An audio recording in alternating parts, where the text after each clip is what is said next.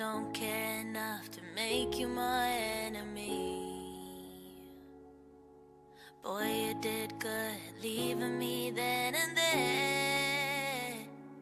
'Cause I'm better without what you call love, I swear. When you take a look at me, you only see what you wanna see.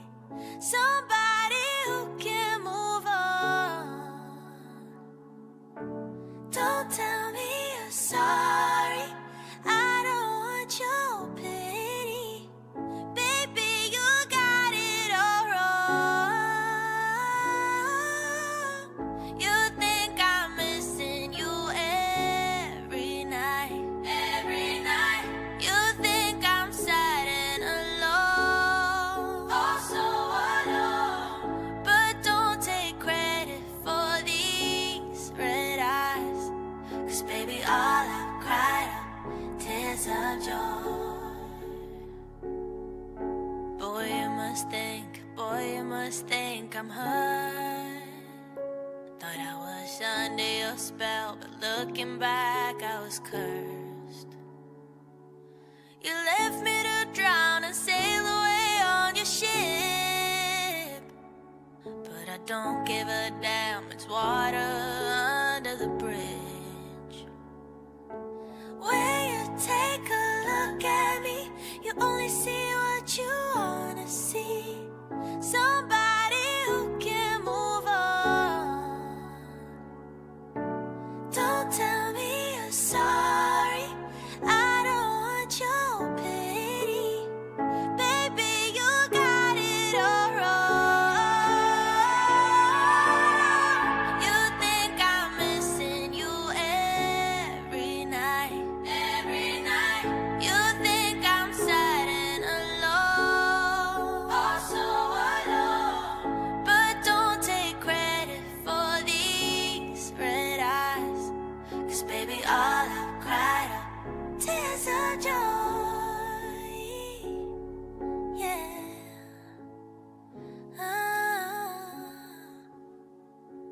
'Cause baby, all I've cried are tears of joy.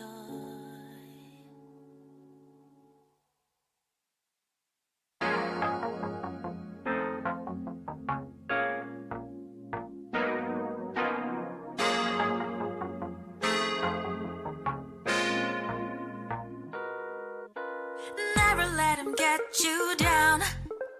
Gonna make you stay just fine. 이대로 모자라지도 넘치지도 않아. 'Cause I got my collection. 따뜻한 물에 bathe.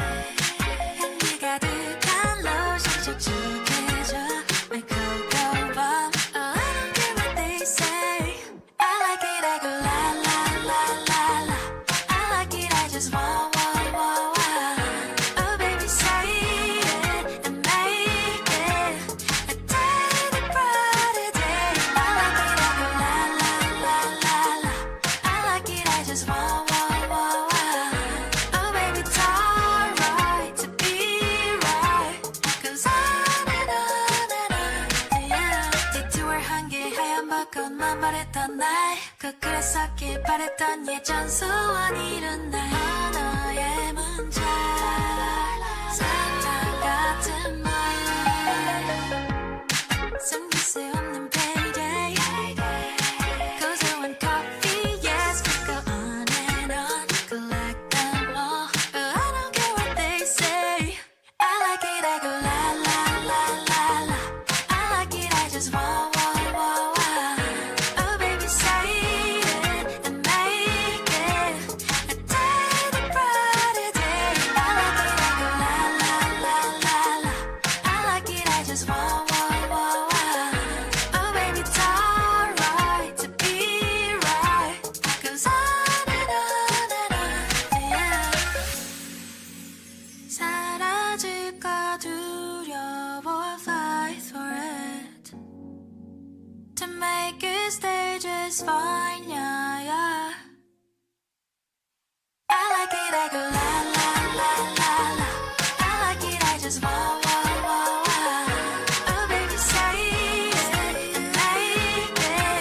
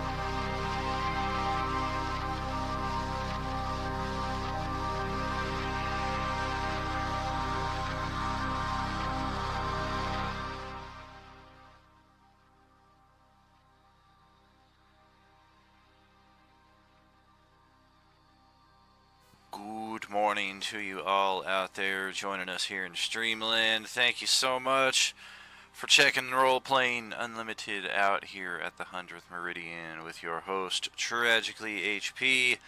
We have a zombie apocalypse in a feudal Japan Waterdeep setting here. Our first of 6 coalescence tables reaching their 4th session. Just about halfway through our first act here of this campaign season. So again, thank you for joining us here today. Big stuff indeed. And let's get this show on the road. Waterdeep Chimes is correct. Get this Discord up and operational. It's always Discord, the one I forget, which is weird because that's without it, we can't communicate. Okay, so what's going on here? Who's texting me? I'm texting me. Someone else is responding to me.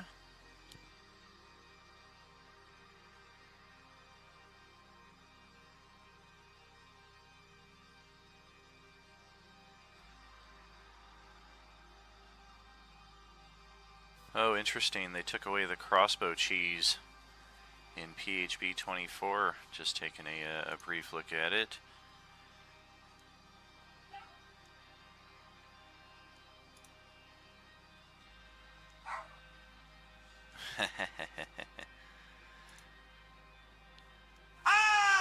Hey, good morning, everybody. Hello and greetings. Hey, hey. Morning. Morning. What's up? So, who we missing? We're missing Dylan, and, Sarge said he would be late anyway, so I guess really just Dylan. Did he post anything?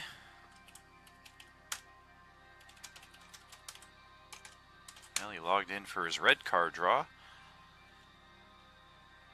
He's still in roll 20. So let's get this rolling, buddy. Oh no, he jumped out of roll 20. No, he's still there.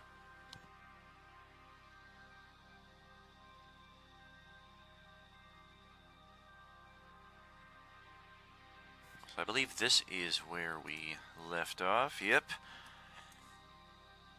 Inside the guard barracks, where Krill found his black and white daggers. And we also had our first encounter with a Class C orange.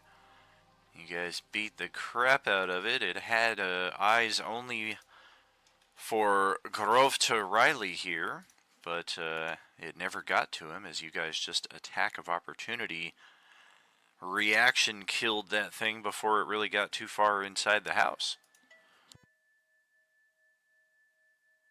We did unfortunately lose the daughter Borsi of the family of 4 who've been accompanying us, or family of 5 I should say, now they're a family of 4. But we did get Mom and Dad equipped with some short swords, clubs, leather armor. We also have the young gentleman equipped with some leather armor. Grovta has his quarterstaff.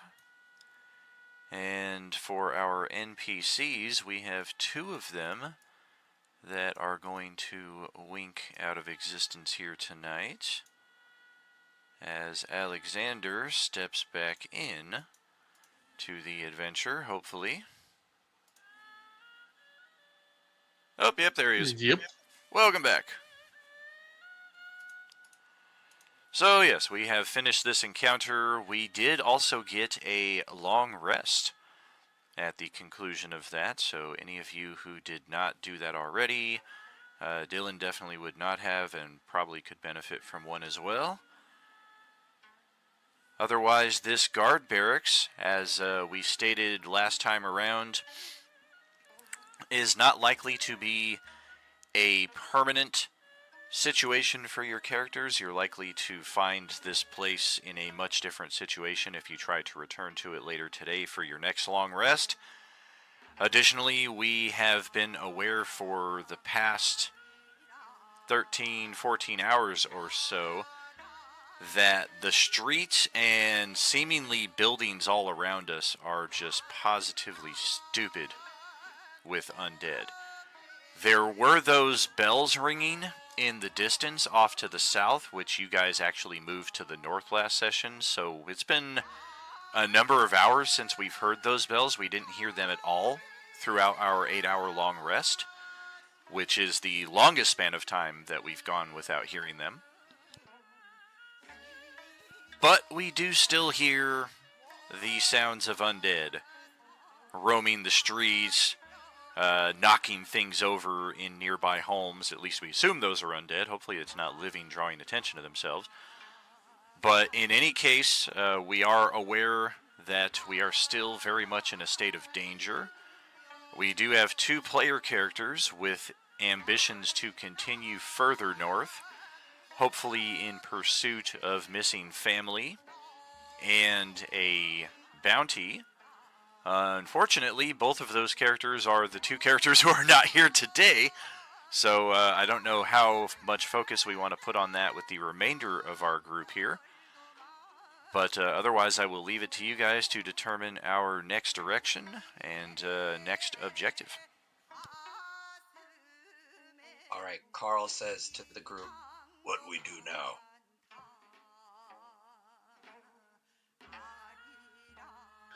I still have family that I'm trying to find. I haven't seen or heard anything of them yet, but hopefully they're still here. That is my goal here. I'm not quite sure how that fits with your guys.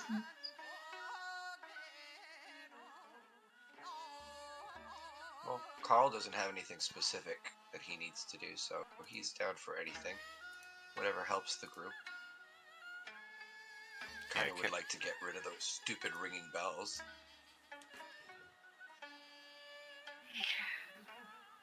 Yeah, if we took out that bell ringer, that would be nice.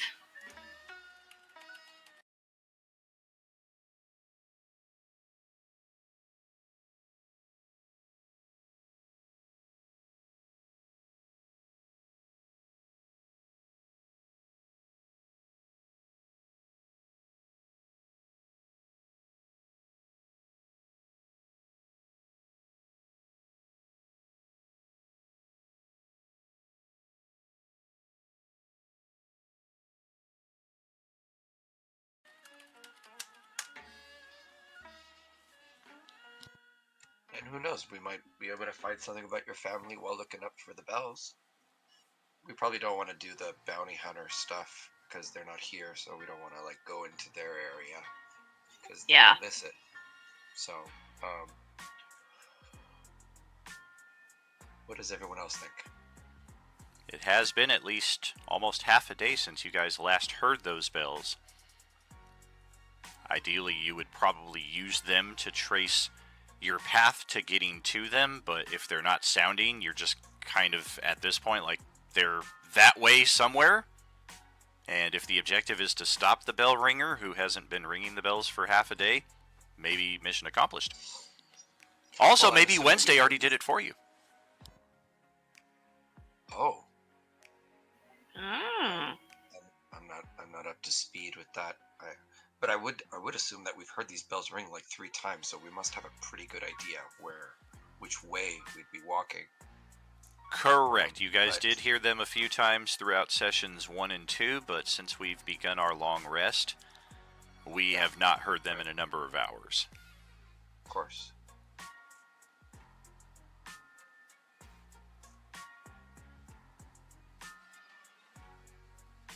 Okay, well, aren't we trying to save some people? Maybe we should get them to safety? If there is relative safety anywhere. Right. Yeah, we do have NPCs with us who are counting on our protection, which for our cases as the group will hopefully not be a permanent thing. And we haven't been doing a very good job. We lost 2 people last session. Oh, just one. Just one? Oh. Yeah, just the daughter. The other family members are still here. Radabru is still at full health. If we count the horse, at least we're only losing 1%. Oh, yep, sure. and the panda guy. Yeah, come on, one per Kubrick. session. Well, Kubrick, since Uh, Radabru, since he got his long rest with you guys, he is gonna get a level up. So he's gonna join y'all Yay. here at level 2. And always bites me in the ass. I do not do the high average for hit points. I do the rolls, and they seldom work in my favor. Alright, so there we go. Carl Very would quick like level up. Carl would like to not get someone innocent bystander killed this session. You hear a knock So, on the door, Carl and votes. the guy says, "Hello, I'm an innocent bystander." Yeah, right. So, Sorry. oh, Carl votes for getting rid of the NPCs or getting them to safety. That's what Carl votes for. Yeah, let's get them to safety. I don't like that those were presented as two different options. Like, we could get them to safety or just get rid of them. We all smiled at the No, fact I that, meant like I don't think chasing the bells with them is a good idea. Is what I'm saying. I gotcha. Alright, let's check our perception rolls here as the... we think the sun is rising. It's definitely brighter than it was during our adventures last night. But there is still this persistent gloom over the entire site, so it's kind of hard to tell just how Okay, Carl. day it is Carl here. the Ranger rolled a 26. Phew.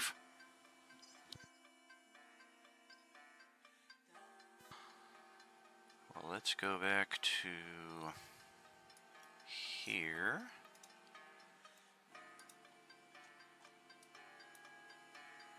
And I think let's quality of life our map experience.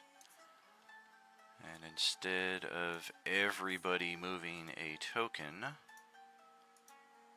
we're gonna do a party token.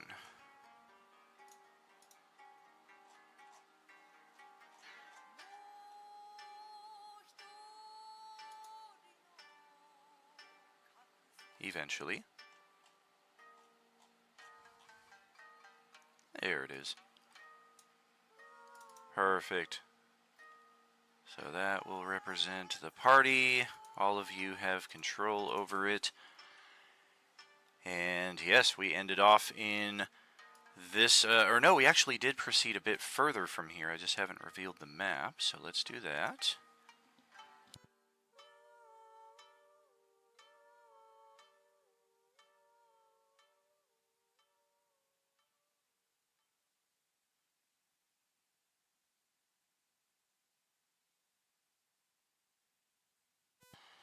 There we go.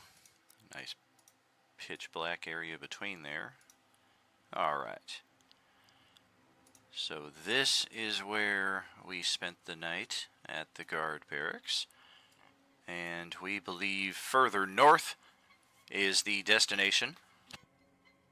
Not only for Bounty and Missing Family Group A, but also Missing Family Group B. And that would be Alexander's missing folk.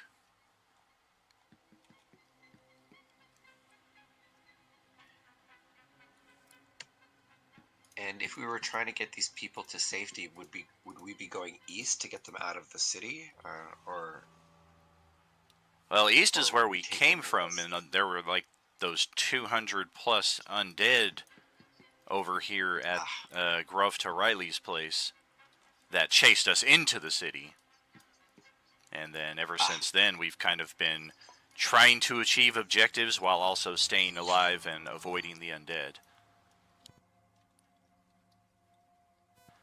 But today's undead saturation is very, very heavy. We're going to need some stealth checks from the group here, and let's see what our average is. 91 out of 100? Come on, Daniel.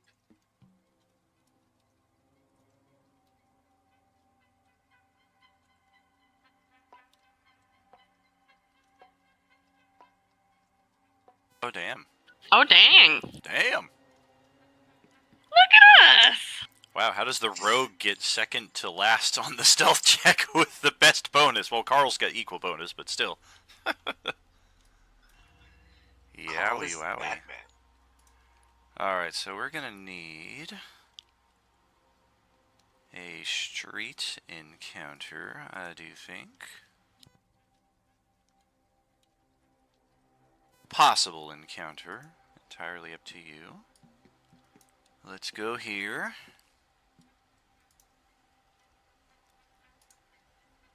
And let's get all of our tokens from the old map. Ooh, this looks gnarly. Yeah, this place has been through the ringer a few times. There we go. Don't need these excess dead undead with us. It's like Carl brought one with him. Tawny Paw is no longer raging. And otherwise, I think this does represent our group fairly well. Let's add a little more randomization. Alright, Daniel, let's exercise some patience here and type a little slower. There we go. We will cultivate patience. It's hard to cultivate. How about you?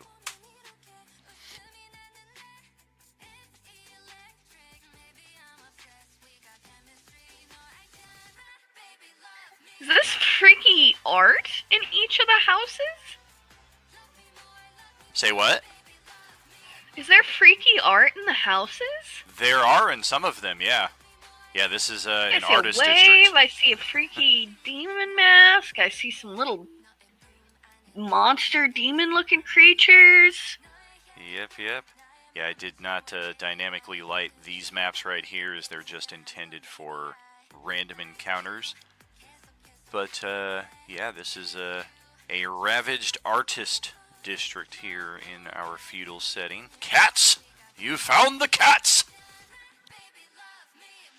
And this right here, I'm not sure which album it is. It could be like 6 or 7 different albums, but I'm pretty sure that's an album cover.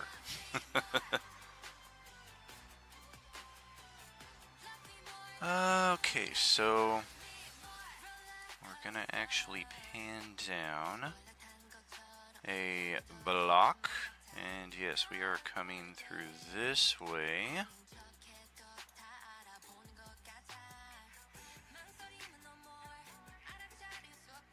And our objective is, the most direct route would be to escape the map from here. Of course, anywhere on the north will likely do, but preferably to keep us all on the path that we're taking here. I'm going to draw an arrow up there just to give us some direction. Otherwise, you can see really that's the only street that exits this neighborhood. The rest of the paths that lead out of here are likely to be difficult terrain at the least, and possibly occupado with other undead. And speaking of undead, we said 91% saturation, so let's saturate. 91% saturation? Let's saturate. That's what he rolled out of the T100. Yeah, the 91, I was like, ah, shit. I didn't think it was going to be Whatever so that literal. roll was, it was not going to be good. Alright, Oh, so yeah, there's a Jesus. Class C. There's another Class C. Bunch of Class Ds on the next street over. Do a little scatter bomb. Zombie bomb. Zombomb. Boom. And just like that, I already feel like I don't have enough zombies. Once I start spreading them out, I feel like I need more. I feel You're like I fine. was meant for something more than this. I want to do something with my life. I want to be somebody.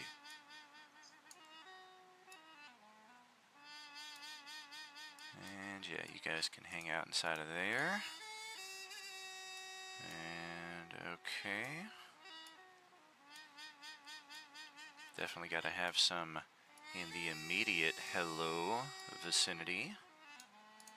And you guys don't have to necessarily be in this marching order. This is just how I drag and dropped you guys from the pre-existing map. So if we're, of course, marching through stealthily, strategically, organize your party assembly in this area accordingly. I think I'll organize myself once you finish dragging everybody. Fair enough. I'm assuming that you guys are coming from the west and making your way east towards the next major street. So this side would be the point side. That side looks like it sucks balls. Yeah. Going that way looks terrible. Time to walk up this river. Yeah, we're jumping in the boat and rowing down the stream of green sludge. Yeah, Then we find out these zombies can swim and breathe underwater. Oh boy. Yeah, you guys should watch some of our other streams, because we've already had that fact proven. When somebody dove into the lake, he's like, alright, I'll attack from here. Roll a perception check. There better not be zombie fish. No, but there is a zombie standing on the lake floor below you, just looking up like, lunch. Well, that's good to know. Well, yeah, Alright, I brought his meal to him. Need some more of you guys scattered a Jason tad. Voorhees. Oh yes, my favorite. I don't see any way to get to Daniel's arrow without plowing through and calling the attention of like 20-30 guys. Yeah, I don't. Fuck your 91 roll, Daniel. We could backtrack, go towards the side that Grove is at, go all the way up that side, back across the bridge, and over to that arrow. I assume that boat is just their visuals, and there's not actually a boat there. There is a boat, but it does look horribly waterlogged and just rotten. Like, that thing is probably not gonna... Like, maybe if your group consisted of one halfling, you might be able to use the boat. But, yeah, go ahead and reorganize your setup here. I think this is about what we're looking at. That's not quite 91%, though. That's more like 40%. I should drag in 3 more groups. No, I think you're good. I think this is... You good, bro. You good. Yeah, you nailed this. Fair enough. Yeah, way to go, Daniel. First time, every time. Oh, yeah, could you move the family up a little bit? So I definitely will. Yeah, I'm waiting to see where you guys go, and then I will move them accordingly. And just touching on your comment there in the Twitch channel, if you're doing the Prime sub, it does force you to manually resub every month. Like, if you do the actual paid sub, then you have the option to do recurring, but if you do the free sub, it assumes maybe you're going to want to do a different channel next month, and so it constantly forces that manual update. Gotcha. I did do the boost up to an epic supporter, and I was gonna wait until after the session to do the stuff. Well, damn, bro. Do you mind if I go and just grab the epic boon real quick? Oh, Because definitely. I feel like I might need it. Okay. Definitely. Make sure you're regenerating your 6 hit points per round. That's an easy one. The attribute boost, likewise, that's something you can maybe take your time with over the next hour or so, but definitely easily placed in there. And much thanks, man. Much love. Are you with us? I think Daniel needs to disperse some more zombies to the top left corner and top bottom left corner, because they all seem to be like right in our path. Okay. Can you guys see that little path I drew? Okay. What if we did that? Ah! Do what now? Honestly, even if he does put zombies there, that's still a really good path. Damn it, they're all attached. The only issue I see with that path is that is a lot of households we're going through. Just press the delete button there, Daniel. There you go. I did. I wanted to keep her path, but just delete the zombies.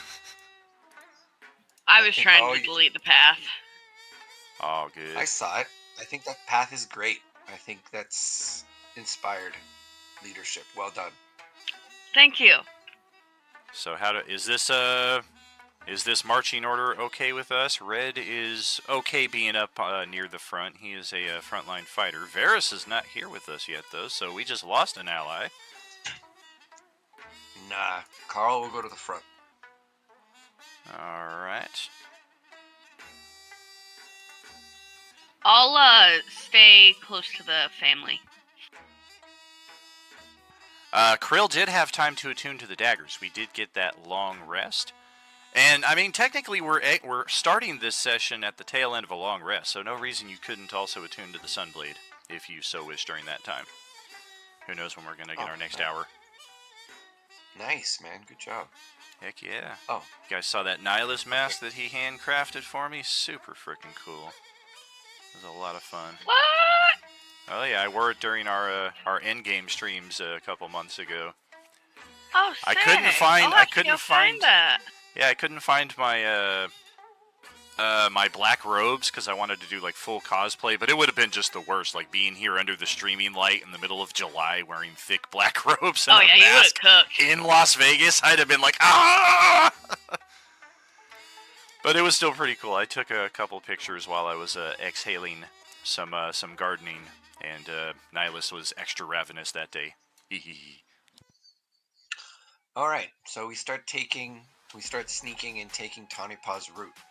Well, we're going to need initiative, because, yeah, these things are definitely aware of your presence. I should have mentioned before all of that, because, yeah, we only got 2 stealth checks that worked for us here, so we're going to start off with initiative. Oh, shit! Where's Carl? Where did he go? I went to the front. Oh, that's the new front. Okay, well, then I guess Red will be on the back here, guarding... Well, going that Tawny Paw's family. direction. I can't tell Right. what streets. I thought that was going up, so I put myself there. Yeah, you're good. There's technically a door right here. Like, these extensions of the buildings represent doorways in some circumstances. So you'll be able to get into the building here, and then out of the building here. But yeah, go ahead, everybody. Get the initiative rolls, and let's see what we got. So does that mean there's no pathway along the side of the building? There is. It's just very narrow and kind of covered with moss, so the terrain might be a little slippery. But it is just big enough, like somebody could kind of like tiptoe around the side if they so wished.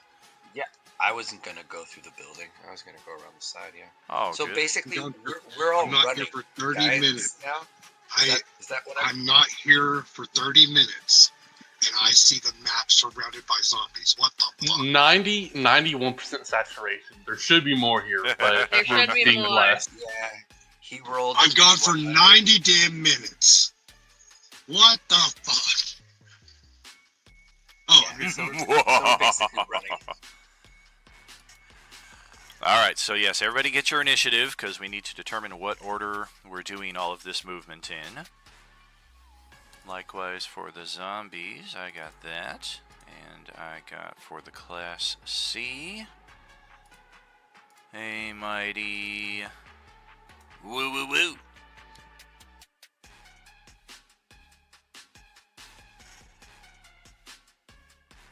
Oh man, I'm rolling monsters today. Yeah, that's good. Jeez, watch when I have to attack and I roll all once. 'Cause, So it's 5 of you. Is it? No. Ferris is not here yet. Oh, he rolled his initiative yet, just so when he does get here, he'll be able to drop in. Very cool. But I do need to roll for the family. That will be helpful. We'll just have them all go together on Grovtas, otherwise keeping them alive is just going to be nigh impossible. And actually, no. That's what we did last time around. We had each of them go separately, so we're going to do it again. They got armor, they got weapons. They're fine.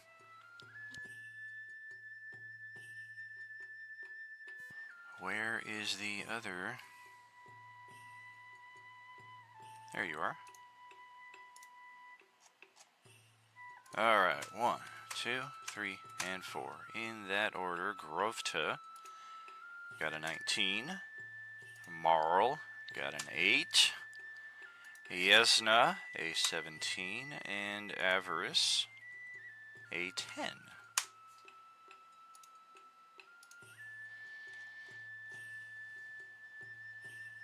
Alright, good news, everybody. All of you go, and then the zombies go. So, play that to your advantage as you're able to, because the bad news of that is they're all going to get to go before any of you get to go again. So once they start going, your opportunities to interrupt them are somewhat limited. But yes, Carl, you've got the very first spot. There is obviously a zombie inside the home in front of you. You can hear it inside of there scrambling towards the open access way here. I'm booking it, guys. I am dashing to doing Tawny Paw's path. Woo! And just one thing to keep in mind, since all of these buildings are ravaged, really, there are really no closed doors or windows. So that's partly why we're able to see as much of the map as we do.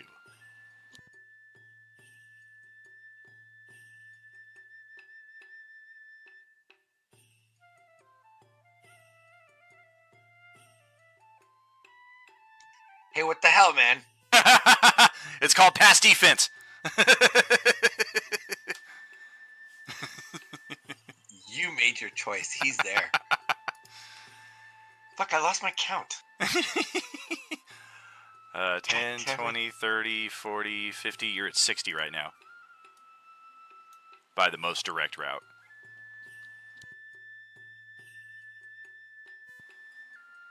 And give me an acrobatics check alongside that as well, just to see how well you navigate the mossy side right here. Well, shit. I mean, it is our last session of the month. You have any inspirations held over? Make that automatically with a 23. I've got tons. Gotcha. So, sure. Yeah, otherwise each of these spaces becomes a 10-foot square, and now you're like over here instead. Okay, so yeah, you almost kind of slip into the river here, but you catch your footing and are able to proceed. Okay. I guess that's my turn. Alrighty. And Varys is slowly phasing into existence here, I do believe. Or are you here with us? Did I misunderstand? No, I'm here. I'm on it. Oh, bitchin'. I thought you said like you're 30 minutes out. I thought you meant you're still 30 minutes before you get here, so yeah. Is this where you want to start on the map? Do you want to be on the far point on the east side, or did you want to adjust your positioning? Oh. I moved a character out underneath Krill. I see. Yeah, that makes sense. You couldn't see what I had there for you. Well, that means we're going to need a new initiative for you, otherwise you're going to get lost. And yeah, you had a 21. My initiative was all right. 21. Very good. I've got you there, so go ahead. Okay. So I guess we're running. Hey, Daniel, I'm not used to it, so I think It's great. my ranger gets a little bit more. I think he gets 10 more feet of movement on his first turn in initiative. Oh, the Dread Ambusher, that's right. So I'm going to move 2 more squares. Okay.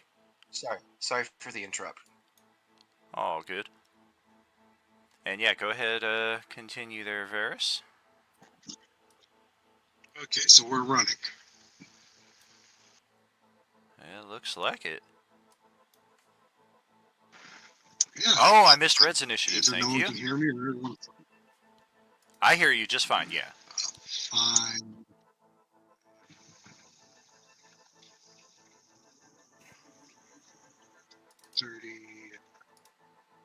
I'll use my. That's my movement. I'll use my my action. Action dash. Also, let's get an acrobatics check from you, as this is a slippery little surface along the side of the building that's covered in moss. It could be difficult terrain if the acrobatics check is not in your favor. A hero point could do it, and inspiration would definitely do it. You're looking to beat a 15. Hero point. I'll try a hero point first. All right, 3 or better. Nice. Yeah, you're good. There we go. Yeah. All right, and that's all of my damn movement. All right. Yeah, everybody can see that those that are taking this little side path here, it's not the easiest path to take, but they have made it successfully so far. Tawny Paw, you're up.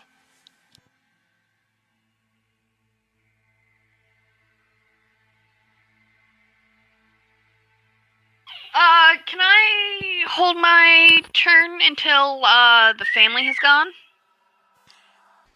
You can. The downside of that is you're only able to ready a single action, so the only thing you'd be able to do is a single move. Okay. You could do your single move now and then ready the other part of your move for later, but you would have to put some distance between you and them right now. See, if we had that stupid initiative challenge, we could have switched initiative with people. Let the family go See? first. Everybody voted no on it. What the hell? Yeah, maybe we'll bring it back later on if people deem it to be essential. There will be other community challenges. I've got at least 2 of them in the hopper right now, but we have to wait until we pass a certain plot milestone before I bring them in. Yeah, only me and one other person voted yes. Yeah, both of There wasn't a lot of people donating. Yeah, we had at least, like 50,000, I think, put in towards that. So it'll be some nice refunds. But yeah, Ari, what you thinking? All right. Well, since we're all moving and then the zombies are all moving, I feel confident enough. I'll just go, and then the family will catch up to me. All right. But if I was less confident, I would stay with them. Beautiful. And I know, so Groved has got a limp. Is his movement speed still lower than ours? It is 25 compared to most of your 30s, yeah. If I'm carrying him on my back, would that give me disadvantage for those checks going through?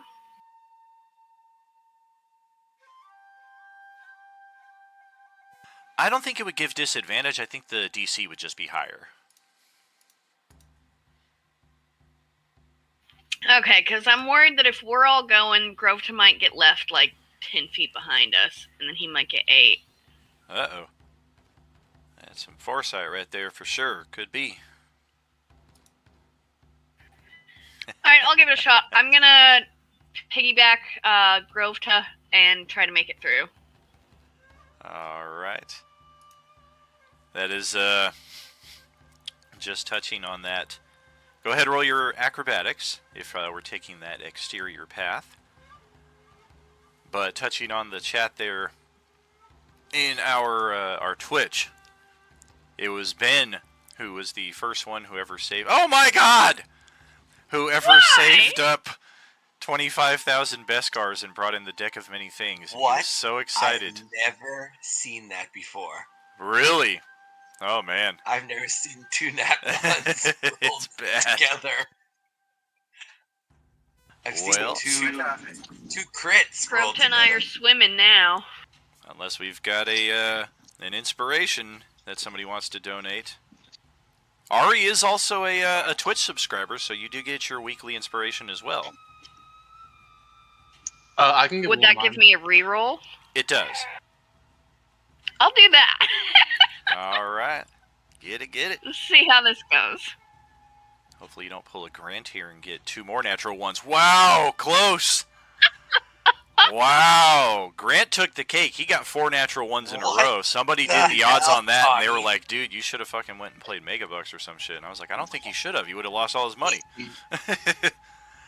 Your rolls are going to be amazing now for the rest of the... Yeah, Tawny, go ahead and roll a d8 on top of that.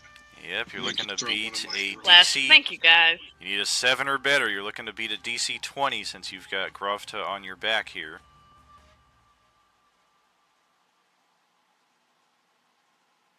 You said a 8? 1d8? Correct. Yeah, D8. DC 20. Wow, that's Oh! yeah. Damn. Why is it like this? Yep. Alright, so let's say 10, 15 feet of movement to get there. And then you're both together. And then 25 and 30 really just to get here. Is your movement 30? Yeah, my movement's 30. So then we action dash and we get to here and immediately find that this footing is not the best for us. We are close enough though that rather than falling in simply, we're just able to kind of catch ourselves back on the bridge. We still do have 20 feet of movement left. So we can either try this again, knowing that at best we're going to get to here, or we can try our 20 feet of movement in a different direction. If I'm stuck along that outside path, does that block other people from going along there? It wouldn't block them, but it would create extra difficult terrain, so it would take them an extra square to pass through you.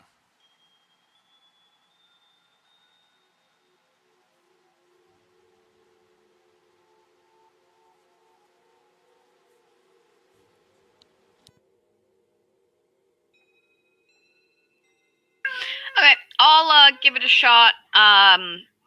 Since I'm rolling so wonderfully, I'll put Grovta down and say maybe next time. Oh, you put him down? He's like, oh, I appreciate the offer. Don't want us to go swimming. That water looks a little murky. A little bit. As an arm floats by. My scuba days are long behind me.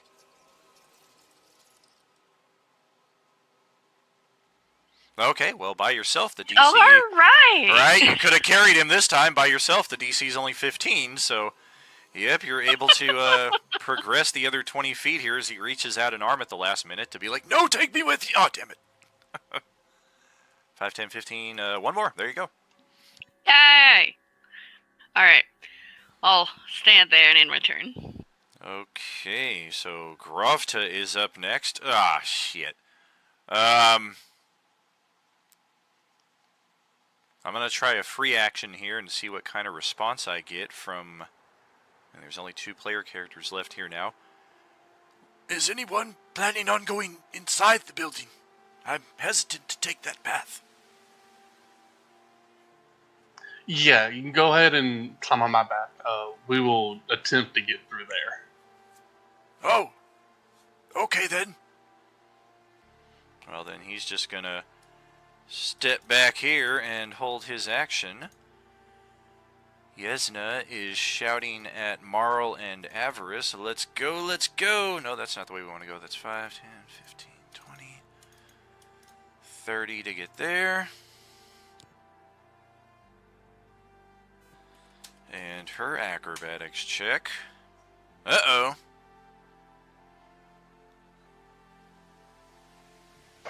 Wait, what is this? I thought there was 3 surviving members of the family besides the old guy. There are. Father, wife, son. Correct. Yeah, Avarice, Marl, Yesna. Okay. Okay. I got confused because you said the other 2 members. I'm like, we left with 4 members. The daughter died. Alright, well, she is kind of stuck here and just determined, like, fuck it, we're gonna fight. So she's gonna action dash and get herself right up here next to this thing and just hope for the best. So, Alexander, your turn. Okay, I assume Grofta's ready to action is to hold on to me? Correct. Oh, did you take the epic boon of health? Yeah. Whoa, look at those hit points. Oh, okay. Oh yeah. I saw I had a 19. I was like,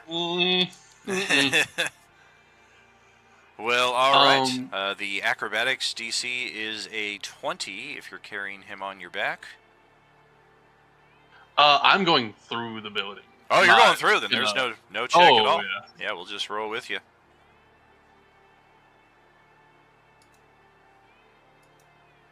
I guess I will move to there. Is this the only zombie in here that we can see?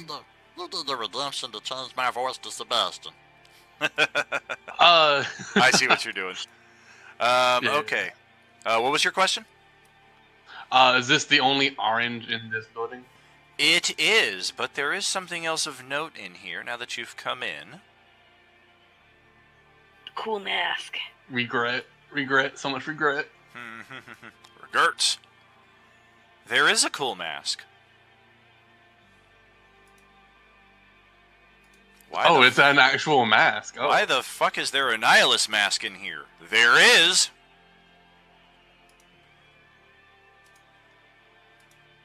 Oh. I will handle that in a minute.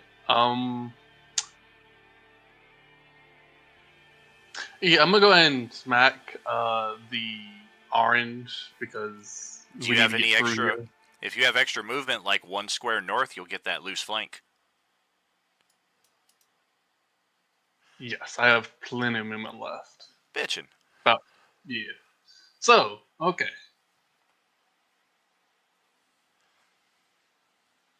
Well, good thing for the flank, otherwise that's a miss. Yeah, I'll go and smite.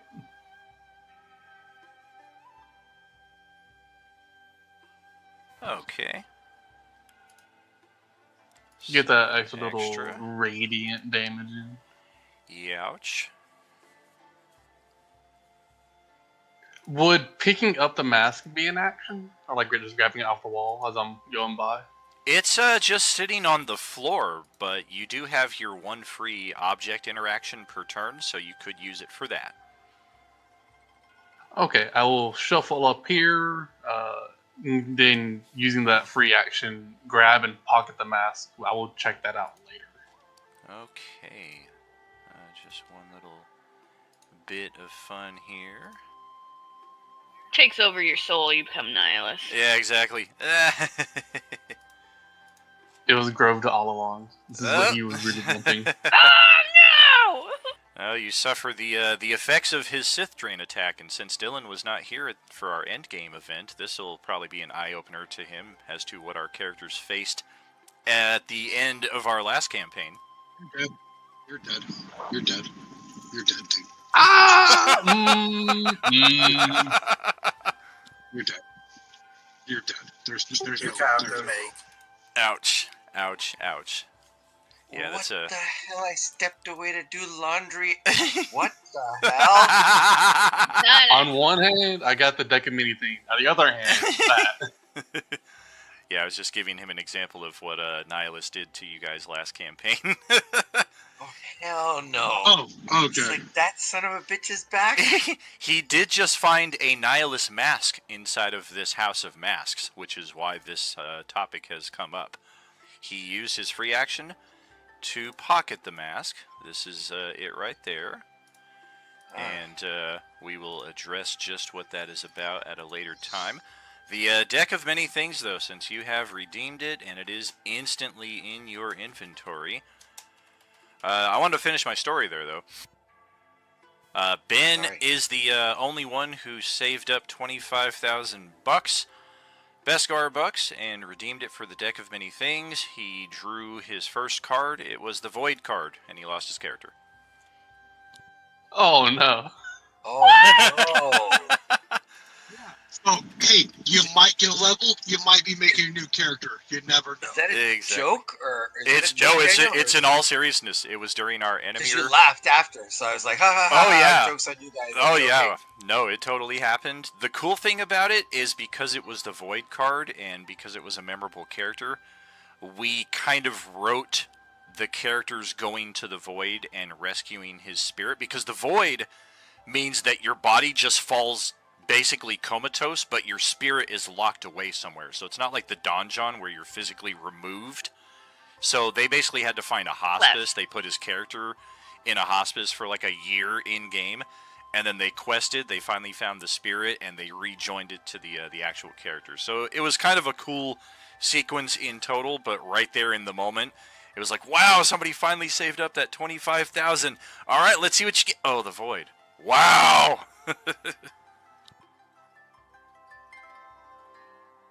If I ever do have a session, I'm going to create the deck of good things. And once the players are going, oh, this is too easy, then I'm like, your deck suddenly becomes heavier. It's a deck of many things. Most of the decks of many things, 75% of them have only 13 cards, but the rest have all 22. I rolled 98. This is a 22 card deck. Oh, that's not good. Yep, all the good, all the bad. The worst of the bad are in there as well, because I think the worst of the bad are removed in the 13 card version. Yeah. So, and I think it does take an action to draw a card. Let me just make sure here. Before you draw a card, you must declare. Once a card is drawn, you must draw each card no more than 1 hour after the previous. If you fail to draw the chosen number, they will all just fly from the deck and take effect all at once. Once a card is drawn, it fades from existence. Unless the card is the Fool or the Jester, it reappears, making it possible to redraw. It doesn't say that it takes an action, so... I think it's just using an item. I mean, it's a... Oh, okay, yeah, that would make sense. It is a legendary item as well, so... There you go. That's your turn. You got your deck. Anything else? Hey, old man, you want to go on an adventure with me after this? We can pull cards together. It's a really cool deck. I thought you were going to offer him to draw a card for a second. He is. Kimberly, that is just for this table. Alexander will pass the turn. All right. So yeah, each table does have the option of bringing in their own deck if they so wish. Can Grofta shuffle up 2 spaces up so he's not like there? Yeah, right there. Yeah, sure, no problem. All right, Redabru is next and is very excited to not be the person taking the brunt of these attacks. Let's check this because it would make sense. I could see them not doing it, though.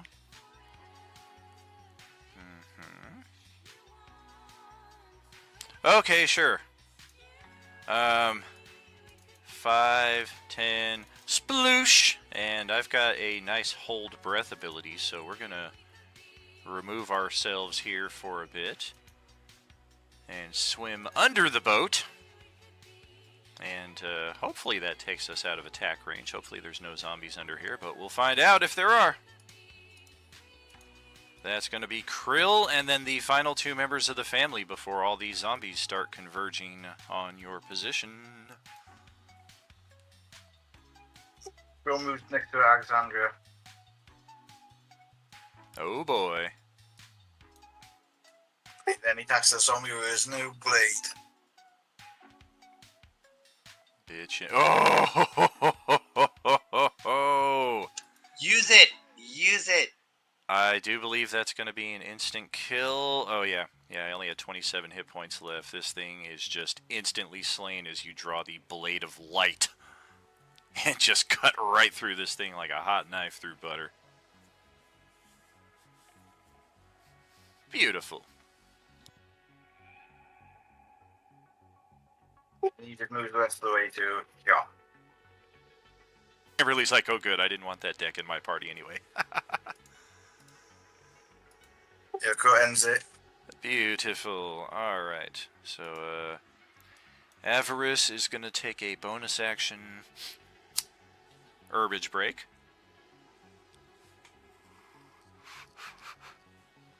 Oh, that's good. Good. Beautiful. He is going to pretend that he's also a turtle and try to dive and hold his water. No, that's not going to work. I was about to say, this dude. Yeah, he is not our kind of guy. Look at that face. I mean, he probably should have gotten it instead of the daughter. Well, Mary's He wife. did get knocked down in the last one. Yeah, he did get in death save mode. He was rather inept. But yeah, we're gonna basically, since our turns are back to back, we're going to take Marl's hand. And 15:30 to get up to here. And then just kind of change him over to that.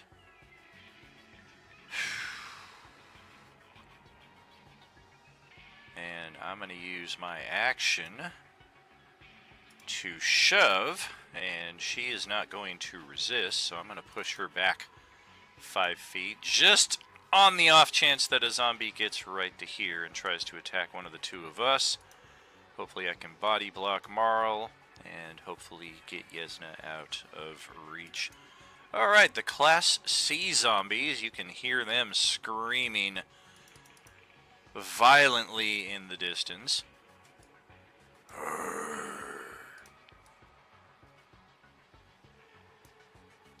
Which way are we going?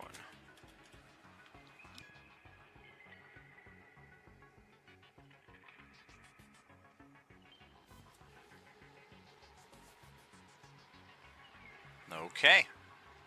Guess we're gonna head this way. 15, 25, 40 feet south.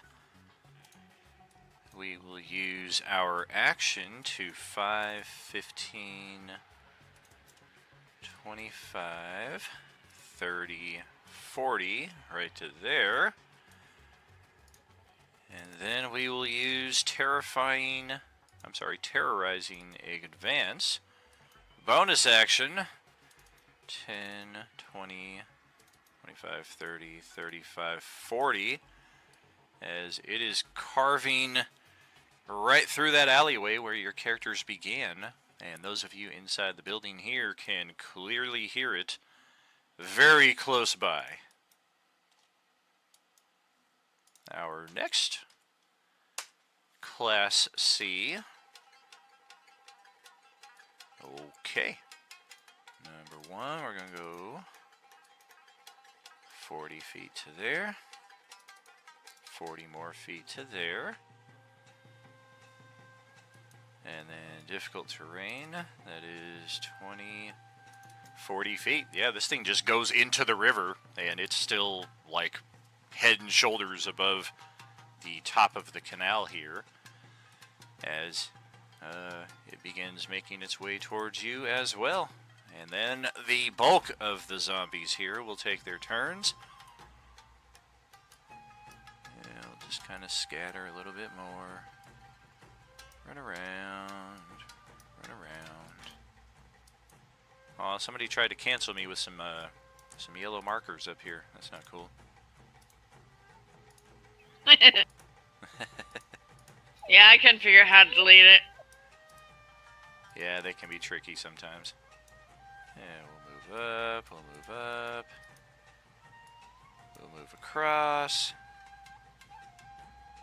Rest of us are close enough. So yes, 25, 50 feet to get to there.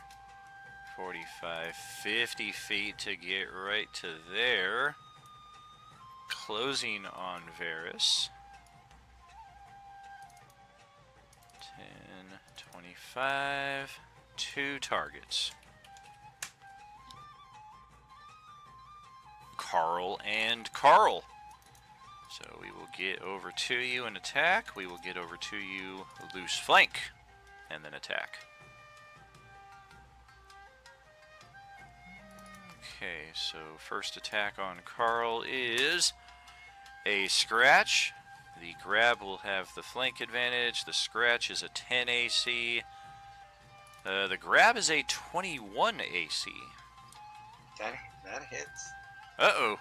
They got you grappled. No movement. I think I have a reaction for... Oh, you do. You had a spell. You had a spell that you cast before. Gotta remember what it is, which one it is. Definitely more up to speed on this campaign than the previous one, because I've been doing all those replays throughout the week and listening to them at work. That's why it occurred to me that Ari and Parker at the same table, I think would be truly entertaining. Okay, so I escaped that grapple.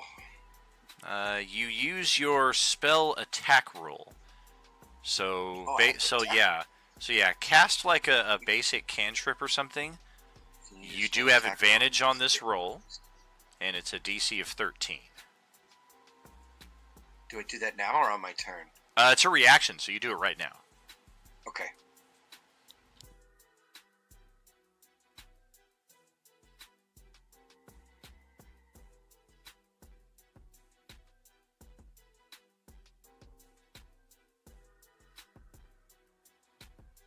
Yeah. Totally easy escape on that one. It will not even get its hands on you. It kind of does for a second, but then you just kind of twist and turn and get right out of it. Carl does like a gambit, like a twist and turn flippy thingy, and can't get me. Nice. And this time we're going to attack Varys with the one way the shit over here.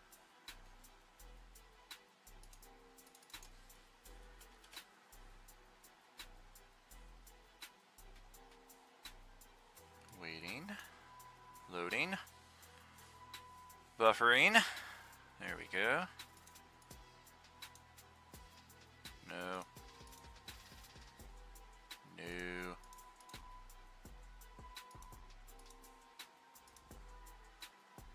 What the fuck is this? Come on.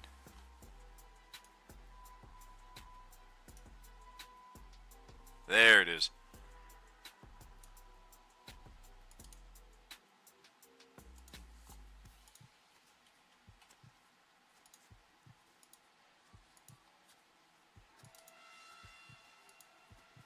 Burp. This thing is going to use its Belch attack. This is one of those Class D Belcher variants. I don't think we've encountered any of them at this table so far. I dated a guy like that.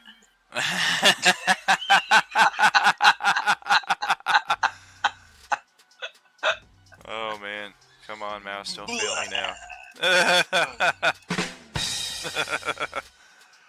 So, it uses its action to spew a cloud of putrid wasps. This cloud then becomes an independent creature for terms of future potential attacks.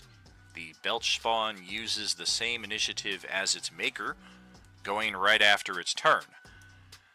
So this thing just spews this cloud of wasps right in Varys' direction, and I got an 8 armor class, so that is not going to hit you. But now we have an extra foe on the board, which is just not good news considering we already had 91% saturation.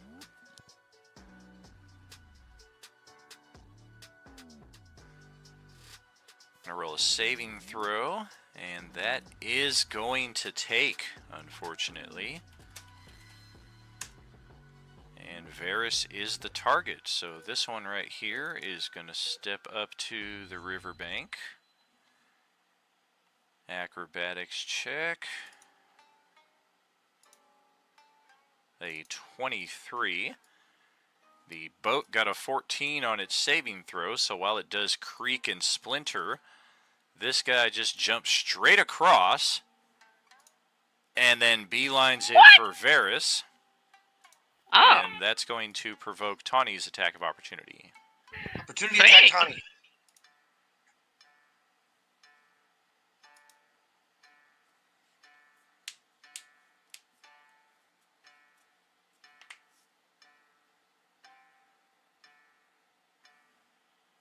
Oh, not again! Wow. Womp womp. 4 out of 6 you rolled natural 4 ones. ones in the last 2-3 rolls. Maybe I need to like restart my computer. Maybe. Or change the change your color there next to your name. No, you already did that. It was yellow before, now it's purple. Usually that's what I'll do is if my dice start misbehaving, I change my color. It's like changing dice. Okay, well we're coming after Varys here. Apparently getting away with it, and we're going to try to grab you. And 11 armor class. These things, while independent creatures, are not sufficient to grant flank or gain flank. Okay, so that's the closest ones. I think this one will step outside. 10, 15, 20, 25, 30, 35, 40. Oh, wait, there's people inside. 45, 50. That extra 5 feet of movement may have just saved Alexander or Avarice right there. Moving Grota definitely saved him there. Holy shit. Oh, definitely. Definitely, yeah, this thing would have been right next to him, even with that extra bit of movement back towards the east. This one, beeline, 50 feet. Whoop! Right to there. Next one. Likewise. And then dash action, of course. 15 feet. And then who are we going for? 1, 2, 3, 4, 5, 6 targets. It is Avarice. We are going for him. Damn it. There we go. The other one that rushed up the bridge. 1, 2, 3, 4. We're going after Alexander. So that's 20, 30, 35 to get to there. After the dash action, this one's probably not going to have a target at all. 50 feet. May as well give it a direction. Okay, apparently we want Krill. 25, 30, 35, 40, 45, 50. We had just enough to get there with the dash.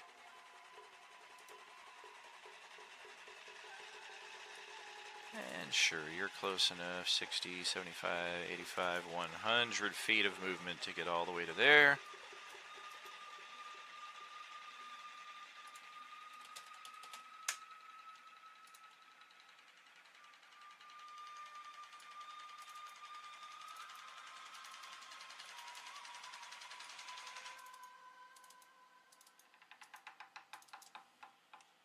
Got some of them moving out of these houses, coming into the streets.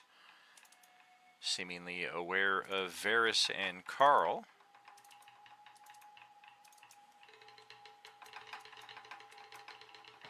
Rush, rush, rush. Guys, Varys and Carl are getting swarmed. And then those ones are already moved and will stay. You guys are okay there. 9.1. This feels more like 40% saturation. I should have brought 3 more groups of zombies.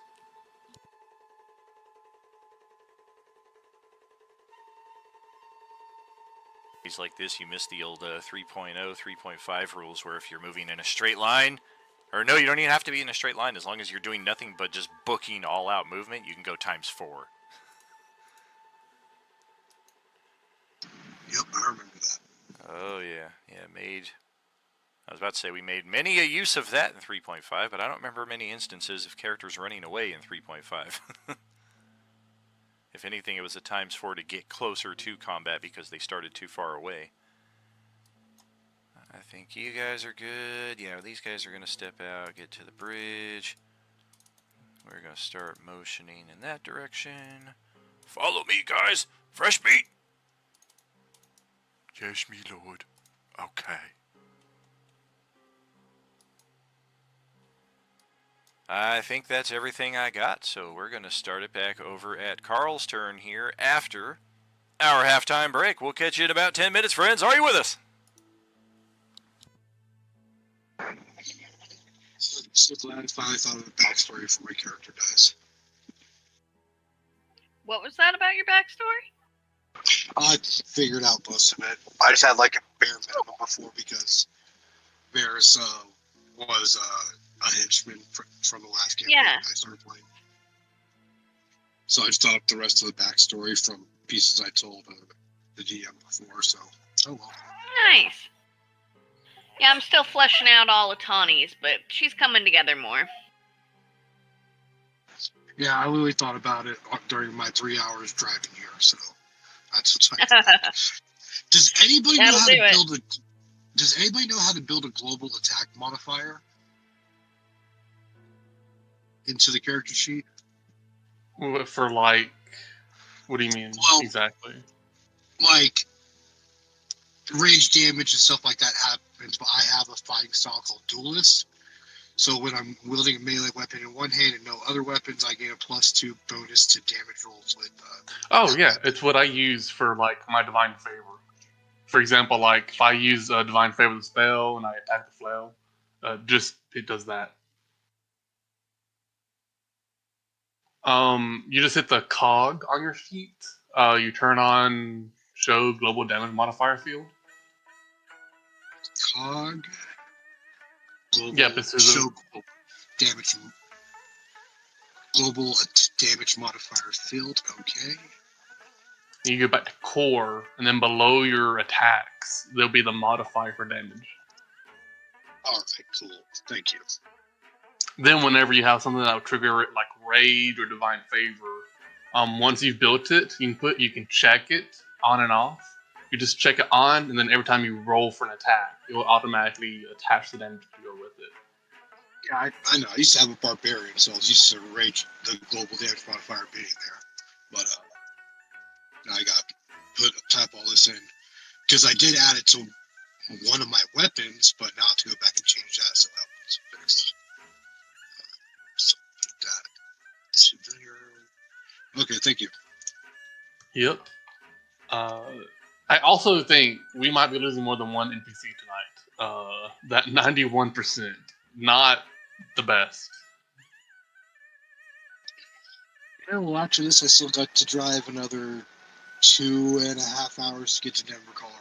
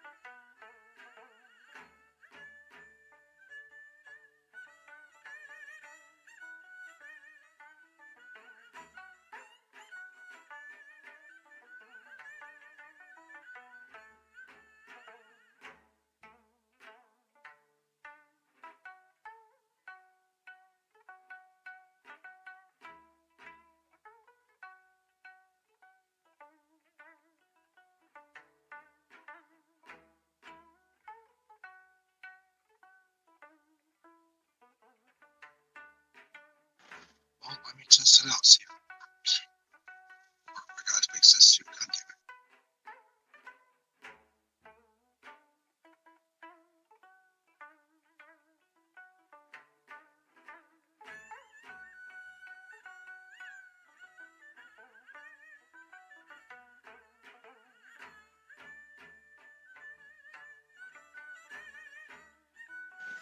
Nope, didn't show up.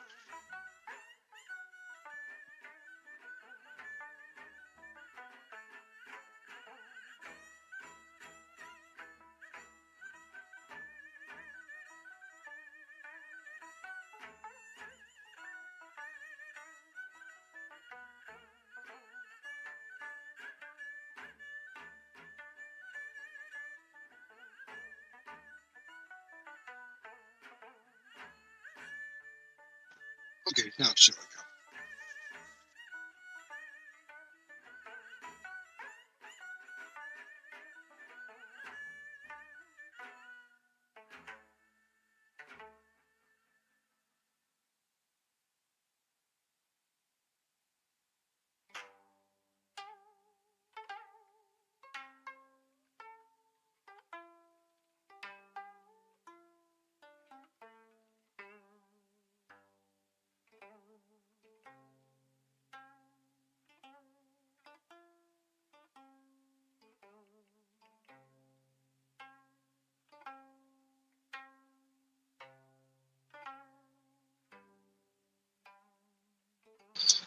yesterday,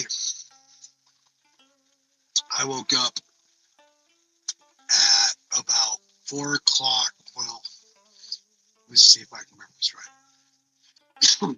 I delivered at 4, so it took about an hour to get there. So let's say I woke up around 2:30 Mountain Time, for the sake of argument, because that's where I ended.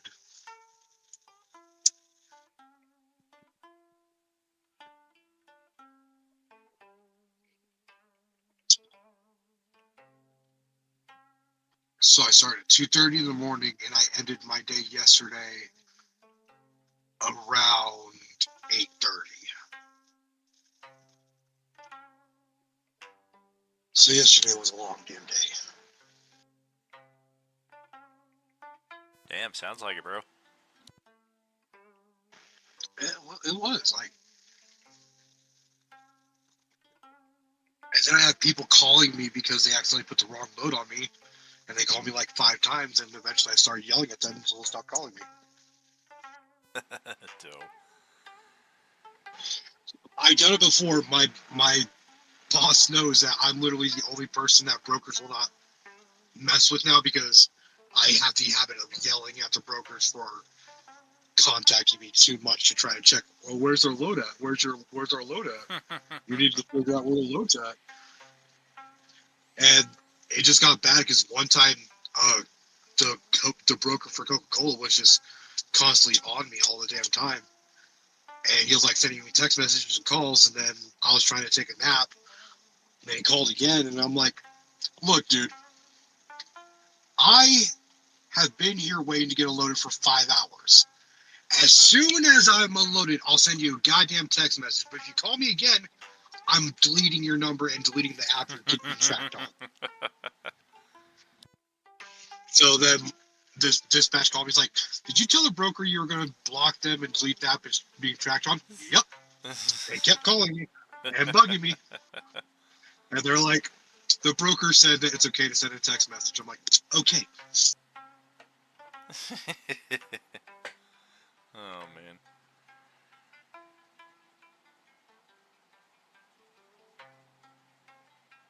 Well, damn, that's a shame.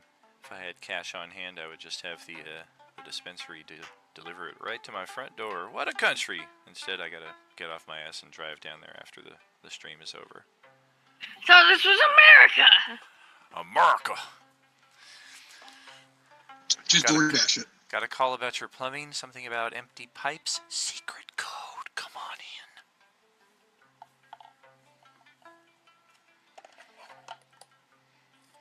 in. Alright, so, yeah, I'm just gonna do a little bit of green thumbing here, and then we will get right back into this. Y'all, it's now 3 weeks plus since I touched a cigarette. Woo! By this time next session, hopefully over a month. Been about 30 minutes for me. Oh, man. Yeah, it's still a daily struggle for sure. Oh, I don't plan on quitting yet. My job's too stressful to worry about quitting right now. Oh, definitely. I mean, there is no shortage of stress, but with the health issues that it's causing, it's creating its own additional stress in addition to the temporary benefits of stress relief that it provides. So, I don't know. It's got to choose your battles. I also need Varys to go through the entire multiverse and kill all the copies of himself so he can become the one real quick. Just take out all the copies. That's funny. That's what Mr. Saiji was doing last campaign. Until all of a sudden Nihilus fucked up all the plans and she had to go and get contracted with the Agent Orange virus and sacrifice herself in the end game. Yeah, that's my point. Like, let me go become the one right quick so I can be Jet Li, alright? No thing. I do have a quick, small little question. Super supporters get the bonuses for the Lost Dice Challenge. Are those retroactive? Because I've already completed 2 of the levels. They're not retroactive, but they definitely will apply going forward. Okay. Yeah, and then of course Just anything wait till you Super have to supporter roll. gets, Epic gets as well. Just wait till you have to roll 42. I've been on for the whole month. Man, I've been on 23 since like May, I feel like. But I only roll one a day. I don't even do the double on Fridays because when I hit, everybody who is a sporter or above will get the bonus for that. Oh, you should go ahead and start rolling more then. You should roll as many times as you want to. I'm honestly I pat myself on the back that I remember to even do my one roll a day. Usually it's right when I wake up at like 3 a.m. or whatever. Dude, I had to go through the log real quick and be like, did I roll today? I can't remember. Yeah, usually some around days I like work- 8 or 9 p.m. at night, I have to do that as well. I'm like, oh, yep, sure enough, I rolled 15, 16 hours ago. Yeah, I literally just... I'm lucky if I wake up in a city, I'm like, what town am I in? Where am I? Yeah, I can only imagine. Oh, okay.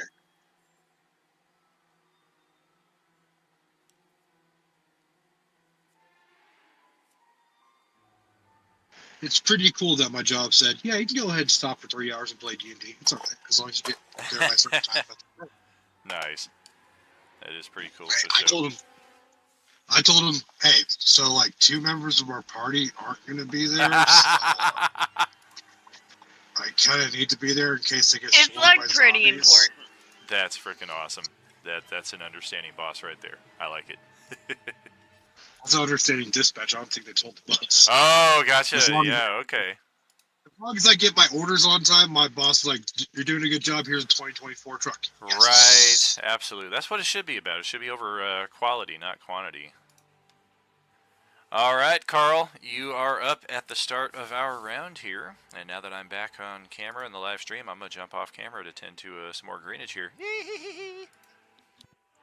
What are the 2 zombies next to me? Which one appears weaker? Get them off the board sooner. They both seem at full health right now, so they'd be identical, yeah. Okay. All right, then I'll attack the one north of me. All right.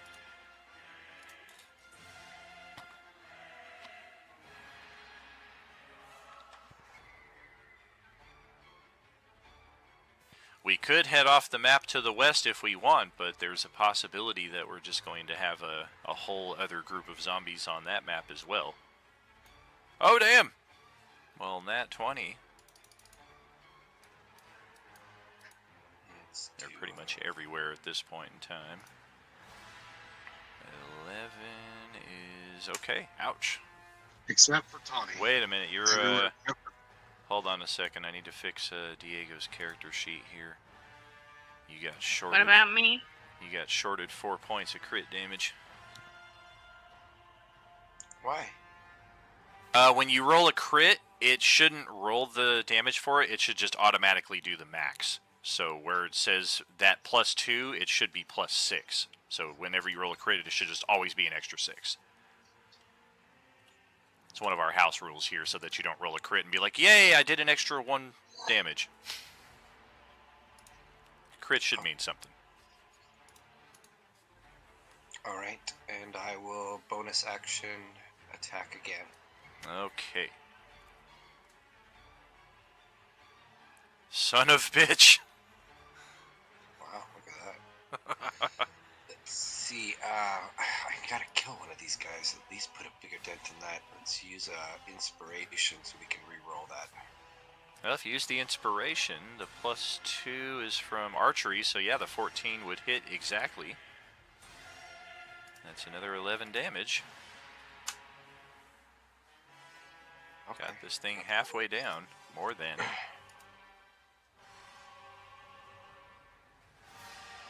That's it, that's all I've got. Okay. Meanwhile, Varys is surrounded.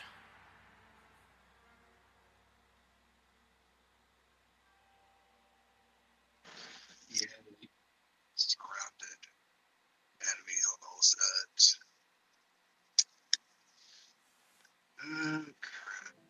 Okay. Well, we'll go ahead and do my pride and joy attack on the one underneath me. Alright. So, moving blade with it. Let's see if I hit.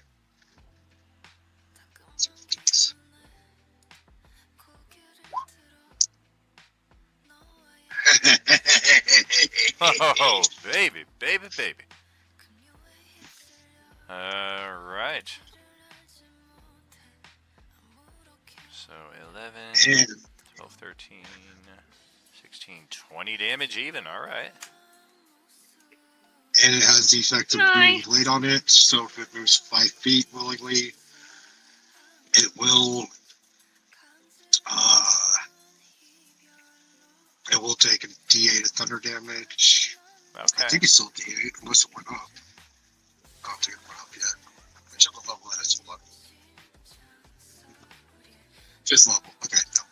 Okay. Okay. So then I will. Damn it! Too many windows. There we go. I'm not going to leave him alone, but I'm going to move away from him. So he'll get an attack of opportunity, and I'll stay there in case it does a grapple attack. Oh, gotcha. The guy to the south that you just attacked. It is going to be a grapple attack. Yeah, It's a natural 1. Okay, so Oh, then boy. I will move over here so that way Carl doesn't become a sole target in this area. Alright. And then I'll end my turn. Alright. Tawny Paw is up next. You are still on that ledge, so we do need another acrobatics check this turn to complete your movement. Sweet. Oh, jeez. Definitely. No stress without that man on my back. Yeah, exactly. Just kicks and jostles around like a newborn. No, hold me this way, please. No, don't grab there.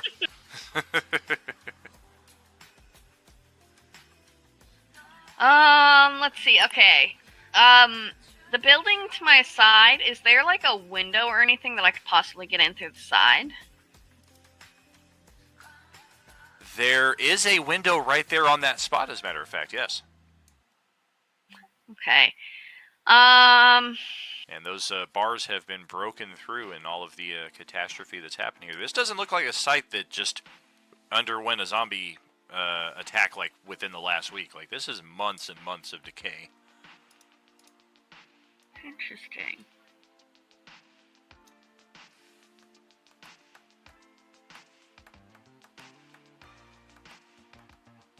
Trying to decide between going south to help out the family or going north to help out Carl and Varys. Oh boy. Yeah, it's a tough call. Hopefully everybody in the south makes their way north, because before we know it, we're going to be dealing with this motherfucker. Yeah, that's what I'm hoping. Everyone's going north anyway, so if you go south, it's a waste of your turn. They're just going to go north their next turn anyways. That's true, and they are right after me. Yeah, that's a good point. All right, so I'll do that. I'll bonus action rage.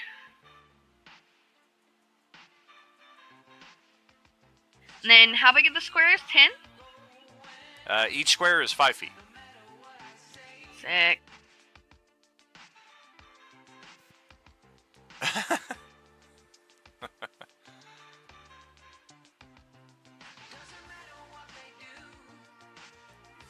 that's 30. And since I made an acrobatics check, does that, like, influence my movement at all?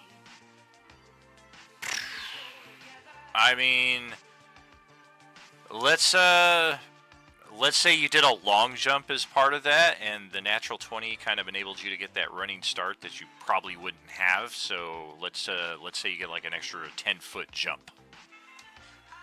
Oh, sick! Okay. I was thinking I might have had less movement.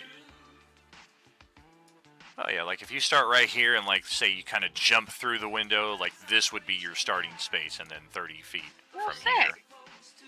Okay, so then I can get 10 more.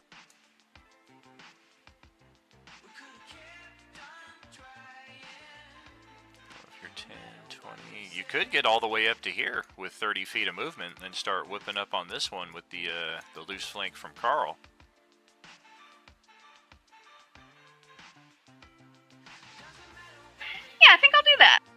if you're starting right here. Easy peasy. That's 10.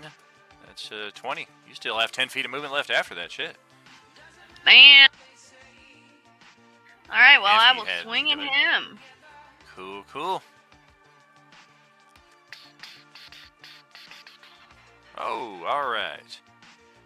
Huzzah! Minimum damage, that's why it's so low, but we'll start chipping away.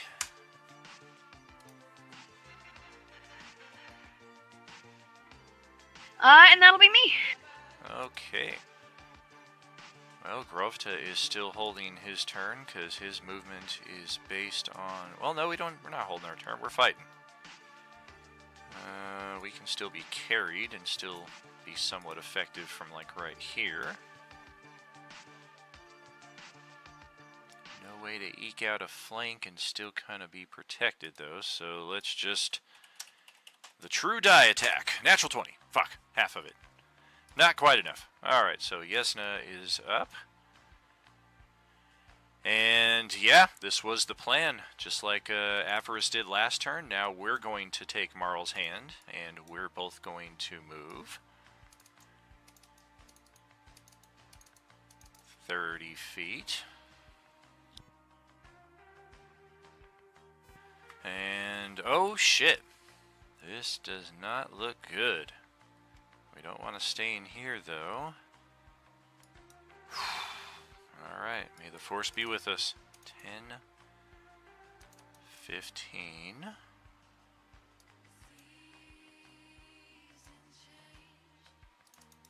20. Oh, beautiful. Your order is ready for pickup at 1:30. Why, thank you! Lemon haze, baby. What a world. Right.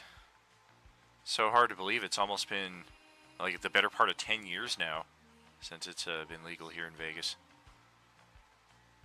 All those years before having to fucking do the shady shit. Alright, so that is Yesna's turn. That will bring up Alexander. Okay. This is... Avarice needs to not be there. But I can't do anything with Rota also right here. Well... I need to do a little bit of math. Give me 1 second.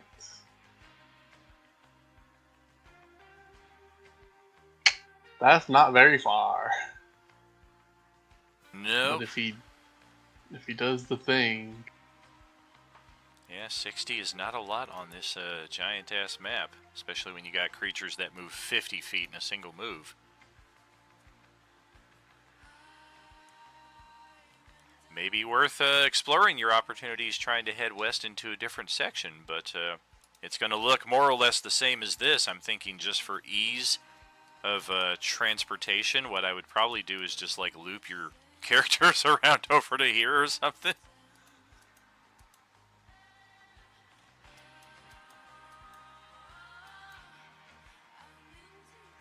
Okay. So if I use an action, if I ready an action to just move, that would be my entire ready thing. This point right here, is there any way I can sit in like the middle and stop the zombies from chasing the group through? Or is it enough space for zombies to get by me? You can. You don't always have to necessarily be like perfectly within a grid space. You can like hold the Alt key and kind of better position more accurately if you so wish. There would still be enough room for zombies to squeeze past you, so it would essentially be creating a difficult terrain space for them. As opposed to like if you had two characters abreast right here and right here, they would be able to firmly shore up that doorway. Okay, and I can allow, like, if I move there now, I can, like, allow Avarice to get by me without any issues? It does also impose difficult terrain on allies passing through, but you can definitely let your friends pass as you so wish.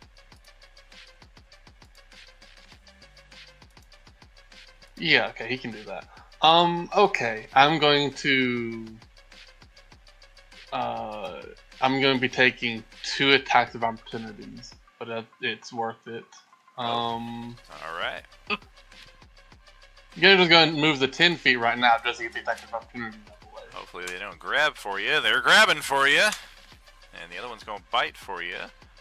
So this dude right here, we're going to try to grab at you. And then this one right here.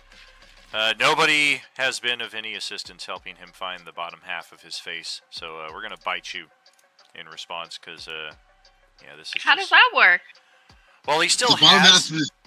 he still has his face, but, like, the skin is gone. The bottom half of his jaw is actually 2 maps to the south, if he wants to know where it's at. Oh, thank you. Finally. He ends up finding one of the nihilist masks and comes back with that. Okay, so the grabby attack on Dylan is an 11 armor class, so nothing doing.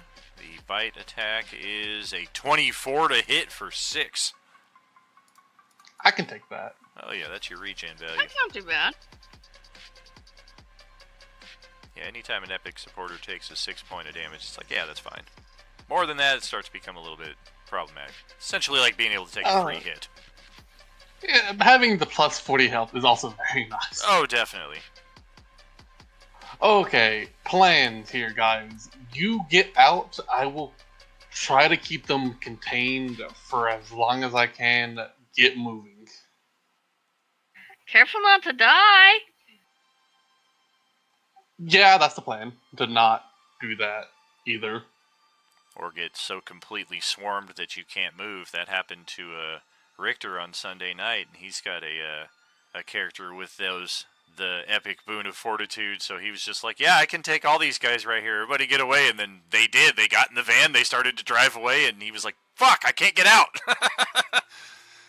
He had a wish spell, fortunately, from the Deck of Many Things, so unfortunately he had to blow it on a teleport spell for him and the one other ally who kind of got trapped there with him, and they were both able to get out. Yeah, go ahead, draw the wish card real quick. Wish for them all to go away. Yeah. I'm gonna put Groff to, like, here. Well, hold on. I actually need to move here, and this is awkwardness with Grofta. I don't have to go with you.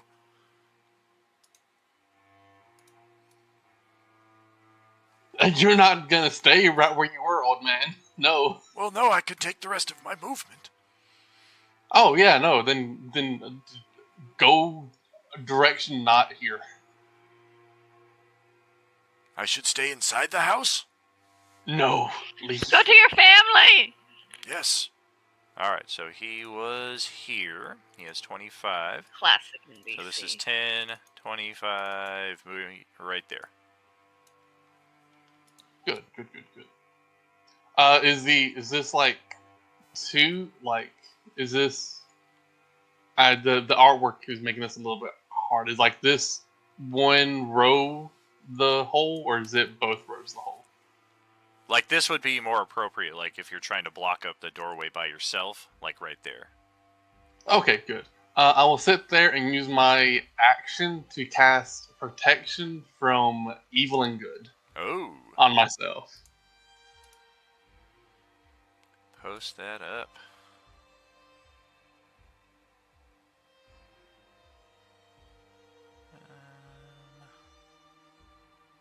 Give me some disadvantage on attacks against me from these guys, hopefully, if they count as undead. Cool. Yeah, we'll do like the little sun right there for that. Okay, cool. So that's it for you? And that is my turn. Alright. Yes, sir. Before Krill, Radabru is going to finish swimming here.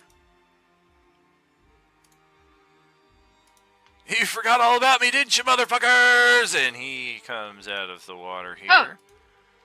And we're gonna beat up on this one. Just keep swimming. Just keep swimming. Follow the sign that says Escapi. Oh! Well, that sucked. Well, that's better, but it could have been better if we got the natural 20. Instead, we revealed ourselves and all to do 5 points of damage. Oh boy! I don't know. This is a... I'll throw him the yeah, inspiration to get that 19. Okay. Woo! Oh, it's an action to do that. Okay, that makes sense. So that'll chip an extra bit of damage on that. Yeah, I think we're going to do it anyway, even with that. He looks over in Varys' direction and throws a shaka. And then he decides, since we got that long rest and all, woohoo! Let's action surge and take one more stabbing axe attack on this motherfuck! Jesus. What the? So do you want to throw him an inspiration, or do you want me to throw him an inspiration? I can four toss left. in one. I I can have throw 8 one. left. I have 4 left. Yeah, you toss him one. Oh, what a dick resetting. move. Somebody just redeemed 10,000 Beskars in the Twitch to impose disadvantage to counter your inspiration, so I got the natural one anyway. No, I'm just kidding. Somebody actively That is rooting against dick your party.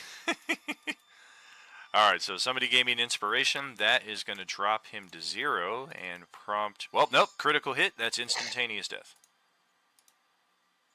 Yay. Finally got one. And... that was 10, 15, 20, 25, 30 feet of movement just to get more up here in the thick of things. And then Krill's turn. Go use his bonus action to disengage. I'll just put in action. Cool, cool.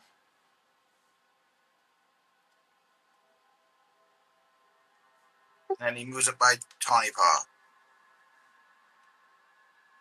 Very good. He attacks that one to the side end with his short sword sunblade. Alright, loose flank intact. Thanks to Radabru there. Well, you had to hit anyway. 21, 27 points of damage. Ouch! Yeah, that almost killed that one outright. And I use my radiant beam to attack the one in front of Carl. Okay. Shit. I use my inspiration. Alright, weekly inspo time, and there we go. Almost got that one too. The ends do them. Keep hammering, keep hammering. Well, yeah, Avarice is not about to stand here and fight off all fucking 5 of these guys and the Class C by himself. We are going to suffer the attack of opportunity, though, because 30 feet of movement, we're still going to be fighting them by ourselves here any second now. So let's step. And don't you dare grab me, don't you dare grab me, don't you fucking dare grab me. Okay, it's a pummel attack. Don't you dare hit me, don't you dare hit me, don't you dare hit me. Fuck! 21 to hit, 4 bludgeoning, which is 80% of his hit points. But he was able to escape, so that is 15, 25, and 30. And then we will action dash and give Avarice a pat on the shoulder. And blessings of Timora be with you as he steps through. Nice. That is going to be 15, 20, 25, 30. And yep, even with 1 hit point. Got to take point. That's what we're doing. Marl's turn is up. He has no offensive capability aside from a 1-die-4 dagger, so we will stay out of position.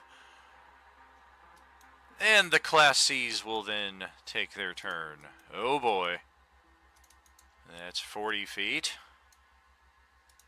We will take our bonus action terrorizing advance. That's 10, 20, 30, 40. Thanks for getting in my fucking way here, guys. And then action dash. That is 5, 15, 20, 25, 30 as we then come off of the table. More likely the table just kind of splinters under our movement. But it is still difficult terrain to ascend onto it. And that brings the Class C orange right into the thick of combat, but it did take all of its movement to get there. And then the other one, likewise difficult terrain. Gonna just start forging our path up the river here. So that's 10, 20, 30, 40, 50, 60, 70, 80, 90, 100, 110, and then 120 feet to climb up onto the bridge. So this one is now very close as well after using all of its movement to get right there.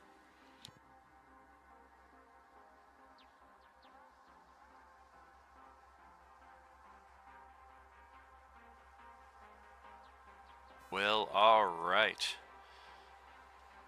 They have a cave troll. So let's start with the ones already in combat. This one right here, is it going to stay on Carl or is it going to go for someone else? We have 1, 2, 3, 4, 5, 6, 7, 8, 9, 10 targets. But Carl, we do only have a few hit points left. So yeah, we're going to stay on Carl. Try to bite this guy. 21 armor class, 5 piercing. That hits.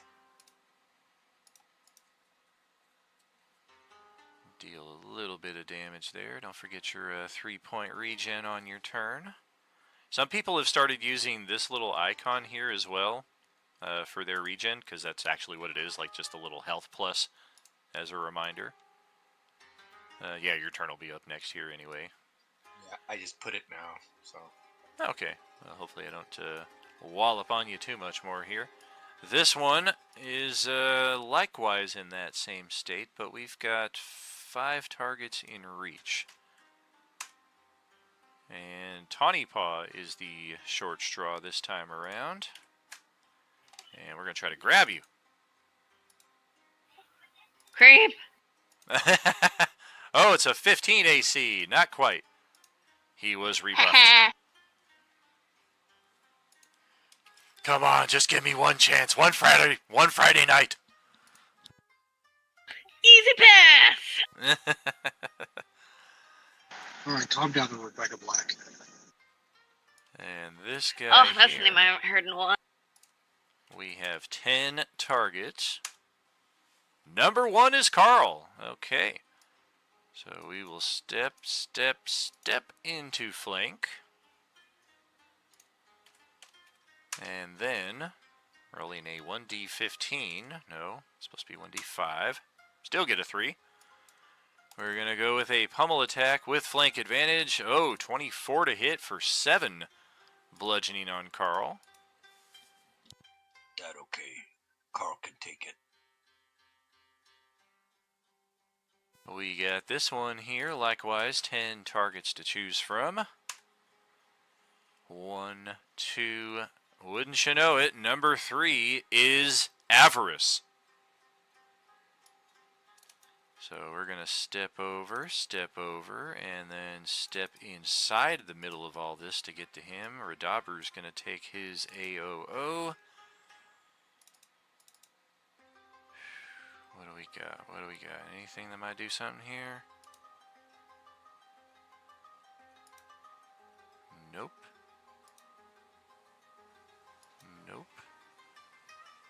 Alright, best of luck to you.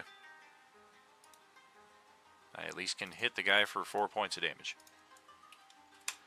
before he tries to hopefully grab you, because you can't take even 1 more hit point of damage. He is going to try to grab you. And good thing, because he hit you. So, yep, instead of being potentially dead here, now you are just grabbed. The Belch Swarm itself will now take an attack. Likewise, 10 targets. Number 5 is 1, 2, 3, 4. The sun! Shit. That's 10. The good news is the Belch Swarm only has 30 feet of movement, so it can only get to there.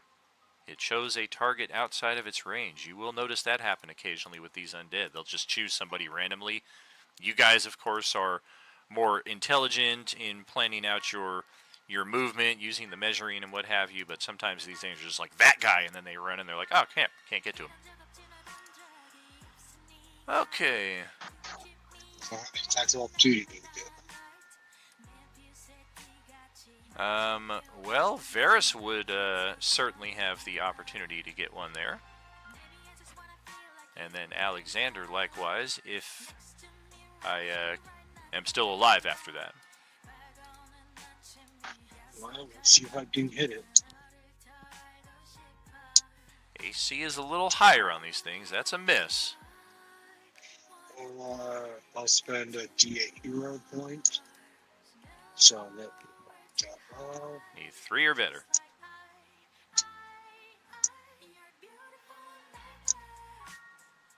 Come on. Son of bitch! Fine, I will spend an inspiration then to the rest of these fucking bullshit. So the 2 still stand, so there's the first just Alright. There you go. Alright, bad news, these things have a 16 armor class because they're just a swarm of bugs and they're kind of hard to get a lock on. Good news, they only have 1 hit point, which is, now it's dead. And they don't have that undead fortitude bullshit either because they're literally just putrid wasps. Less. Alright, so that one's gone.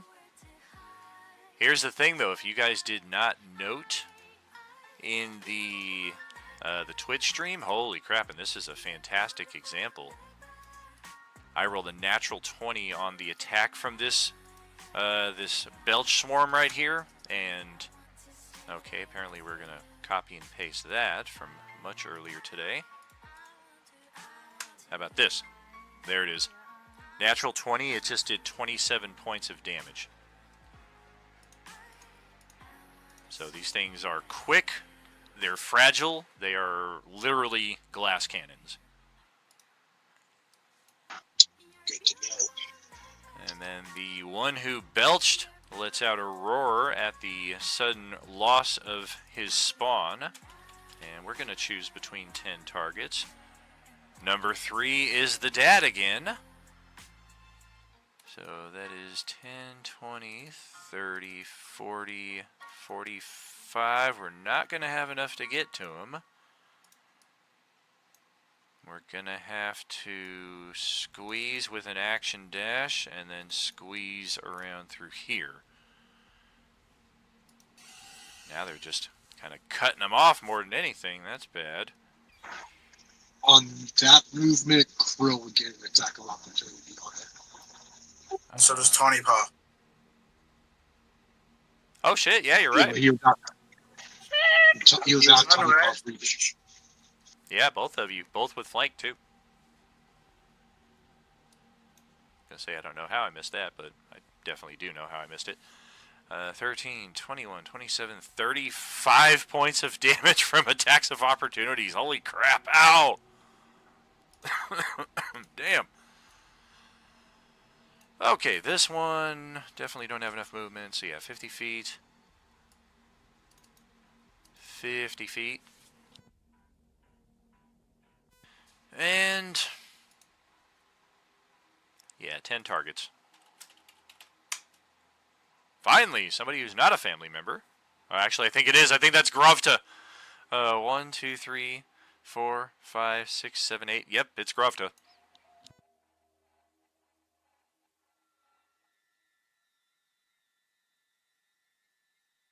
So I am going to go through Alexander's attack of opportunity right here, since you do technically occupy this space or part of it, so you do get an attack on this one.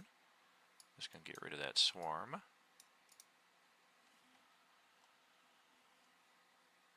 Alright. These guys took it personally.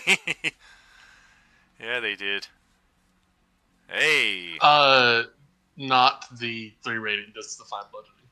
Gotcha. Alright, we will take it and take it. And that was an action dash to get up to Grovta. And the final one here is going for number 8, which is Varys. So action dash to get right to there. And then we got guys inside the house. You guys are all just doing random scatters. Not really of any consequence right now, but we don't want you just standing still. If they're inside the homes, they're still kind of chilling.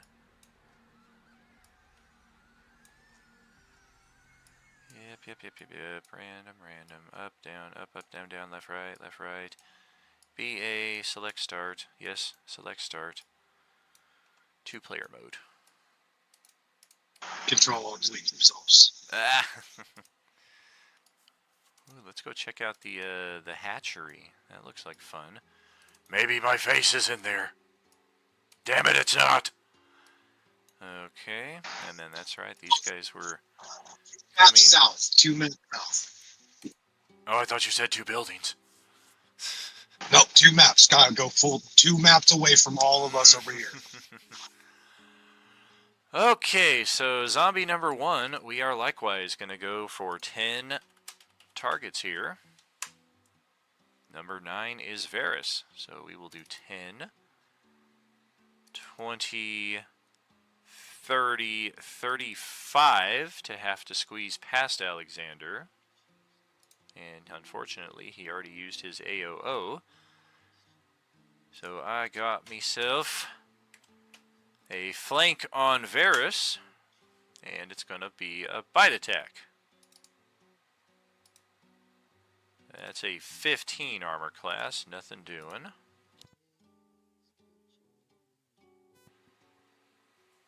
The next zombie here.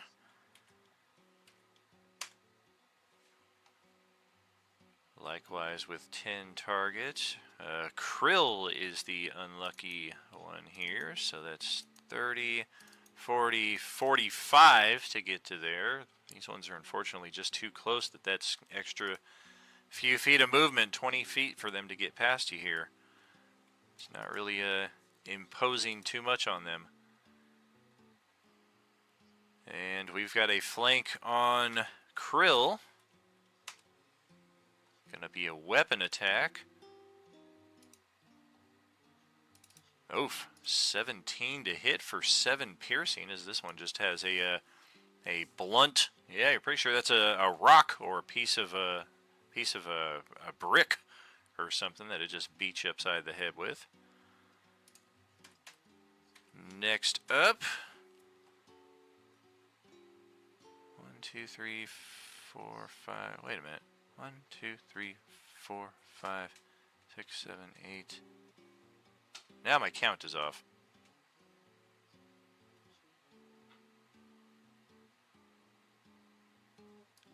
Yeah, Krill should not have been the target of that last attack. My mistake. Because he's the target of this one. 20. I don't think I can get to you though. 30, 40, 50. Action dash, 55, 60, 65, 70. All of that for it to get over there. This time the squeeze and just the general congestion here worked in your favor. The final 2. Number 7 is Tawny Paw, and we really have no way of getting to her, so by default we are going to go after Alexander, since you are a living target between the two of us. And it's going to try to grab at you. 19 to hit. With disadvantage. Is that with this? Yeah. That will hit. I got a 20 on the other side of it. Dirty 20. So it's got a grab on you. And likewise, this one doesn't really matter who it rolls. It's not going to have any option to attack anybody but Alexander. So they will do so with a pummel attack.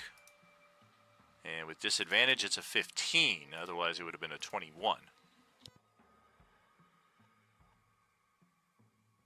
And I think... Nope, I still got these ones out here.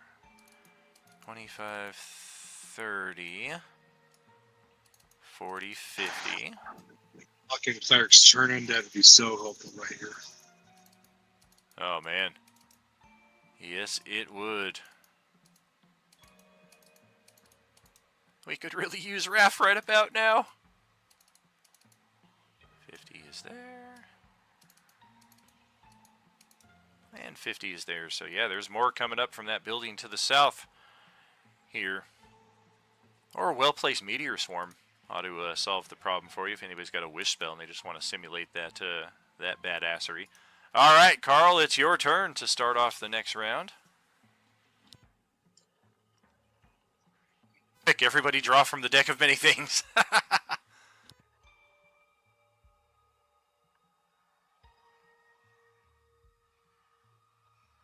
Oh, damn. Can't hear you, bro. Entangled. I'm thinking of making some difficult terrain so it's hard for them to catch up to us and keep up with us as we run. Invaluable.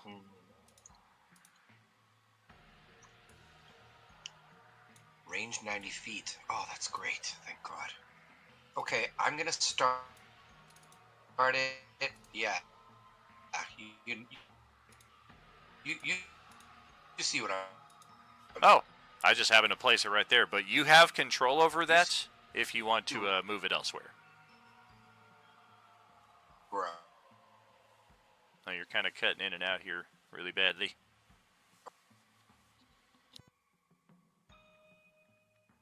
Try to reconnect. All right. Yeah, pretty much like right there at the edge of Alexander's choke point.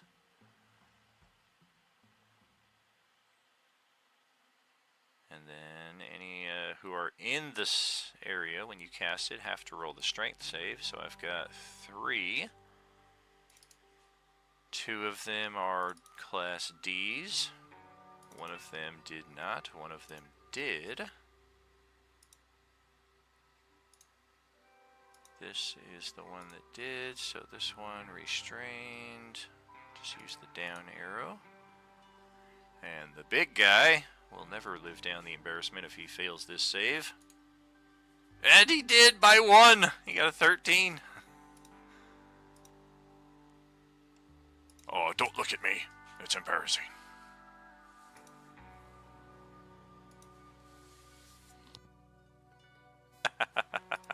Very nice indeed.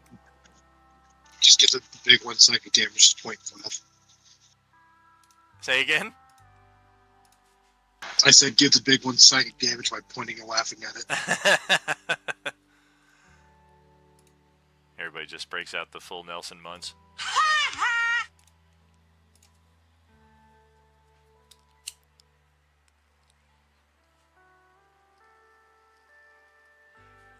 Well, that's your action. Did you have any bonus action or movement?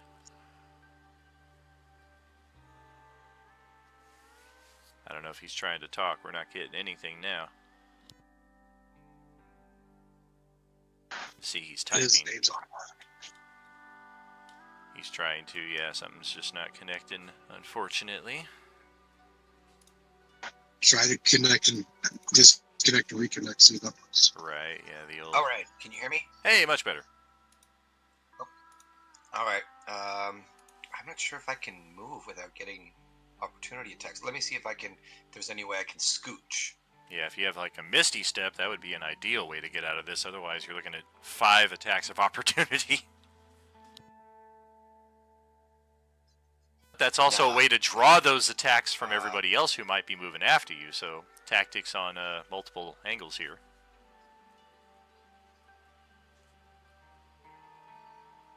Five opportunity attacks? I don't know about that. I don't know if Carl can take that. All of them with flank, no less. No. Don't forget your 3. That's my action. I can't really do much bonus action. Do it. Disengage for bonus action. Sadly, no. Any rogue levels or monk levels? No, I'm good. All right. Sit right there. All right. Looks like we've found our battleground here potentially. I don't know how this will go, but we'll see. Varys, let's see what you got. Attack of opportunity. 4, attack of opportunity by move. Yeah.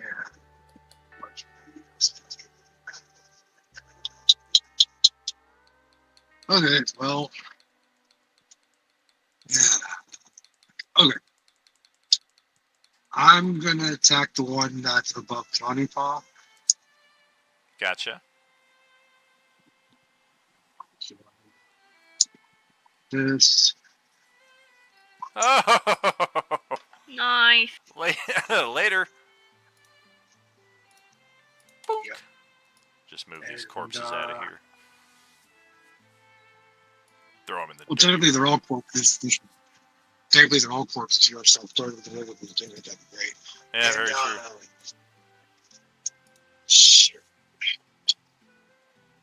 Bonus actions, don't have feet, step, help here. Save that later.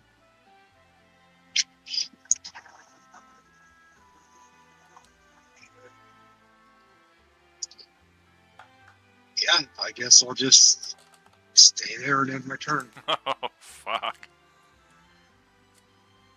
I could survive, but I don't want to open up. I gotcha. Yeah. Tawny Paw, that's I don't over want to to you. open up. All right.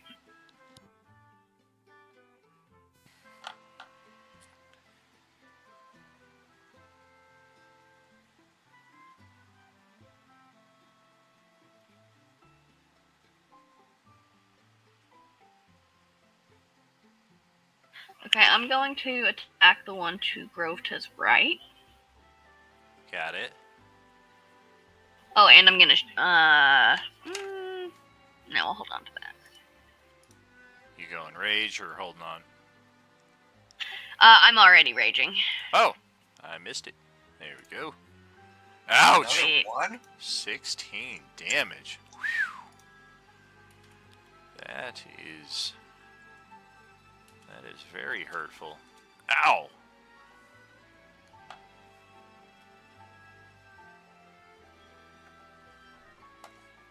And that's my turn. Okay. Well, Grove's got his quarterstaff, and we've got Another nat 1? right. At least it was on the correct side of things. So we got flank advantage here. That will land. Straight damage. Oh boy, 1 damage! On the same one Tawny Paw just clipped. Yes, no, we'll draw that short sword. And we've got flank advantage on this one with Carl, who appears to be making a beeline for her husband. So we are gonna likewise get a hit on him. Straight damage. A little better. And then Alexander. Okay, so first I'm gonna get my 6 health points back. Thank you. Thank you. Yeah, just a little personal note. This table in particular, it's especially meaningful to get an epic supporter sub at this table. Definitely appreciate it. I'm going to take a stab at the one holding on to me. Okay, you do have advantage on that. Since he's kind of willingly pulling himself closer. That's not going to help, though. I'm going to use a hero point. Maybe a D8. 4 or better. Hey, on the money. And we'll take that. And then that's my turn. Okay. Well, shit. Looks like it's my turn with Redabru. What to do? What to do to you?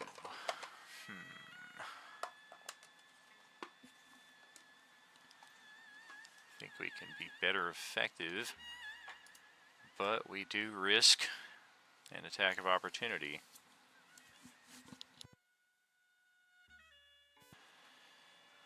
Well, Bradabru is going to also take Alexander at his word here and maybe lead some kind of exodus.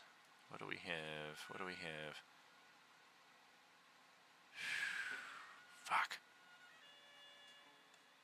Okay, first we have to see what happens with the attack of opportunity. It's a bite. Oh, got through his tough turtle hide there. 21 AC for 5 damage, so Radabru just got clipped. And then we're going to toss our hand axe at this one right here and hope for the best. Mother. He could potentially kill it. The odds are not the greatest, though, if anybody has an inspiration. Otherwise, he is going to continue. I'll use mine. Alright, we got 30 feet of movement to get right to there. And yeah, Reg is like, come on, y'all, we're going to get killed here! So that's going to hit. I was not what I meant by that, but okay, Red. That's going to hit on that. And we're going to try. Con save is 12. And we got a 19. So yeah, this one will survive with 1 hit point. And Red's hand axe stuck inside of its face. And that's Krill who is up next.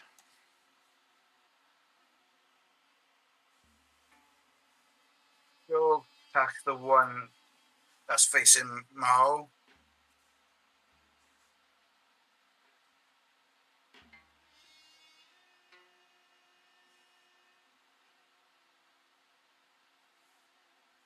Alright. 22 damage on that fucker. Damn. And it being the one to the left of Carl. Okay. Big money, big money, big money. Shit! Weekly hero point. Nice. That will hit, and because it's radiant damage, that will finish that one off. That was the Belcher, too. Nice. Burp. The MZ then. Okay, so Avarice is up next. Yeah, I guess we're going to attack the one straight south of us. That one is most injured. Flank bonus as well. Thank goodness for the flank bonus. That's a hit. Unlike his other family members, he gets a little extra damage, and good thing because he rolled minimum. Par for the course. And that's his turn.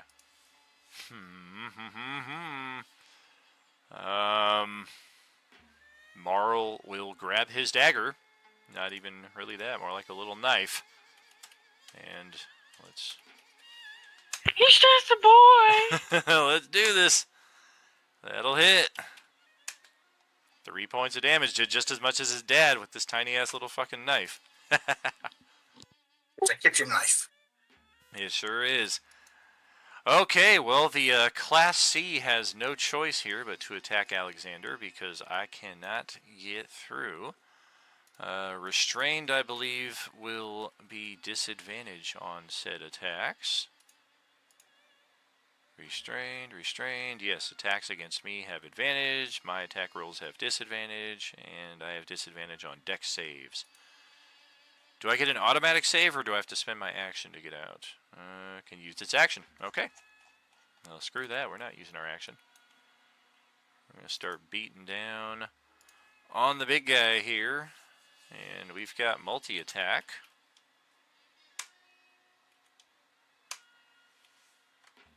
Oh, disadvantage against, yeah, because of the prot.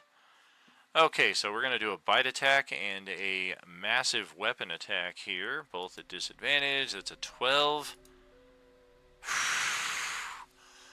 It's the difference between a natural 20 and a dirty 20. I got a dirty 20 to hit you for 8 piercing with this massive blade that it is swinging. Okay, I need to do a concentration with advantage because I have the feat for that. All right. That easily passes it. The other Class C wanders in, does not see the entangle, walks right into it, and also fails its saving throw. So it gets stopped dead in its tracks right there. Okay, so now, what does it say? If you make your save, it's just Woo! difficult, Call right? the VIP. Yeah, that fucking came in money right there. This thing could have easily gotten to this space otherwise and also started wailing on Alexander. It is... Okay, so I can still move because I made the save. This one did not make it save. It only has Alexander as a target. I do have a kind of loose flank all the way there across the way. So To be fair, entering the space does not cause it to be restrained. It's only on cast. is that right? Yep. Creature. Oh yeah, in the area when it you doesn't. It just cast. is then difficult. Oh, interesting. Huh. All I right, play then. a little bit too much druid. Oh, gotcha. Good to know. Okay, well, we'll come back. We'll touch back on that here in a second. This one's going to try its attack on Alexander, and it's going to be a pummel attack. Advantage for flank, disadvantage for the protection. Straight die roll is a 16 to hit. Close, but not there. So, okay, that was... Let's take this guy back. We had just gotten to there. It's 5, 10, 15, 20, 25. And then that's going to be 40 right there. And then that's 50. So I still don't have enough to get to you, so then I have... Or no, then I can use my bonus action to do the terrorizing advance, and in fact, yes, get right to that space. And then, yes, it's going to try some attacks as well. Oops, it doesn't have a grab attack. It only has 4 options. Bite and pummel. Disadvantage. Does it have flank? It does. So straight die roll. Ooh, I got a 17 and an 18. Getting closer each time.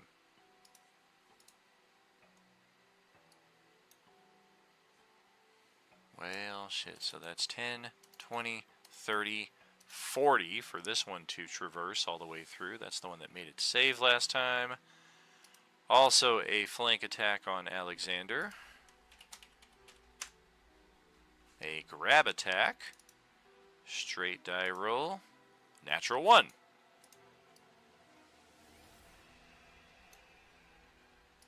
And then 10, 20, 30. Yep. 10, 20, 30. Actually. Fuck. 40, 50, 60.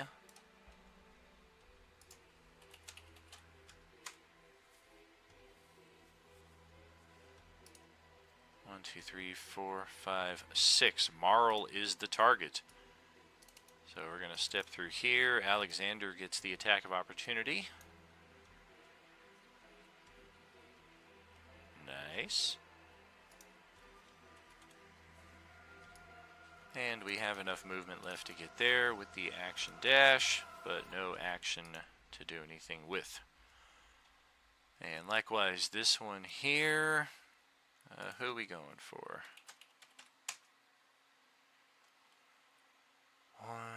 7 would be Krill. So yeah, I don't see how this happens. 30, 40, 50, 60, 65, 70, 75, 80. 85 feet of movement to get all the frick the way around there. And get to Krill. This one just really has a taste for Goblin today, apparently.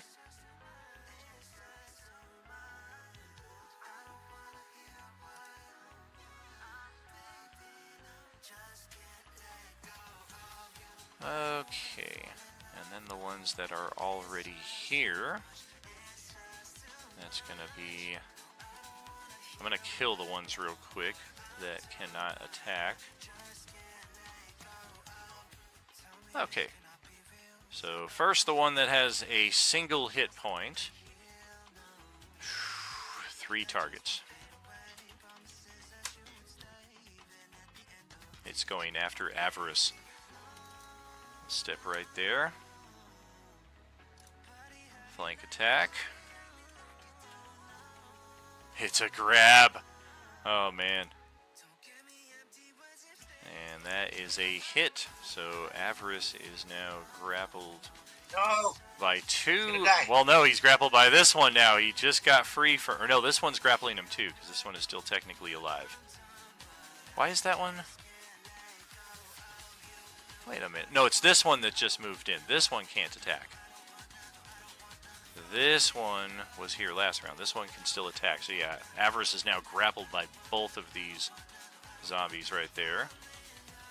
And then there's this one. We've got the whole field to play around with. So let's see who the unlucky 1, 2, 3 is. Avarice again. So we will step right to here. That's dying this round, guys. Carl does not have a melee weapon in hand, does he? Because he does all his crossbow stuff, No. right? Alright. So we've got a flank attack on Dad here. His only hope is that I try to grapple him. Nope. We're going to try to pummel. Now his only hope is that somehow I miss.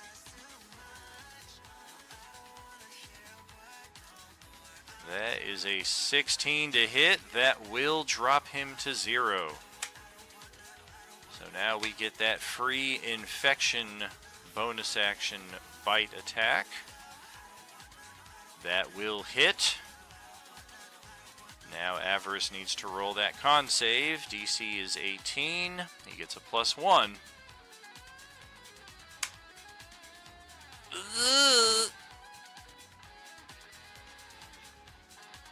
Alright, are we losing the dad, or are we going to try to bolster his chances?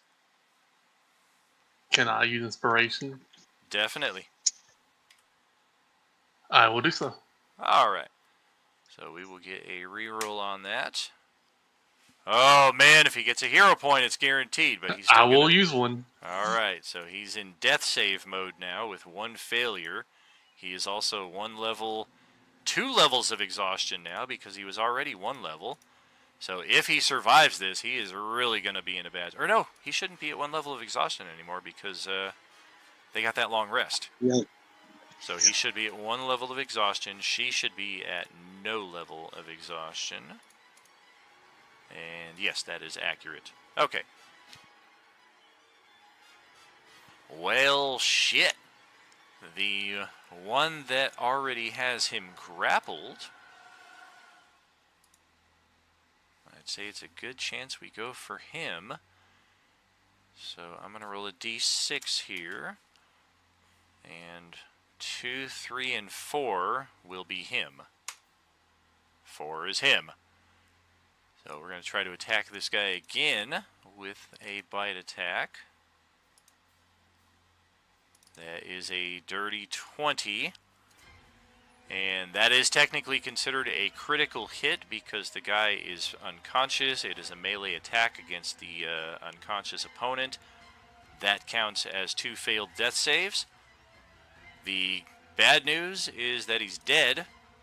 The good news is that we are unable to impart that Agent Orange virus to him, so he's not going to come back as one of them. Check, check. 1, 2, 3. Welcome back. Yeah, we hear ya. This one, now with 1 target less on the field, we're going to turn our attention to the wife. Oh my gosh. You're evil. Man, it's these dice, dude. You guys know how I count. I start at the top row and I count left to right. So Carl is 1, she's 2, Dad is 3, Son is 4. 5, 6, 7, 8, 9, and 10 are all PCs except for Grovta, and I keep rolling 3, 4, 2. Alright, we're going to try for a scratch attack here. We do have a flank advantage. Natural fucking 20. So she is now dropped. And we're going to try for a free bite attack here against the prone opponent, so it does hit. She needs to roll her con save. Nothing doing on that. Inspiration? Alrighty. Oh! 0 point for a D8? Alright, I will let you roll that one. You need an 8 exactly. No! Oh! You got the exact opposite of an 8 there, bud. Oh boy, so Yesna is now gone and replaced by another zombie. Instantaneous transformation. And Should we oh even shit. bother trying?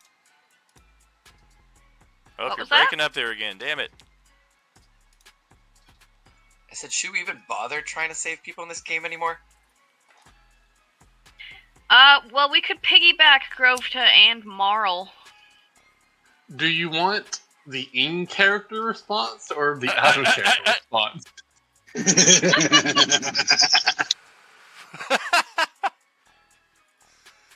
The in-character response is we have to help. The out-of-character response is they're making decent shields. Yeah, no, so the in-character is we can't let any of them die. The out-of-character is I might just draw 7 cards and pray. Oh, damn. Oh god. Oh god. Wow. Dude.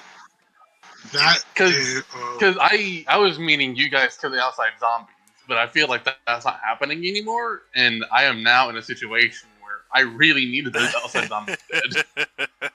Yeah, this is bad. dude, This is very bad. if you draw 7 cards, dude, your chances are not great, bud.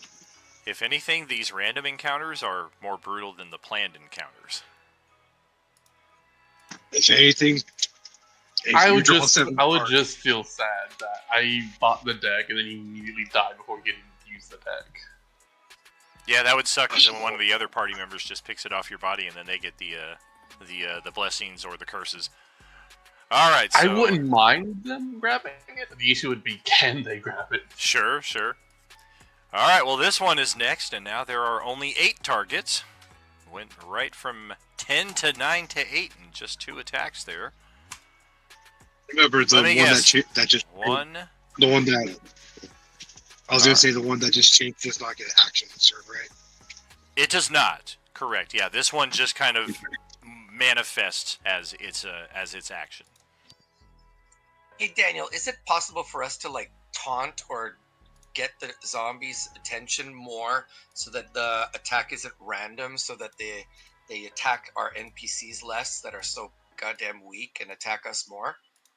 Is there any way we can skew that number, that dice roll in our favor so that it doesn't attack the NPCs as much? I would be interested in hearing creative ideas in that respect. Cool. Well, if they're attracted by smell, we could always either inflict wounds on ourselves or spread blood around, maybe. And noise? Smell and Right. noise? That's what I was thinking. We already tried noise, like we've been trying to yell at them the entire time, and they don't come after us, you know. Well, this one here is going after Tawny Paw, Good. and it's going to try to grab you. A 19 AC. It's gotcha. Yep. Alrighty, and then we go to the bottom row. This one here, 8 targets. Last round it got all the way up in Grovta's face, but this round it might just run away. Who knows? Number 8 is Alexander's, so we're going to, yes, step away right here. That will provoke AOOs from Krill and Tawny Paw. Yee. You guys might kill this thing. Unfortunately, no flank, so we're looking at a couple misses right there. Hey, Krill, have inspiration. There you go. If Krill gets the inspo, that is enough to kill it by 1 hit point. Yeah. So we will get rid of that one. We'll get rid of this one. This one is also gone. Okay. And Move Avarice too, honestly. well, yeah, but he's a player. I don't want to say player character, but he's not a zombie. Okay, so next target is going to be 1, 2, 3 is Krill, and I'm already standing right next to him. So I am going to try a weapon attack on you with the loose flank. Yeah, this is the one that hit you last round with the rock. Try to bash you again. It's a 14 AC. Ouch. 4 piercing. Somebody get this rogue some defense. And the last one in this line is going to go after, looks like Varys, who we are also right in front of. Gonna be a weapon attack also. Yeah, that rock looks like fun. Let's try it. With flank, that is a hit for 7 piercing, 22 AC to hit Varys. 7 bludgeoning, technically, since it's a rock. Could be a sharp rock.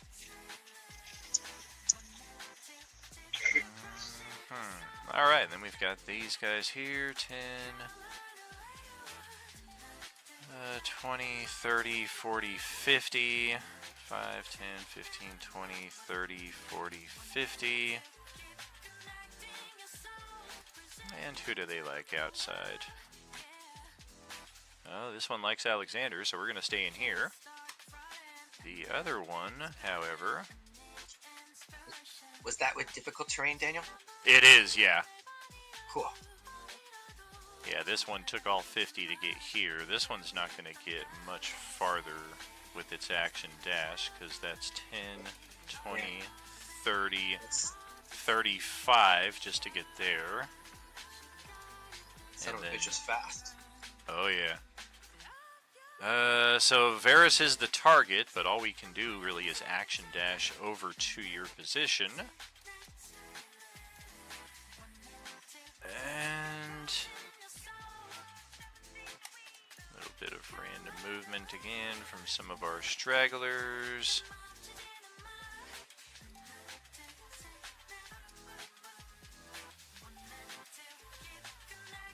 Sure.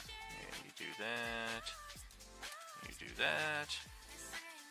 You go here, you go there. You go here. Keep moving, keep moving. Don't stand still.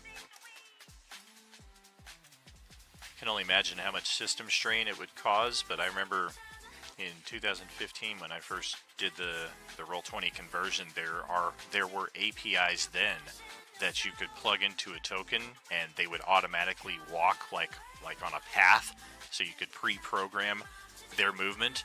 But I imagine we would all be crashing multiple times if I had that ever plugged in. I could never figure out how to get it to work anyway. Alright, that is all the zombies. Back to Carl's turn here.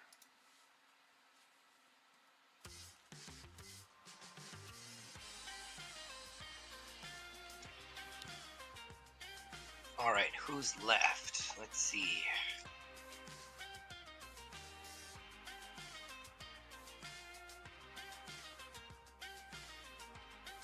Okay, let's take out that guy with the 1 hit point, I guess.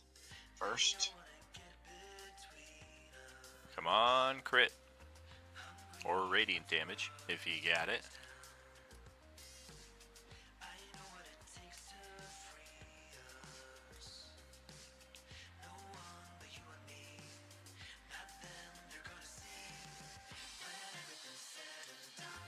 Man, everything is so slow. I already pressed the button. Nothing's happening. Womp womp. There it is. Okay. 9 damage plus 5. DC is 14. I got a 13. There you go. You killed it by 1.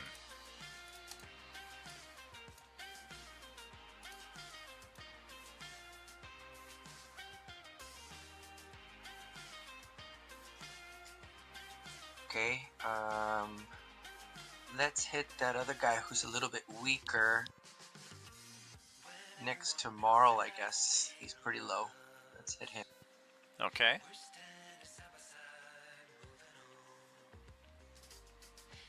Got it.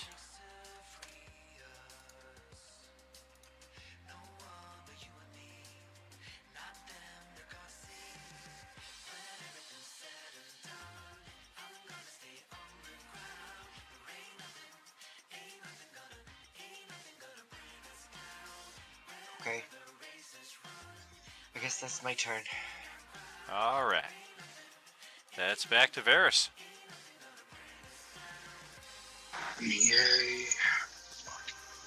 Okay, so if they're grappling, they can't really do attack of opportunity, but there's still 3 below me, so let's go for the one that's directly below me.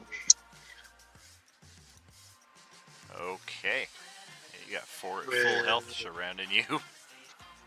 Yeah, one of them's grappling, thank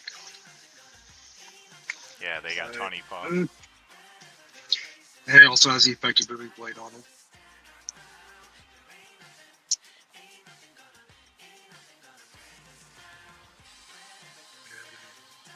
Oh, that's a crit! I rolled 19! If I rolled 19, that's a crit because of my, because of this. Oh, nice. Just gotta change that right here. Oh, that's awesome. Congrats! Yeah, you can change the crit range on any of your attacks here, because by default they'll just start off on 20. So if you just change it to 19, I just changed all of them for you there, so that should show up accurately going forward. Okay, so it's 9, 13, and then plus an additional... Whoa, what the fuck? Okay, that seems wrong too. Is my undead slayer just rolling 1 every time? It is, yeah, it's supposed to be a D4. Oops. There we go, okay. So let's change that. Roll a D4. Roll D4. Okay, so 9, 11, 15 damage, plus an additional 4 for the crit is 19, plus an additional 4 for the other side of the crit is 23 points of damage off of that. And that leaves me right there. Ow! So much stuff to do. Action surge, attack again. Okay. Let's hit the ship on the party. Oh. Inspo? Yeah. Alright. So that'll make it automatic hit. Got it and got it. And, yeah, that will end my turn. We contributed to creating Batman. What do you mean we can choose? Well, this kid just watched both his parents get killed before his eyes. Like, you do the math. You ever dance with the devil in the moonlight, kid? Okay, Tony, pause up. Alright, first thing I'll do is try to get out of that grapple. Alright, that will take your attack if you do so.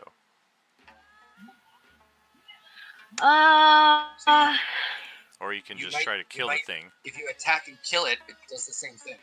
Correct. Grappling doesn't prohibit your attacks, anyways. it just means that you can't move. I'm worried about that kid over there with those zombies. Oh, I hear you. That's okay, Grofta can defend him. Yeah, that's what I thought about his parents. That's fair. To be fair, they provided excellent shields for him, for the most part. Yeah, but now the mom's gonna eat him. Oh, man. Some parents eat their young. Yikes. Okay, would it even be possible if I broke this grapple for me to...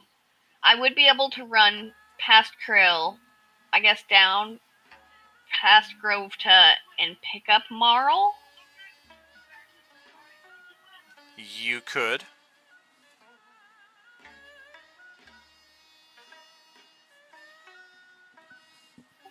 If any attacks were made against Marl while he was on my back, would they go at him or would they go at me? That would Depends on probably who be. they target. Yeah, it'd probably be random. Okay.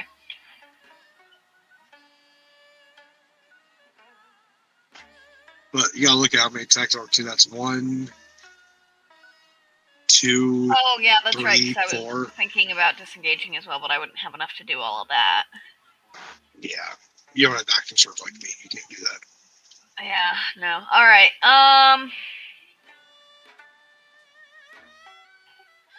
could I attack the one below Varys? Oh, definitely. Oh, then again, I don't have any good feats to ensure that it stays dead, so I might be better doing damage on a different one. Oh, maybe you tend to do at least like 10 plus points of damage, so that's decent chance at keeping it down. That's true. Alright, I'll go for the one below Varys. Alright. Assuming it's not another stupid natural 1. Or almost as bad, a 3. Yeah. Or no, it's a 2. She got a 2 on the die. Goodness. Hey, why don't you go ahead and take an inspiration? I'm down to 1 last inspiration. Alright. Thank well, you. That will drop it to 0, so we're going to check its fortitude. Woo! 9 plus 4. Drumroll. I need to beat a 13. I got a 23. Oh, God. So, yeah, it's Wow. at 1 hit point. Yeah, roll a 19 Alright, that'll do, on the though. die there. Alright, so... And that will end my turn. Okay. Screw your zombies. Groveta is next. Fuck.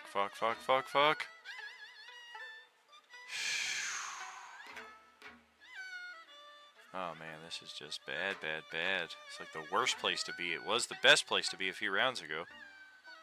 Yeah, he should check his morale, see how many people he wants to run through.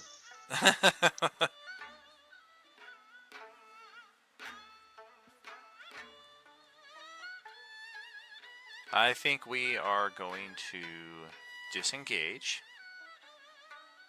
We are going to take our great-grandson.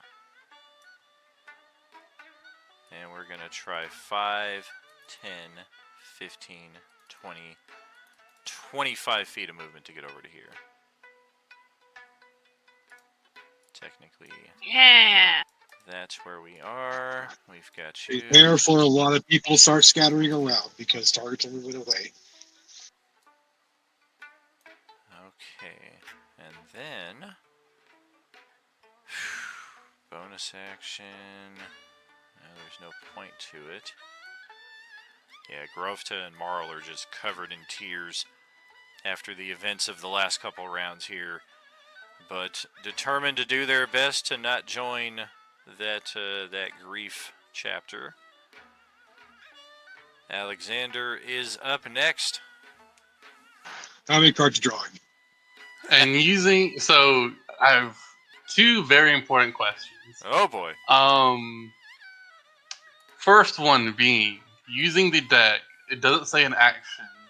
So it's just declaring I'm drawing 7 cards and I just draw the 7 cards. God, are you seriously gonna go for 7? Correct. I believe it says you said it was. It would be the use an item action, and then I think probably 1 round per card. But let me just read this thing again.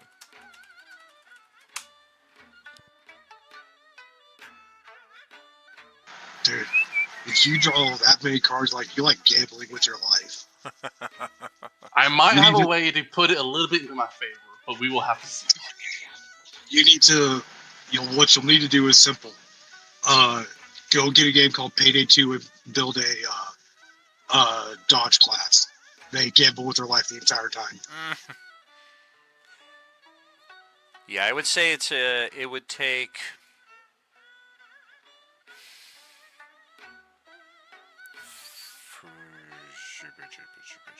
Trying to think about precedent here. Can I just say if I'm gonna draw 7, let's grab the top 7 and they all activate at once? That would be a negative. Okay. Too bad. Dang. Yeah, the big question is it going to take an action or a bonus action to draw one card? Use this. I think it's a minor thing, opening up the option to pulling a card. It's also a legendary action in favor of that as well, which is why I'm kind of leaning towards bonus action. I'm just trying to think like through some other potential contingencies here. Okay. I do have the second question, if you would like to hear that while you're thinking of the first question. So, meditating and asking a mental question, is that a action, bonus action, or a free thing I can just quickly do? For example, visor card, for example. The Vizier card does not take any action to utilize. Okay. So, while you're thinking of what action it takes to draw a card, I'm going to go ahead and use the Vizier card. How many cards do I have to draw until I hit Moon?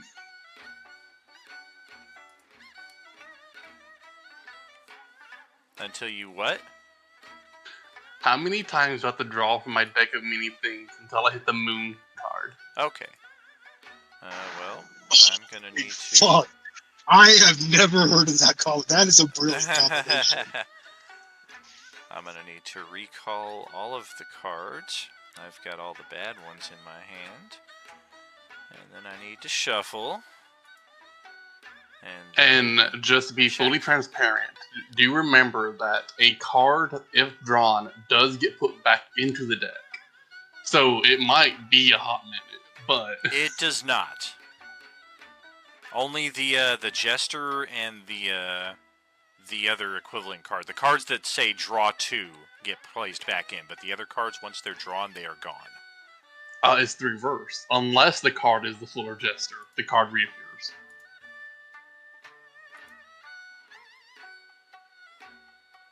Huh? Once a card is drawn, it fades from existence. Unless it is the Fool or the Jester, it reappears. Oh, okay, I see. Yeah, I read that backwards.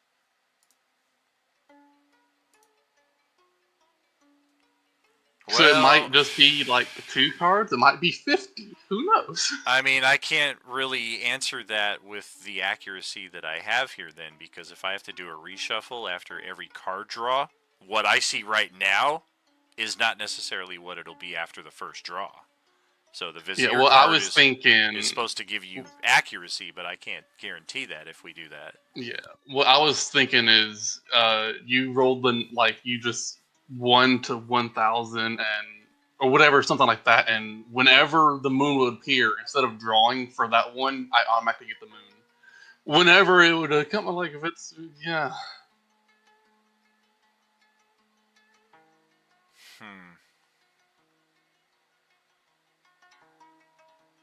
It is very much a oh shit moment, but I feel like that's kind of the situation we're in, where that's kind of what it's a long shot, no matter what. If I can't get an answer, that's fine too. I just thought it might be a little neat thing. I might try to move it, but it's also a legendary item. I don't know how the magics would work with that. Well, the Vizier comes from this same legendary item too, so...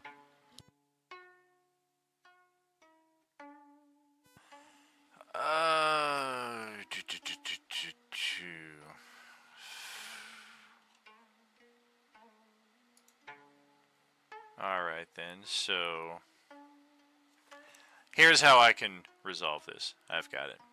Alright, I'm going to take a picture of the deck as it is right now, so I know what the first card is. I'm going to reshuffle it. And then I'm going to take a look at it again. This is what it'll look like on your second draw.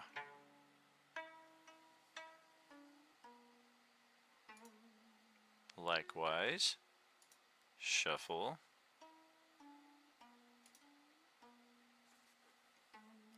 Third draw.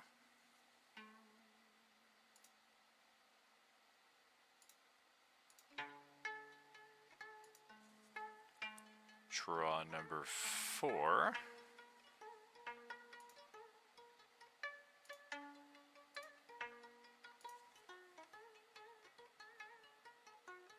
Five.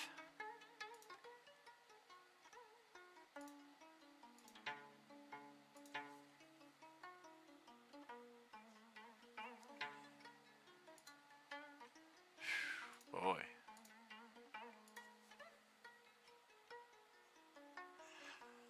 All right. Well, what I can tell you is that there is no combination with 7 draws where you will draw the moon card. Okay.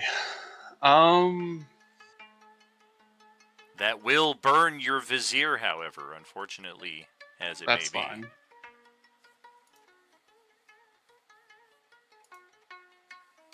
Okay. In that case, Which is sad. Had I been playing by my original misunderstanding, I was like, yeah, it's the 4th card. But then once we pointed out, I was like, well, now I have to reshuffle after every draw, so it has to be the first card that comes up, and it never was. As a matter of fact, after that, it never even appeared in the top 8. I'll show you the results in the chat at some point. Well, it might not reshuffle it; it just gets slipped back in. But yeah. Okay, that is unfortunate.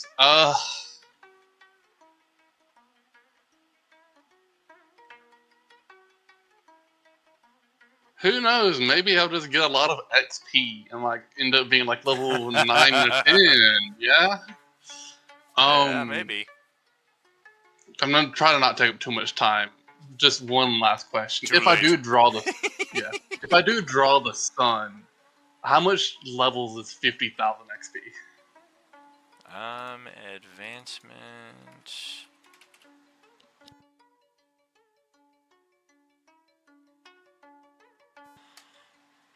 Oh, I'm looking at the 2024 book here for the first time on this, so hopefully it's the same XP scale.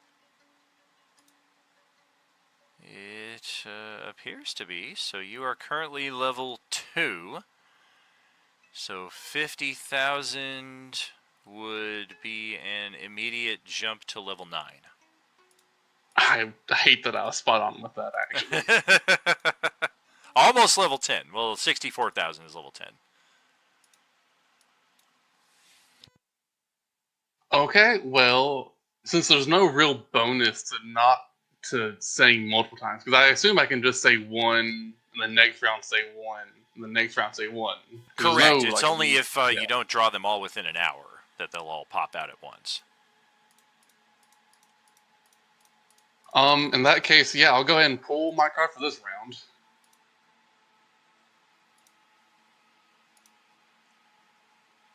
I'll announce I'm pulling a single card. Well, alright. So, because I reshuffled everything, I have to draw this one out, and I'm particularly glad that I took pictures of the deck because...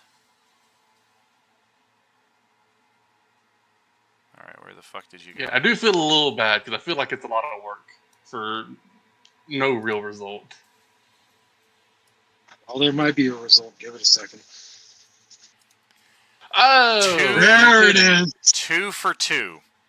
Both times the deck has been redeemed for Beskar bucks. The fucking Void card.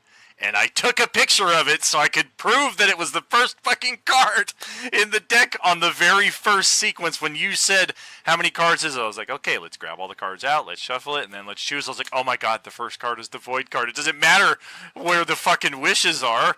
So I was fully prepared to answer 4 cards. And it wouldn't have mattered anyway because, yeah, as we see here, the Void card instantly shows up on the first fucking draw. What are the odds? Well, there goes the deck of many things. I don't think you guys can even get to my body.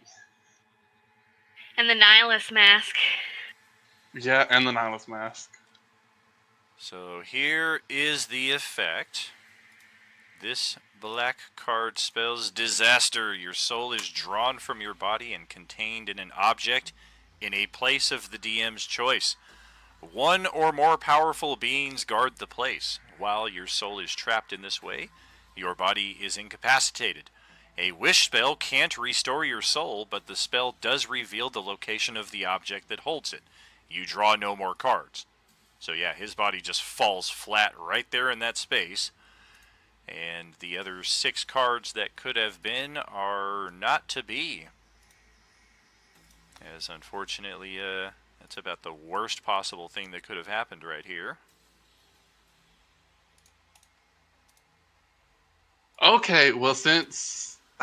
Okay, another question while I have my remaining bit before my turn ends and I'm out of the campaign for a little bit. Can a person with no soul become an orange? Can they become a what now? An orange. An orange. That would be an interesting thing to discover if they even pay attention to you at this point, or if they view it as a field day and they start gnawing on your corpse or gnawing on your carcass here. Yeah, well, that's my turn. Well, shit.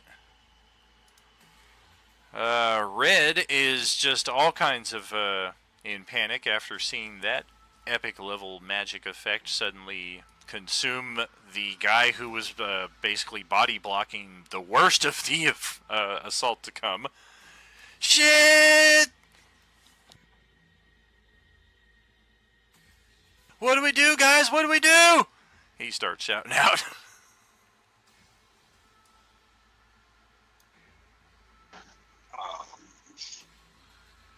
Fuck. Yeah, you may free action respond. We, of course, can't, like, pause and rediscuss strategy here, but in the heat of the moment, if that's what he's shouting at you, what is your instantaneous reaction?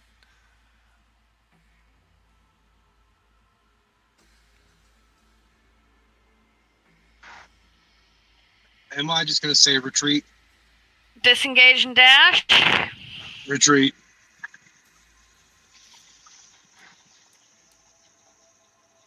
Alrighty.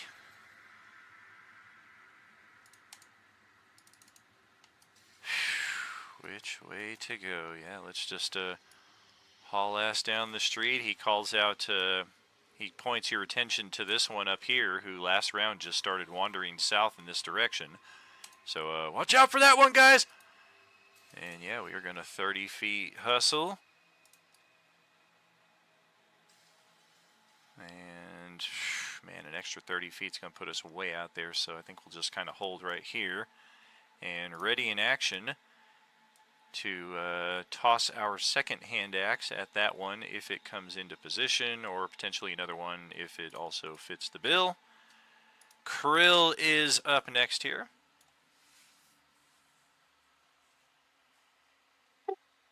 I'm going to use my bonus action to steady aim. Steady aim, okay. And I'm going to attack the one to the left of me. Gotcha. Oh, man. An 11. Who's got hero points left? Final few minutes of the month. Yeah, Krill already spent his earlier today. Yeah, I was going to say. Can I go ahead? even use mine still? Oh, yeah, definitely. Yeah, roll one with a D8.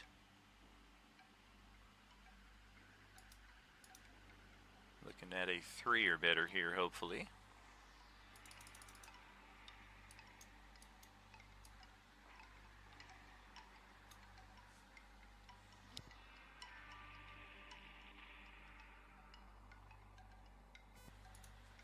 Somebody roll it. 1 die 8. There we go. Alright, so yeah, that will hit. And because it's radiant, that is a bypass on its fortitude. So another one down. Then I use my radiant beam on the one underneath ours.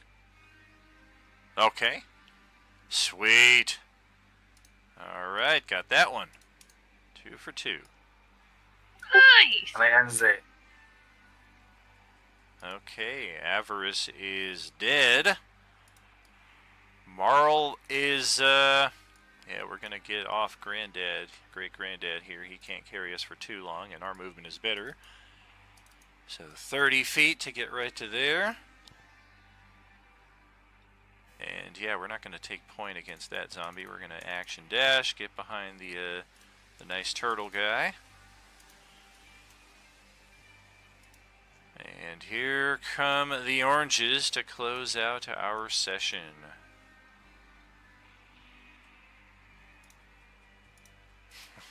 Oh man. Yeah, this is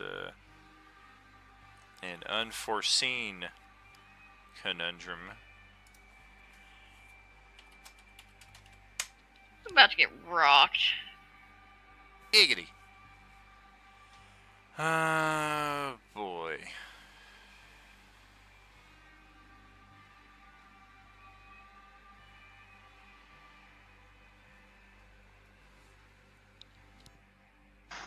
Why'd you roll percentile?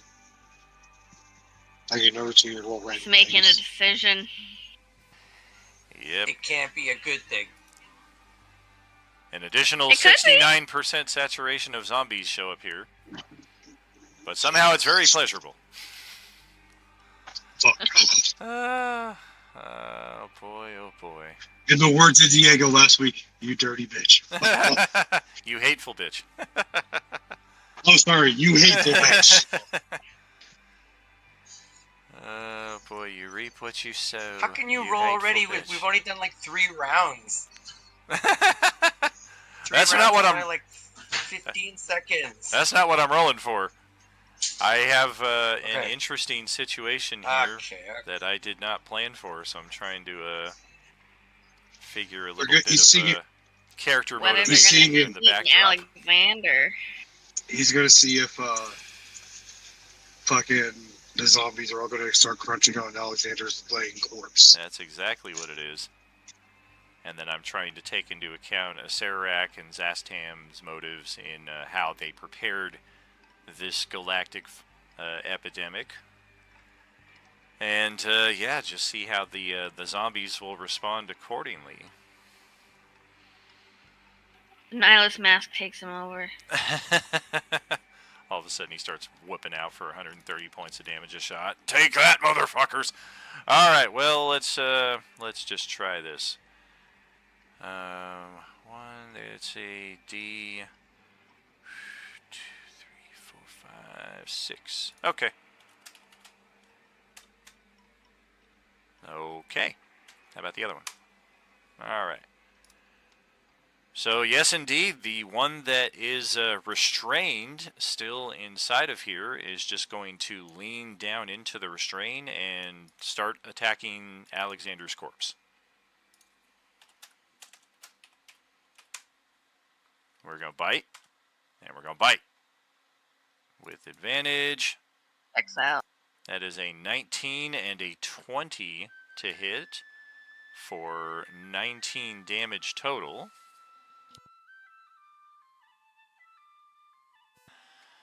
And yes, unconscious and all, they are not giving him any leeway here. This one, however, is going to 10, 20, 35 feet of movement, squeeze through all of that.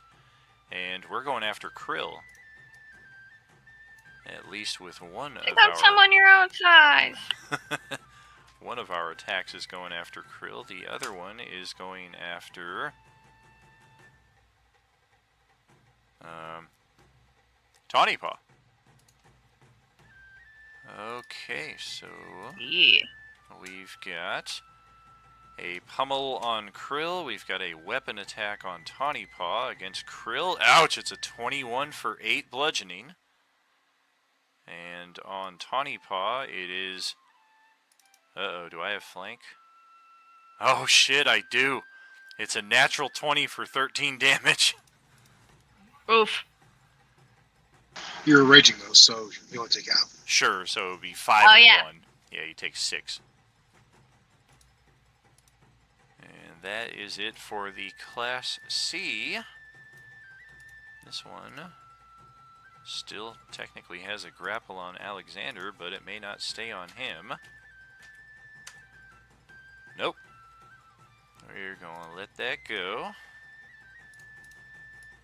And 5, 10, 15, we're going after Tawny Paw. And it's going to try to grab you.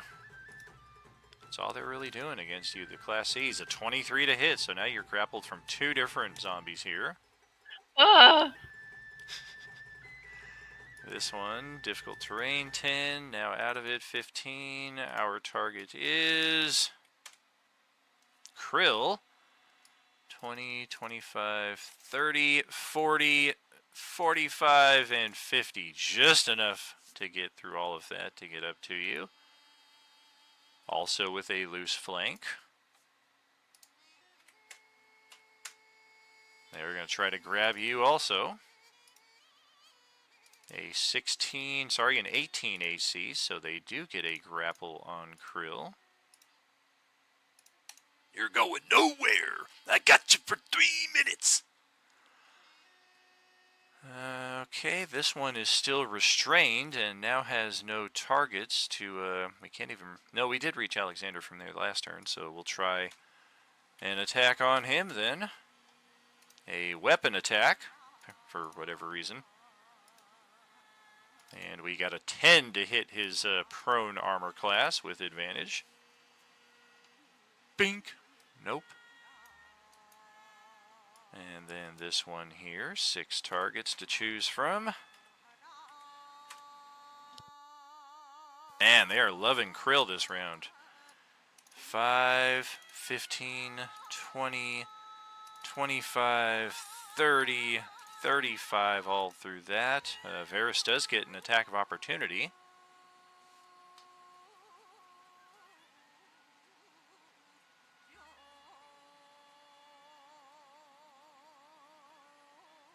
Unfortunately, no flank. 10, 11 damage.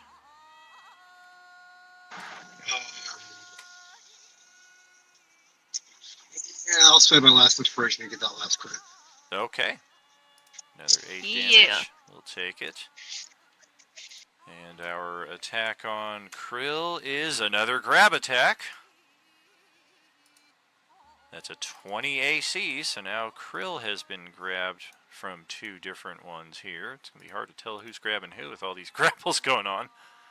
But I guess we'll try to remember you each have 2.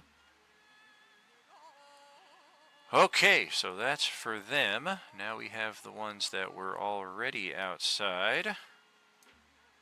Start with these 2.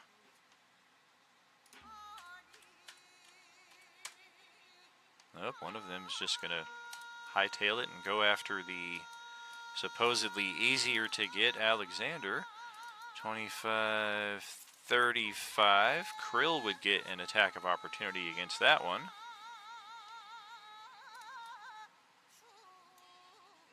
Well, shit. I am squeezing, so you would have advantage, but a 13 is still 1 point shy. If we have an extra hero point hanging out. Alright. 24, 30, shit.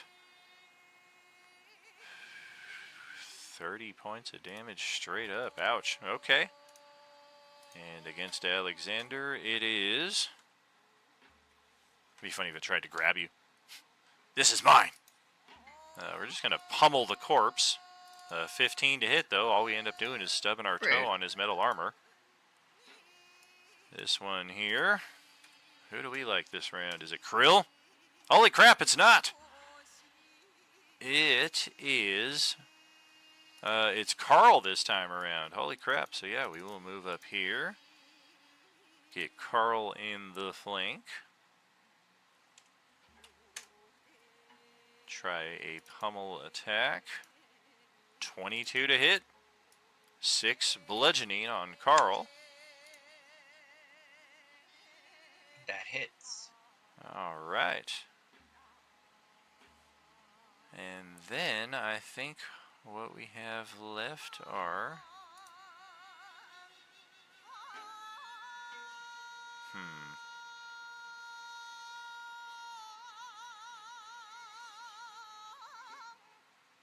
Tawny Paw's not grappled 3 times, is she?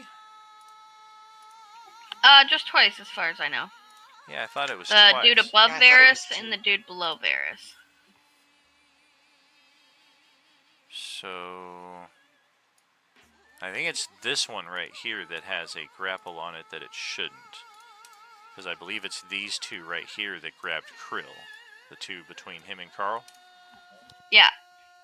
Okay, so this one has not yet taken its turn. We're going to go after Varys. This will be interesting. 10, 15, 20, 25, 30. Okay. That's going to be a weapon strike on Varys. That is a 24 AC against his 18, and that's 9 piercing. And then the one that already had Tawny Paw grappled did not take an action this turn. So we're going to... We're going to attack Krill, but to do so, we're going to have to squeeze into this space here to keep the grapple on Tawny Paw. That means that the flank advantage that I would get is now going to be nullified by squeezing rules. And let me guess, I'm going to try to grab... dog pile. I'm going to try to grab Krill here, I bet. Nope, we're going to try to scratch him. Normal attack roll, no advantage, no disadvantage. Ow, it's a 19 to hit, 5 piercing. And then since we have the movement and the tactics, we'll just right back out of that stupidity. And speaking of which, I believe that is you and you who have yet to go.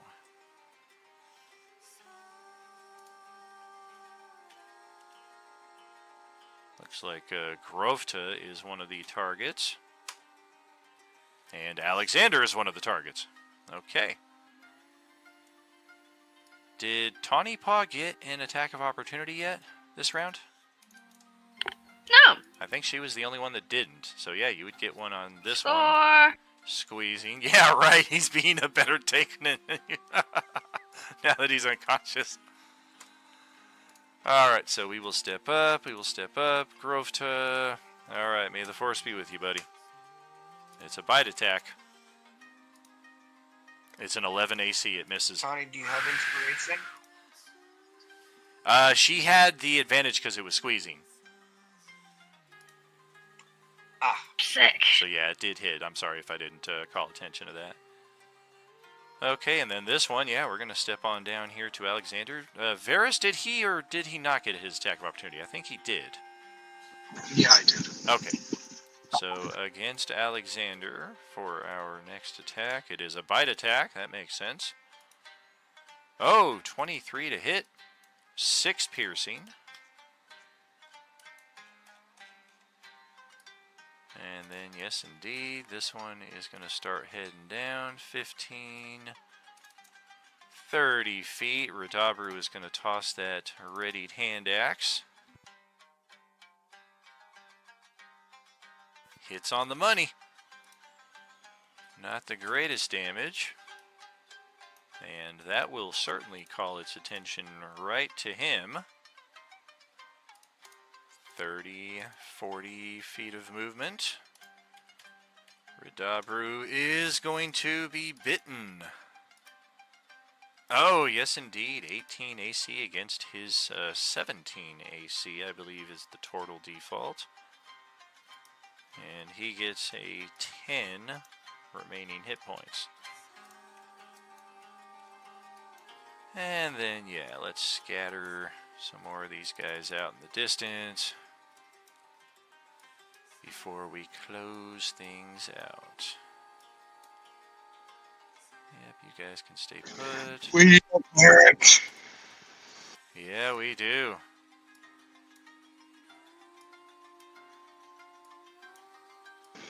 I hope you didn't have a big backstory for Alexander because I don't think it's coming true.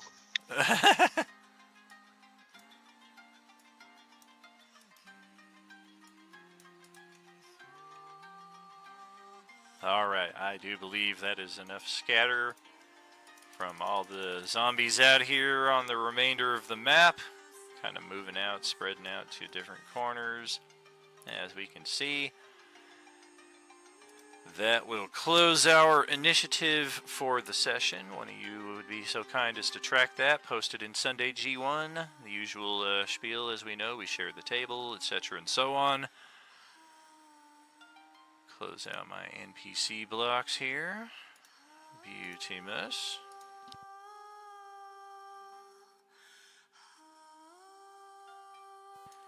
All those grapples are why he took the Ring of Freedom. Abso-freaking-lutely.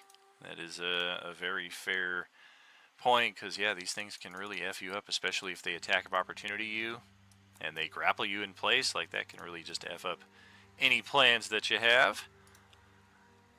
Thank you. We'll send it back to our start screen here on Roll20. And solid job here from not bare minimum. 4 is the bare minimum that we'll roll with a 7-player table here. So we had just a skosh over that with 5 players here. And unfortunately, our plans of ensuring the NPC survivability, just odds were not with us in that respect. And we went from 5 to 4 to what is now 2, if we're not counting Radabru. He's more of an ally than somebody we're trying to protect. He can hold his own a little bit better than the others did. But we are finished up with today's session. We will be back here Sunday G1 2 weeks from now. It'll be in October, so it's a good month for a zombie apocalypse.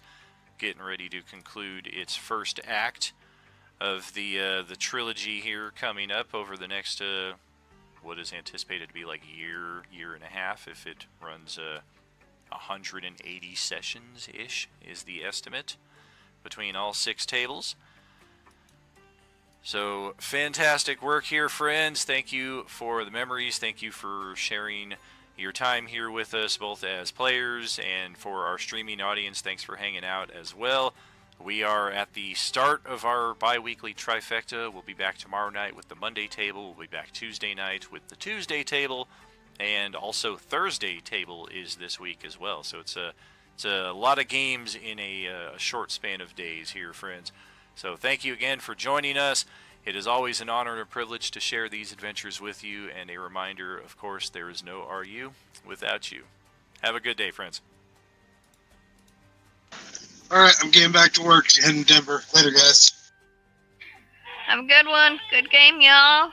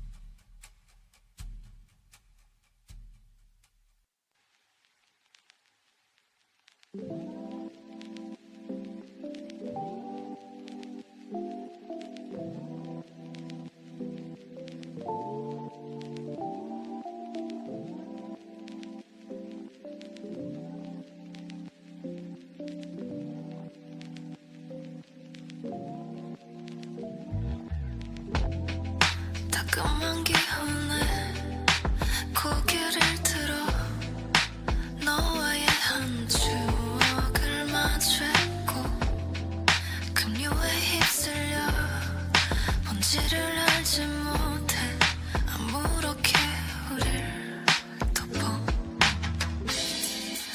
나지막한 목소리로 부끄러이 인사하며 간지러운 이별로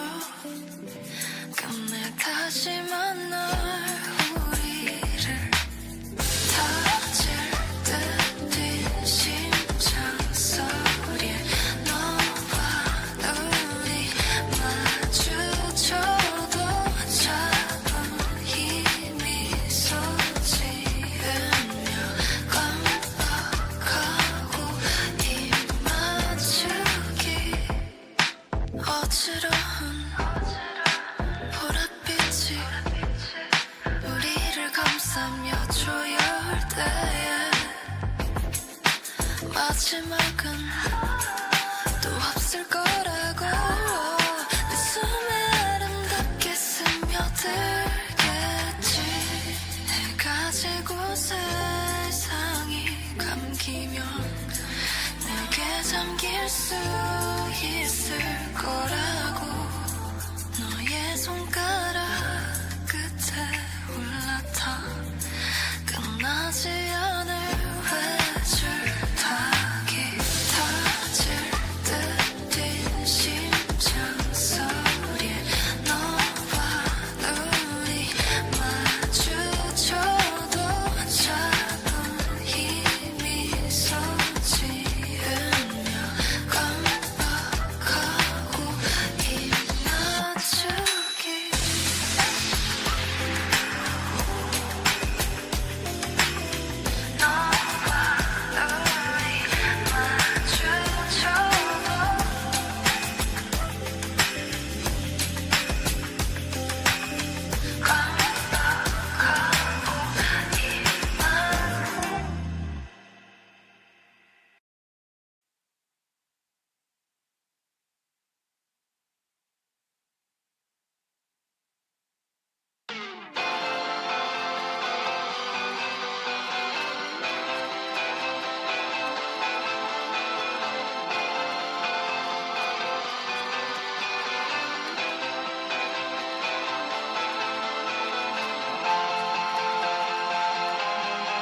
At least I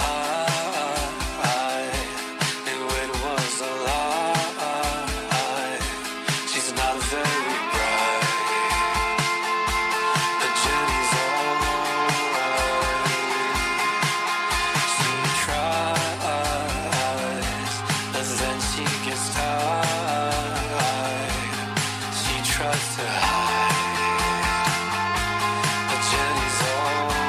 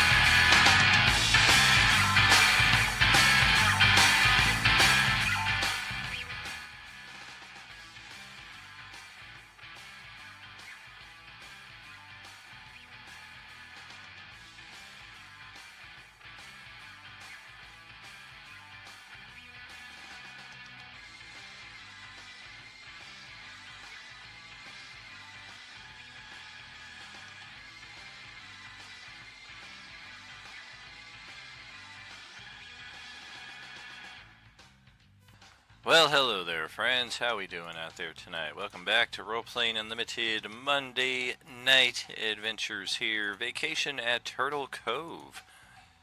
Sounds like an alright time, huh? Well, it's gonna be anything but.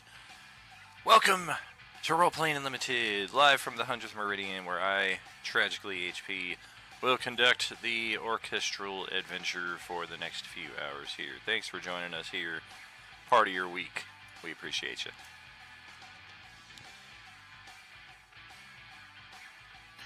And let you start creating a thing. Hey there. What up, Dan? Good morning, good evening. How's it going, everybody? What's going on? We're just trying to help our new person create the character sheet. Yep.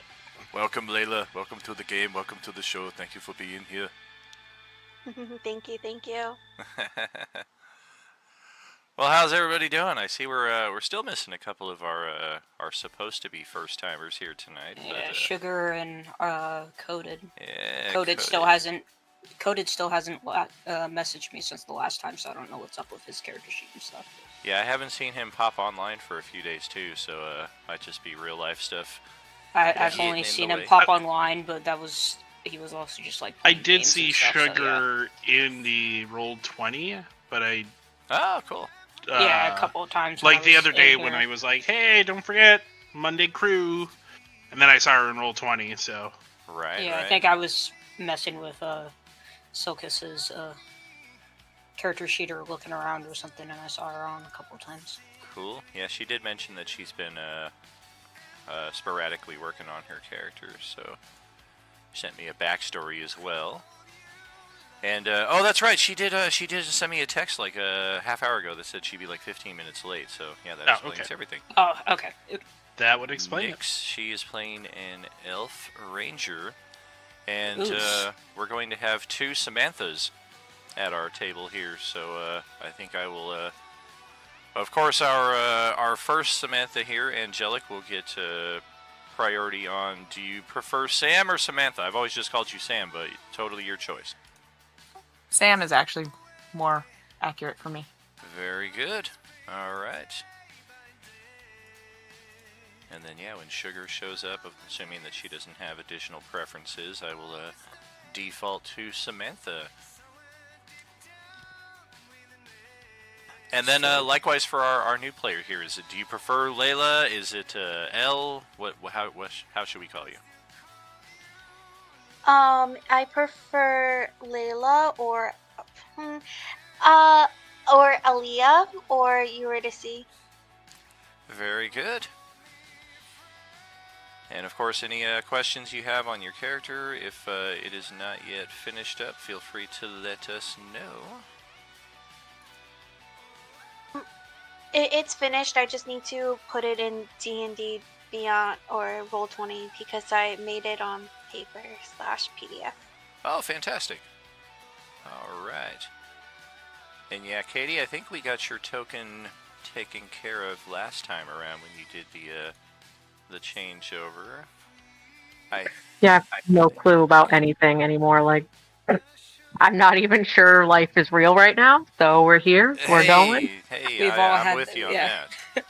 We've all had those days. Absolutely. Yeah, I'm totally with you on that. And Layla, if you have a picture for your character, I can turn it into a token for you real quick if you need it. Beautiful. Sorry, a picture of what? You can turn into a what? You're just like an image of your character, or like a character type image. If not, if you look at the Roll20 screen, you can see my token from the art that I created with a AI generator. Mm-hmm. Gotcha. I can turn any of the images into tokens if you want me to. This would be more explanatory. These are what we're talking about when we say tokens. Yeah. Yeah. Everybody's got their own character illustration with their hit point bars and their names underneath it, so we can identify who's whom. I had you guys on a different map entirely. Oops. If you don't want to find one or you don't have one, Dan can just find you a token. I just found it. I'm just making my character sheet, so I don't think it's uploaded yet. Okay. Whenever it's all done, just go ahead and send it to me. Well, the other thing about whatever artwork you use is make sure it's not created by somebody or that you have permission license to use it. Because we are streaming, so that could theoretically result in issues on his stream if it's a licensed image or something like that. That's why, like, AI generated, nobody can complain. And my token wasn't updated because I forgot that I have to like redo the token in addition to the actual picture, so I jumped in. Womp womp. Look, okay? I can't function today. I mean, Or literally any day, as soon really, as, but, like- like, it was the moment that you said that you weren't sure, like, life was real, like, it like, instantly sparked in my head at that second that I was like, what is real right now? Like, I literally just woke up, like, 30 minutes ago or so, and then I took a walk right after that, and then just kind of shambled back in here and turned everything on, and then took a gardening break, so I'm very much just like, what the heck is going on right now? Yeah, that's like where I'm at mentally too, so, you know? Yes, ma'am. Well, here we are back in the graveyard, the junkyard. Kind of a graveyard. There's enough corpses around. If your screen just went completely pitch black, it's because we don't yet have your token in play. So don't think anything awry in that respect. But for those of us here on the map, we met Lee Lure at the end of our previous session. She was in disguise as Linda, supposedly the, where is it? There we go, yeah, the brother of Mr. Thompson over here, or Captain Thompson. We additionally met and stood side by side with Rusty throughout a encounter or two, and yeah, he is definitely taking this opportunity to light up that cigarette, because he only has 2 out of his 6 hit points left, and he's just thinking his lucky stars to be alive. Meanwhile, we've got Sad Pete over here, who seemed to develop a bit of a crush on one of our characters, but yeah, I don't know. Maybe that's your type, maybe it's not. No judgment. He was pretty efficient in combat, and then we also had our guy here, Gene, who participated none whatsoever in the combat, instead grabbing his video camera and recording the event that transpired. The rest of our characters we can see are kind of scattered around the junkyard right now. Dom's character, Grick Salt, will be fading into the backdrop as he is not with us tonight. Otherwise, yeah, we ended the combat last time around, and we began this interesting RP where we learned that the NPC Li Lure is a member of the Yuuzhan Vong species from the Star Wars galaxy. And not much more about her beyond that. That was kind of the cliffhanger, so we will pick it up from that spot and see just what happens tonight. Welcome back, everybody. Woo.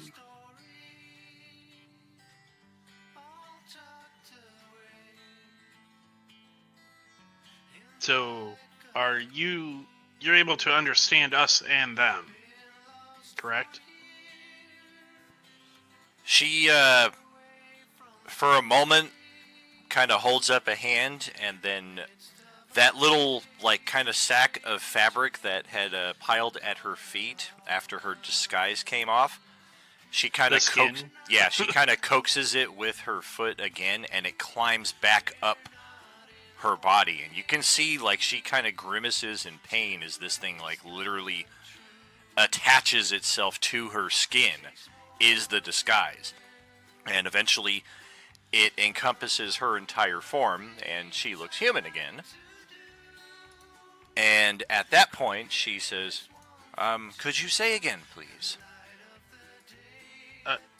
Are you able to understand both them and us? We can't communicate. Yes, in this form I can. It is part of the abilities of the Maskur, and she kind of gestures at her entire self.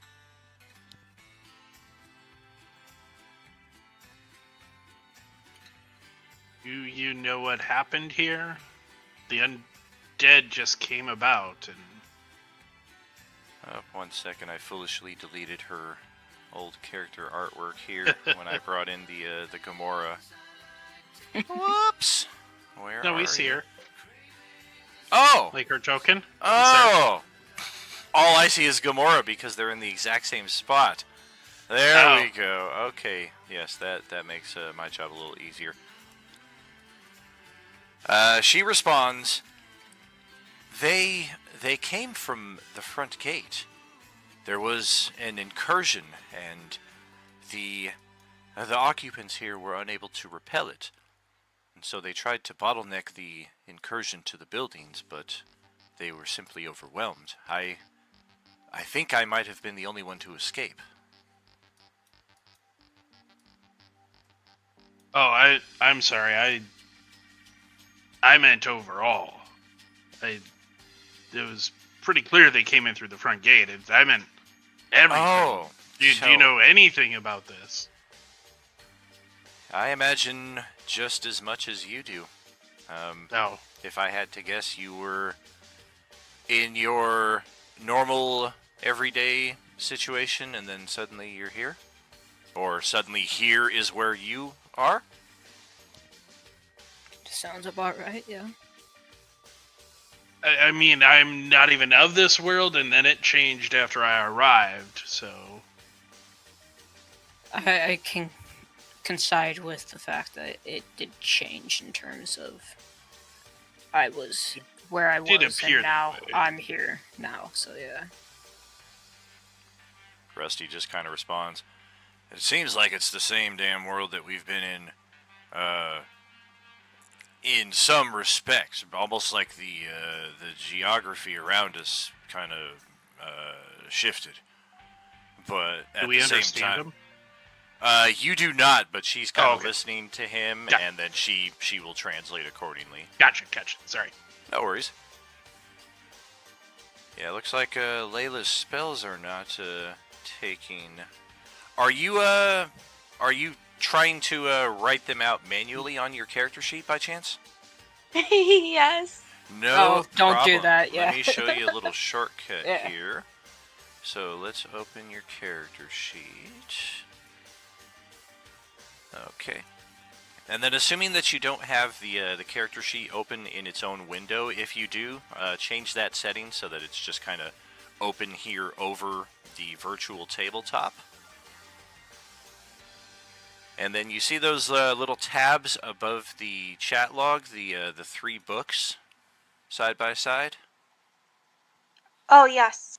So that is our compendium. We have all of the books for 5e, both official and unofficial, all in there. And if you just search up the spell that you're looking for, so Blade Ward in this case, instead of clicking the spell to open it, just click it and drag it right to your sheet. And just like that, it has given the Blade Ward spell, it has populated onto your character sheet. Oh, sexy, thank you. Absolutely. And then if you click that little talk bubble next to the spell, it'll show you right there all the information for the spell at hand. Gotcha. Thank you. My pleasure. Save you a few minutes of typing, copy, pasting, what have you.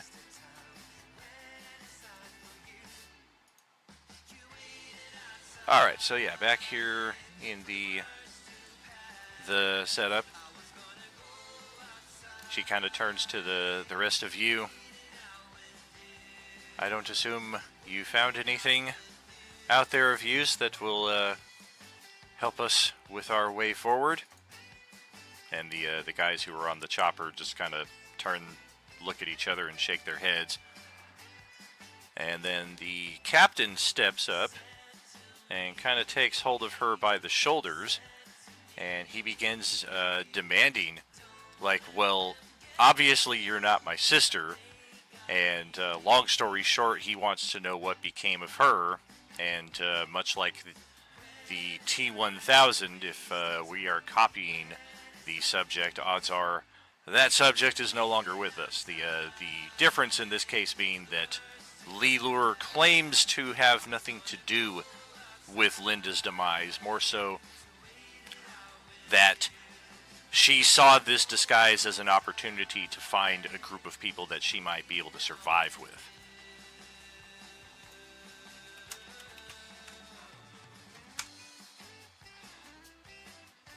And Thompson is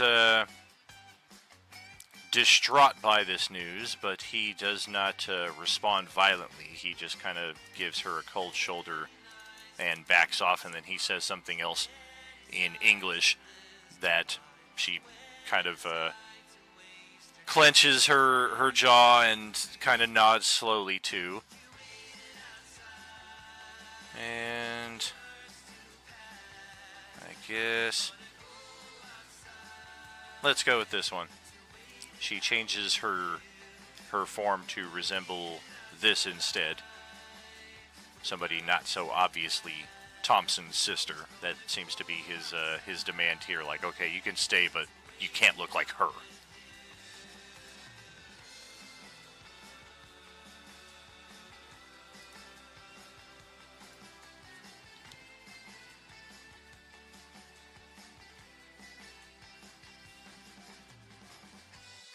Is there a way that you can help us understand them and them us? I could. It would take some time, but as the Maskor does have the ability to understand both dialects, I could, in theory, impart such knowledge to you over time. Oh, yeah, classroom stuff. Yeah, I was thinking magical, but hopefully nowhere near as complex, but somewhere between here and there.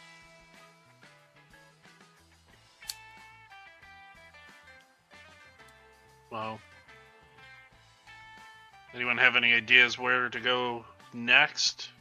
If this place was overran once, it could probably be overran again. Well, we do have other sections of Turtle Cove here that might be worth exploring. So we are here at the old junkyard. Monday table is the table with the map. Dorm's just chilling out there in the middle, like everything's fine. Yeah, this is fine. I want a little hike. You put us here first, man. And yeah, here's Monday, our Monday token. Now at the old junkyard. Let me check my notes here. What few that I have. You know me. Good lord. I write so much nonsense. Hey, there it is. Nope, that's not it. Different coalescence ideas.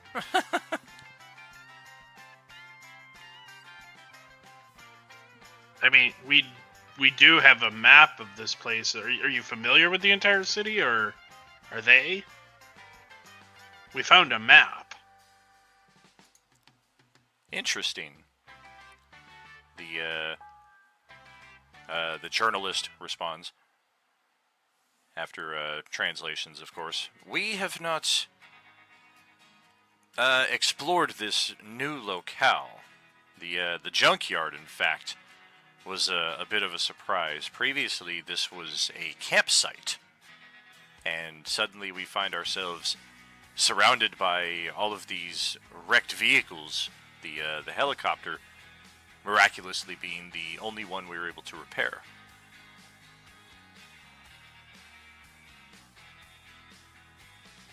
So, but yes, the map does say it's a junkyard, so it's accurate in that at least, right? It is, yes. Yes, this map may be true to form for the locale that surrounds us.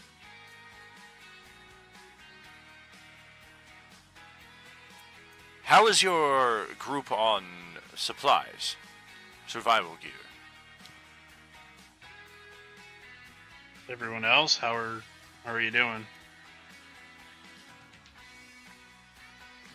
I mean, I'm sturdy and fine. than on the rest of the group. I have a couple of healing potions. I have a few rations and some minor supplies. Nothing that's going to last a large group very long if they don't have their own. Does the healing word that Adeline gave to Dewdrop, does that take away my L1 exhaustion, or am I still at L1 exhaustion? You I are can't still. touch that. Oh, God. Yeah, you need a That's long a rest. Exhaustion, no! You need an 8-hour sleepy sleep. Hey there, Sugar. To get off mute, you'll have to go to push-to-talk mode. Welcome to the show. Welcome to the game, Sugar. Yes, indeed. Push to talk just for quality of life here, so we're not accidentally talking over each other. Also, so we don't catch inadvertent background noise. And if one of you would be kind enough to direct for push to talk there in our Monday crew chat, that may expedite this a little bit. So it looks like we have basic supplies, I say to Lelur to translate. Alright. Jean continues on after getting the translation. Looking at the map, I would say our best potential sites for procuring additional supplies, as well as hopefully a more secure base of operations.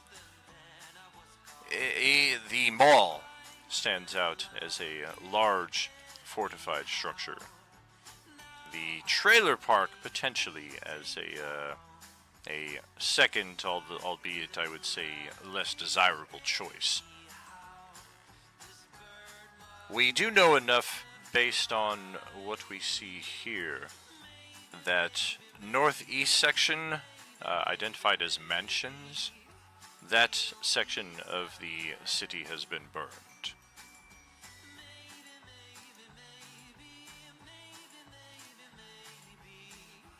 He just grabs out a red pen, and he's like, "Do you mind?" And he just kind of X's it out, like, "Yeah, we can't go over there."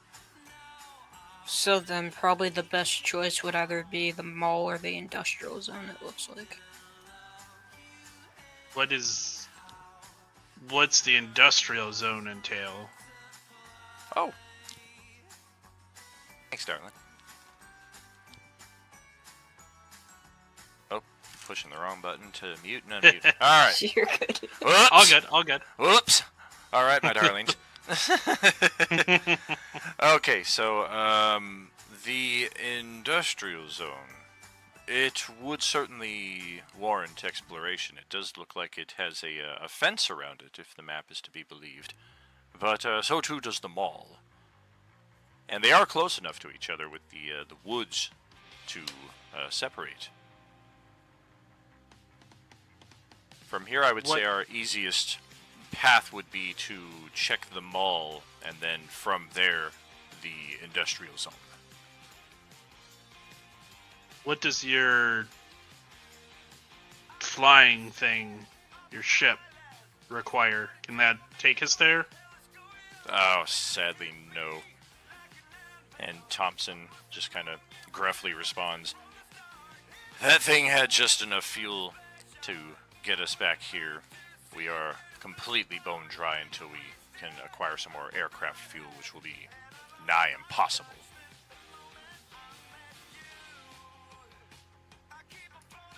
Yeah. What about the weapon that it held? That mowed them down. Is that movable? It is, although the ammunition remaining is sparse enough that it is somewhat of a choice as to whether it is worth carrying such weight.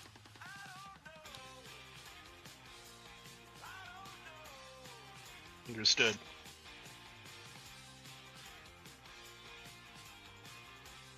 Jump off the camera here on our live stream. Dinner just arrived, so I will be worries. enjoying that while we play here for the next little bit.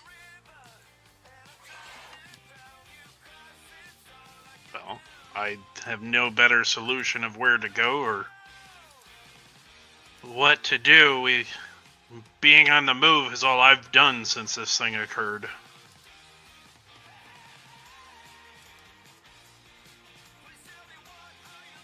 Oh, I see. You guys are chatting inside of the actual voice chat thing here. Sapphire's on that. Very cool.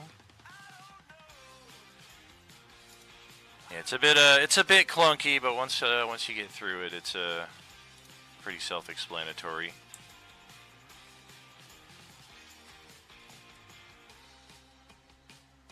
Well, alright. If the mall is our destination, then let's do it.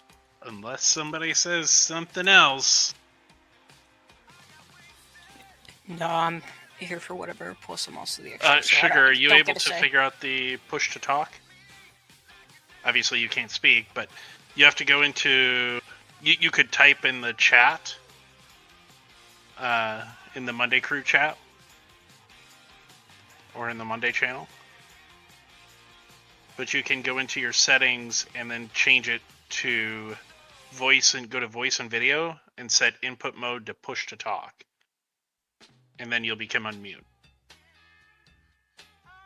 Assuming you're on standard PC Discord. Mobile, I don't know. Yeah, that's what you gotta do. Give me just a moment and I'll have Layla's token and I'll send it to you, Den. Okie doke. A good keybind for the push to talk we have found is the insert key as well. It doesn't have any interference with the other applications.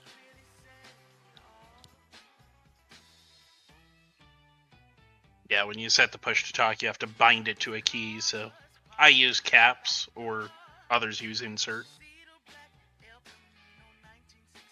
Yeah, don't feel bad about not having it set. Most people don't use push to talk. We just use it here for just quality of life, basically. Interesting. Yeah, if it's being stupid, try the back out and jump back in. See if it'll take the new settings with that. I gotta tab out and go to Paint Studio real quick. So if I don't see anything, that's the reason. Yeah, the gear, voice, video, then input mode, push to talk, and then whatever key you want set.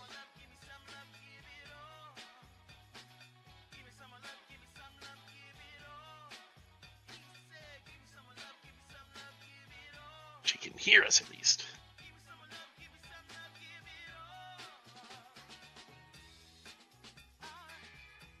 Yeah, no worries.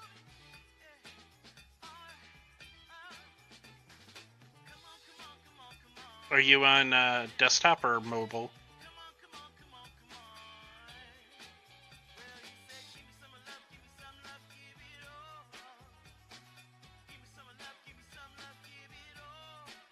So in like where it has your name in the lower left, there's the gear with user settings.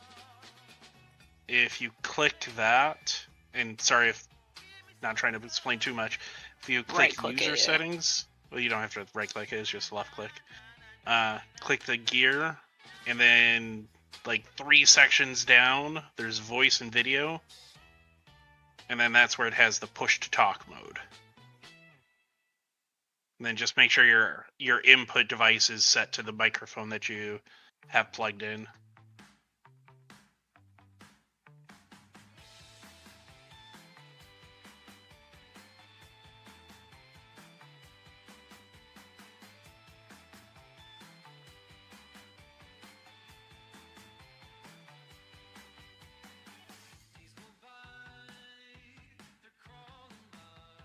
Oh, I didn't see you typed in this chat earlier.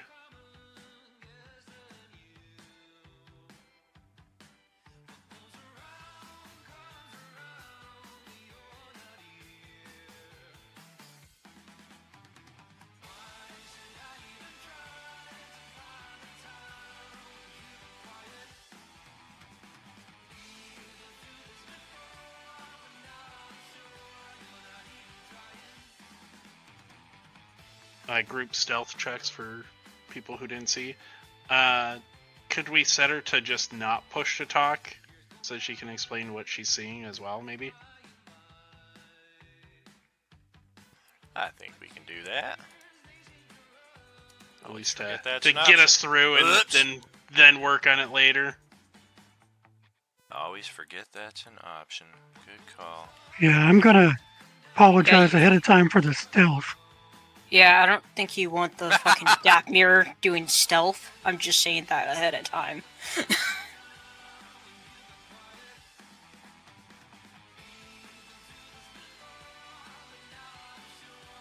I think I should naturally have advantage on stealth. I'm very small. I am a fairy. Oh, massive high rolls here. Well, when two of us are wearing heavy armor, it's not really, beneficial. Does Sugar by chance have herself muted? Because I changed the settings and it still shows. If she's set to... Oh, there she goes. Testing. She's unmuted. It might be the input device. Oh, could be. Is it set to, in the voice and video section, Sugar, if you go to input device, is it set to your headset or whatever microphone you expect it to be? I think she's toggled those.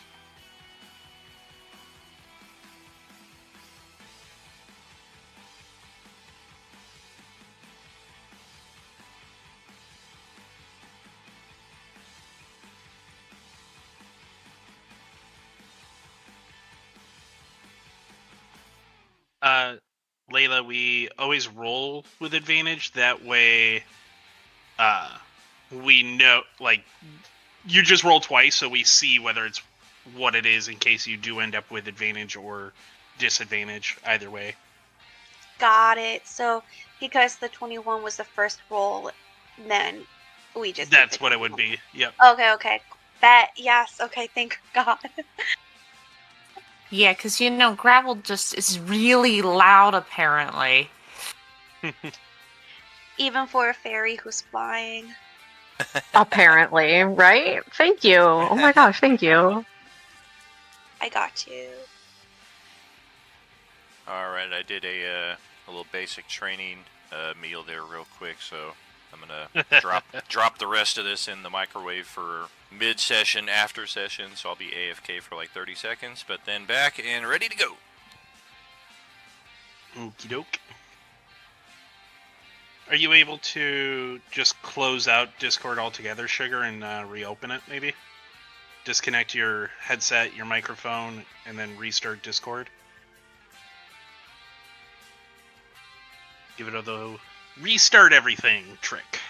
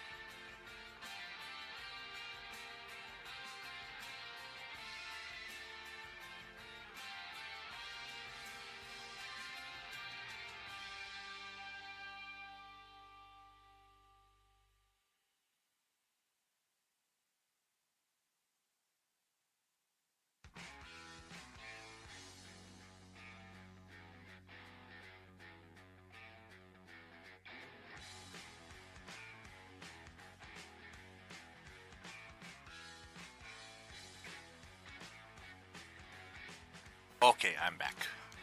Welcome back. Gotcha. Okay, so group stealth checks are mighty indeed. Oh boy. Yeah. I have a feeling it's my kettle that's making all the noise. We told you to turn that thing off! Well, at least it's not a fucking barbarians trying to drag around a freaking cooker for 5 seconds. But I wanted tea. No, I'm just making fun of fucking Brad's character for. Or the Sunday dragging morning around. table, dragging around a party of NPCs that are just getting slowly picked off one by one because they're just helpless. It's okay. You're just dragging an entire family through a zombie wasteland. It's nothing bad'll happen. Worked in Walking Dead, the whole family, well, except for Lori and Carl and, well, I guess. But see, yeah. But think about it.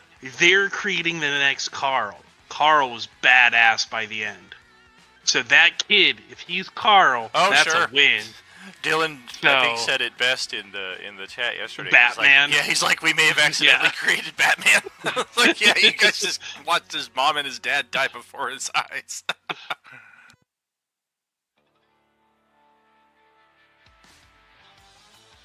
All right. Well, there is definitely something going on in the residential areas to your north.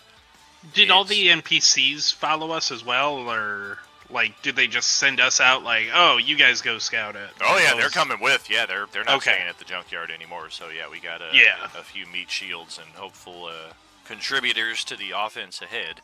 Was there anything really from the junkyard to take, or was it pretty much spares, like just a couple ration kind of things, or? A few dry rations in that respect. I don't have anything here. I assumed there wasn't much, but I figured it worth asking. Yeah, we didn't even have a first aid kit to spare at that site. Looking at the map again, I didn't populate it with any goodies. Okay. There's a spiritual weapon. I figured it out. Sorry. Hey, we can hear you. Not a problem. Welcome to the game. How are you? Thanks for joining I'm us. good. A little bit stressed out. You might hear my kid in the background kind of, doing what kids do, so I do want to apologize beforehand. No worries. Good to have you. Thank you.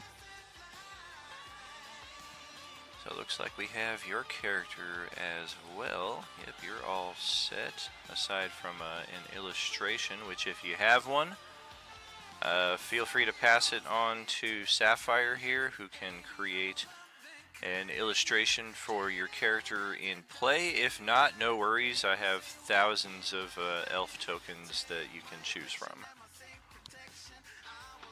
Okay, I'll send it over to Sapphire right now. Just give me 1 second. Beautiful.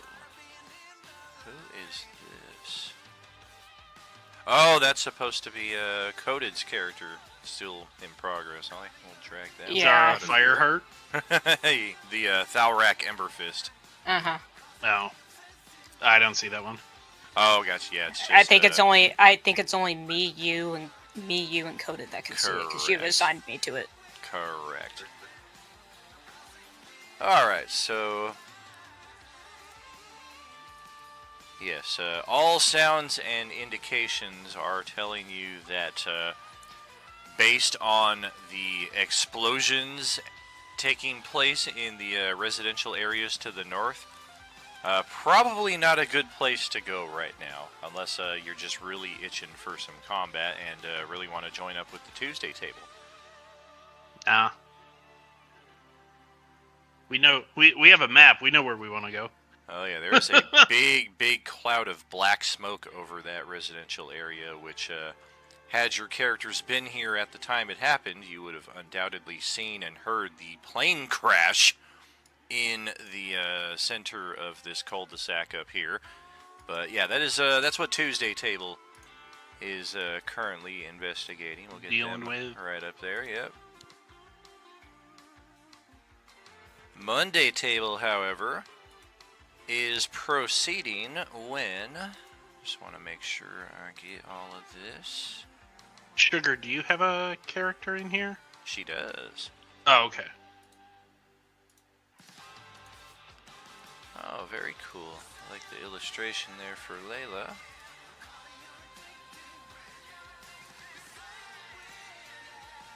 Yeah, I'm not sure how to make my icon different though, without leaving this. Yeah, I'm still working on the character sheet, or the character token, so just give me a moment. I think she means her avatar thing. No, I figured it, but... Yeah, you can also... Go ahead. Are you going to do the video thing? Yep. Yep, go ahead, sorry. If by chance you're finding that your entire virtual tabletop is crowded with all of our respective avatars, click that gear icon on the top right of the chat log,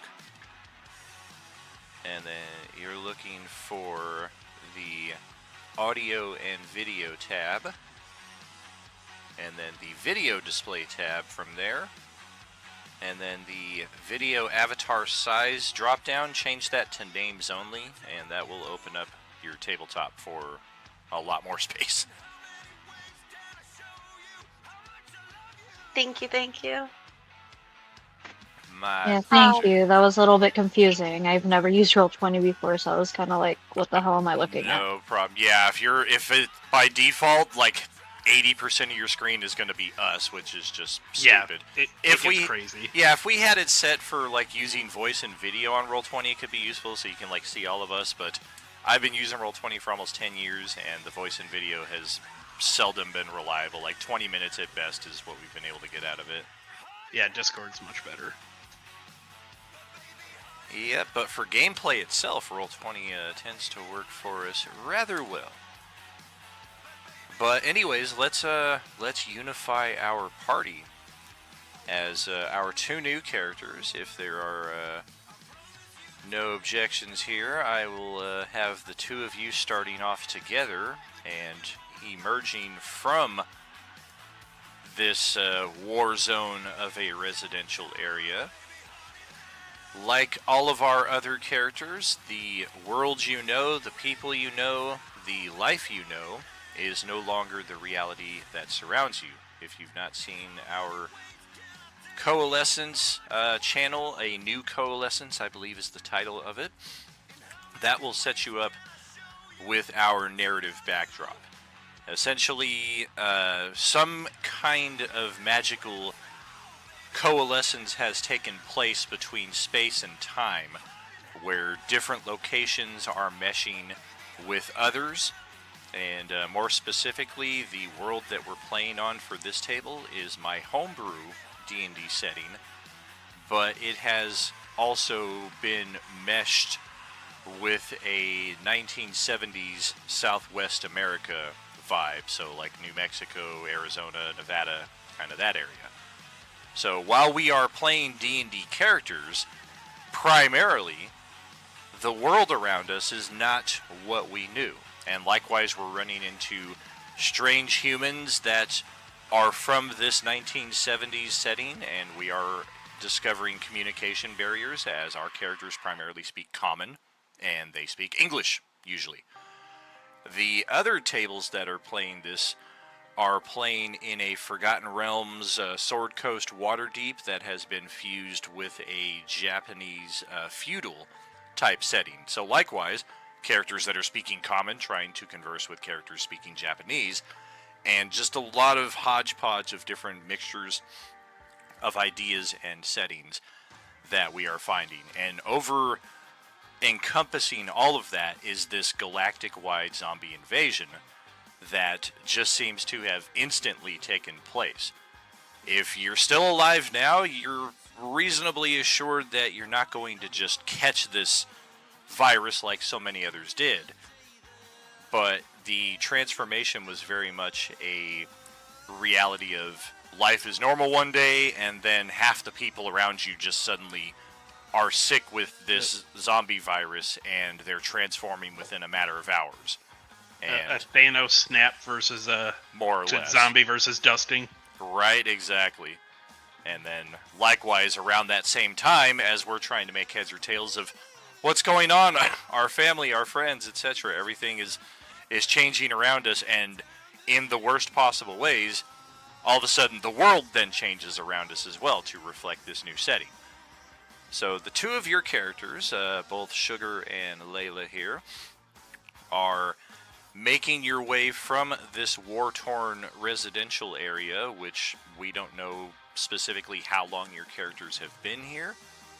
Perhaps not the most important detail right now. What's most important is that you're alive and have found some other survivors who may be potential allies. And likewise for our existing group, as your attention is drawn to the explosions and the dark cloud of smoke over that northernmost residential area, you spot these two breaking cover and trying to cross the street up ahead of you. So I will turn it over to all of you for that. Before we do any RP, though, let's just get some general visual descriptors here. We will start with our existing players, and then have our new players also tell you a bit about themselves. So, Adolin, we will start with you. If you would tell us a bit about you, please. Right. Adolin has very definite elven features. Some chainmail armor, a nice shield with the holy emblem on it. He always looks just a little bit out of place, but he also has a confidence that you wouldn't expect to see with the oddities. Beautiful. And up next here in alphabetical order is our very tired fairy Dewdrop. Yeah, Dewdrop's really gotten it the campaign so far. Yeah, I'm a little fairy. I have like no memories whatsoever. I'm just kind of like going along, going with the group. I'm just kind of like amazed by everything all the time. If you've ever been like around a 5-year-old on a sugar high, that's kind of like what I'm going for with her. Obviously, I'm at level 1 exhaustion right now, so at the beginning of that sugar crash for that 5-year-old is kind of where I am currently. That's the best way I can describe what's going on with her. She doesn't really like crowds, loud noises and stuff, and kind of likes to hide when she can, which has helped her, survive with zombies and stuff. But it became very evident very quickly that she needed to find some people to kind of roll with, because I'm a small little fairy. Like, what can I do on my own, Yeah, and I mean, how stupid is it that you have the advantage of flight and you've taken arguably the most damage? I mean, aside from our dearly departed Bly, I mean, we have had a character death already at this table in session too, so it's violent!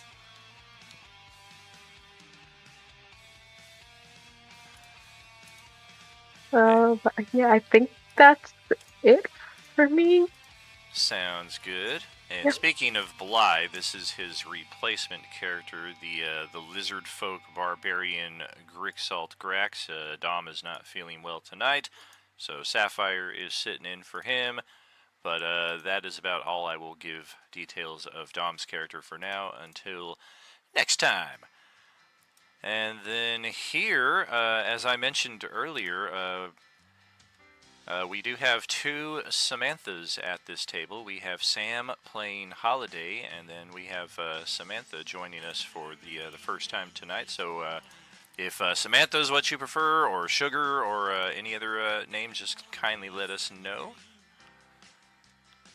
If anything, you guys can call me Sammy or Sugar, whatever is more comfortable. I go by either or. Fantastic. Well, Sam, tell us a bit about Holiday, please. So Holiday is an Eladrin that's spring-like, but she avoids spells because that's what got her kicked out of her commune when the wild magic took over. But she likes, herbs, so she's always got like a good cup of tea. Excellent. And can't seem to aim for anything. Oh, God, yeah. I can't count how many natural ones you've rolled. I've been listening to the replays of all of our sessions so far, and you've had at least 2 every session so far. That's okay. I got a 1 on the stealth, so hey. Hey. Starting off strong so far here tonight, then. And then we have, rounding out our existing cast, is Josh playing Udorm, another elven character.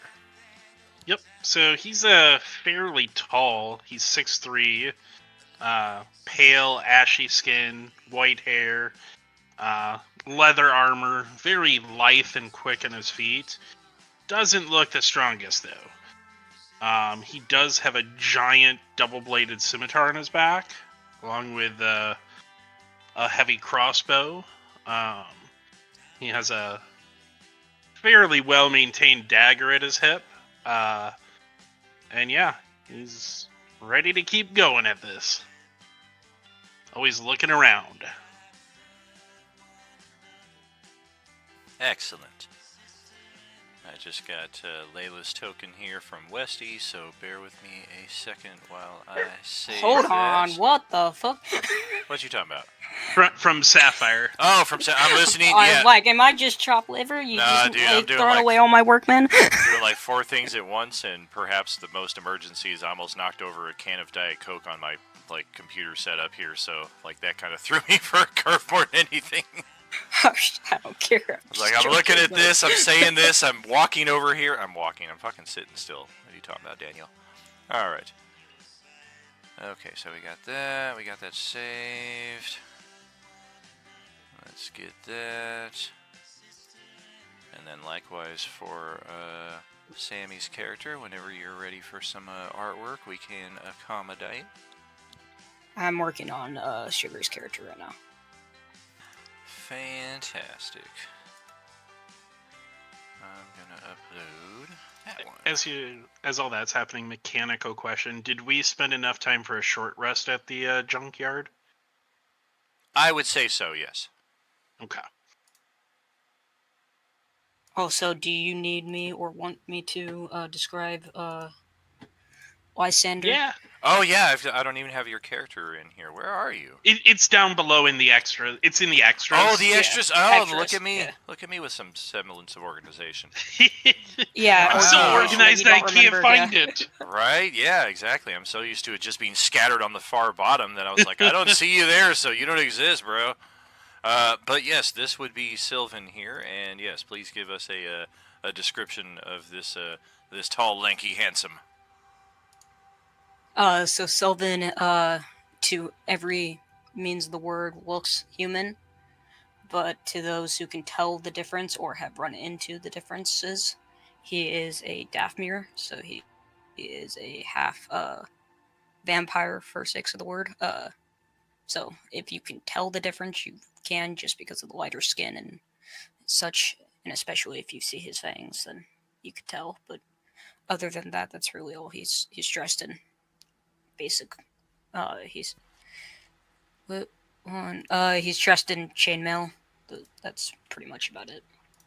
Okay. Yeah, and you joined us alongside Dom's character making the introduction last time around. We played it off as me and Dom's character know each other at the very least. Exactly, like kind of the same thing we're doing here with Layla and Sugar, as far as they've survived together at least for an indeterminate amount of time. Oh, come on, Roll20, why would you do me like that? I just finished Kara's token here, and then it decided to reset it back to nothing. Okay. Take 2. She'll love when it does that. Oh, now there's no hit points. What the?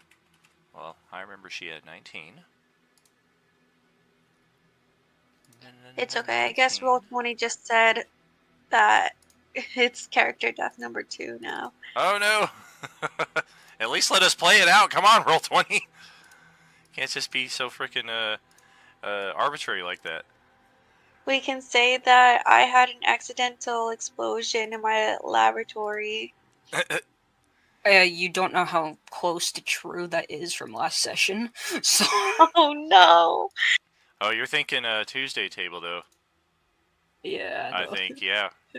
You went into the house across the street, and all of a sudden the house is in fuego. Hey, Katie, I used it right, or did I? I mean, en fuego is not like a word. That would imply a verb, empolgar, and empolgar is not a word. I am just so happy that none of my students have used it, because that means none of them want it. I would be so terrified. Oh, goodness. One of them just walked into class on like a Friday. And I'd be like, where the fuck did you hear that? Well, I listened to this role playing unlimited thing. Oh, Just, so interesting, my gosh. Just make sure all your socials are completely disconnected.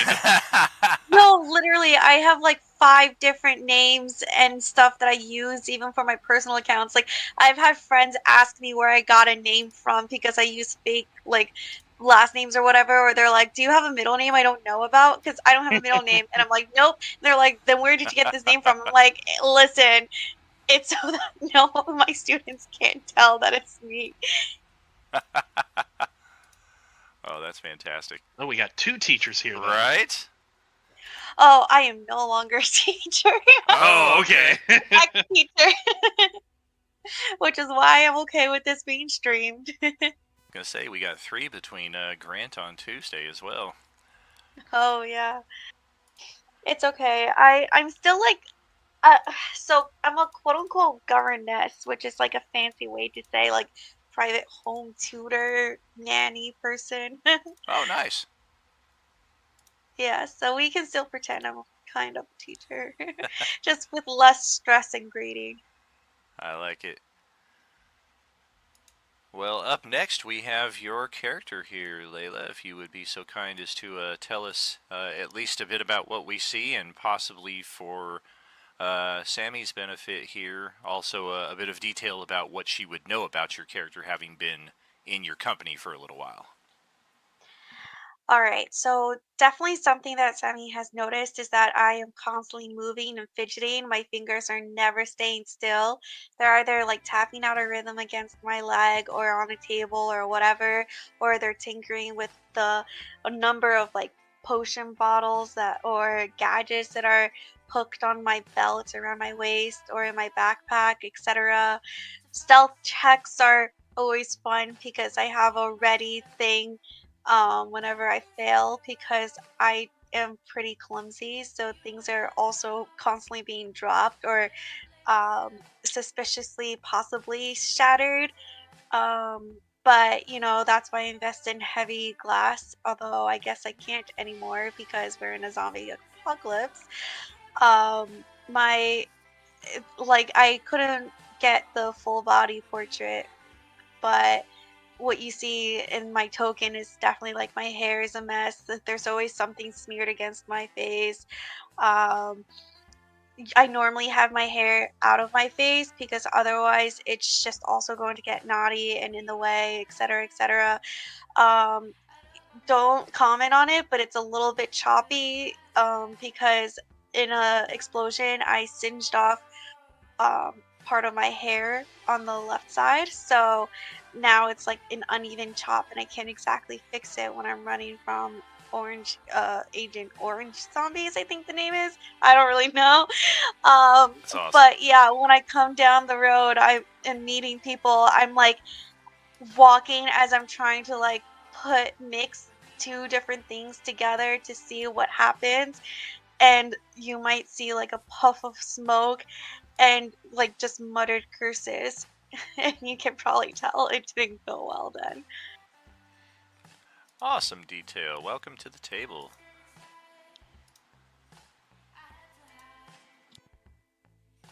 Thank you. Happy to be here. Heck yeah. And while we are waiting on some artwork for Nyx here, can you at least tell us a bit about your character as well, and likewise what Layla would know about you? So her name is Nyx Nightingale, but she just typically goes by Nyx. Some things that Layla would know is that she is very untrustworthy of people. It took a little bit for Nyx to acquaint herself with her and be able to be herself around Layla's character just because of her past and how untrustworthy she is of other people. But my character has black hair, pink eyes, and lightly tanned skin. She is a wood elf ranger, and she carries around a longbow and typically likes to stay in the shadows when it comes to combat. She's very stealthy and light on her feet, and she wears dark leather armor. But another thing also is that when she is alone, she is typically staring off into space, thinking about her family after all this had started. And I guess that's pretty much it. Very cool.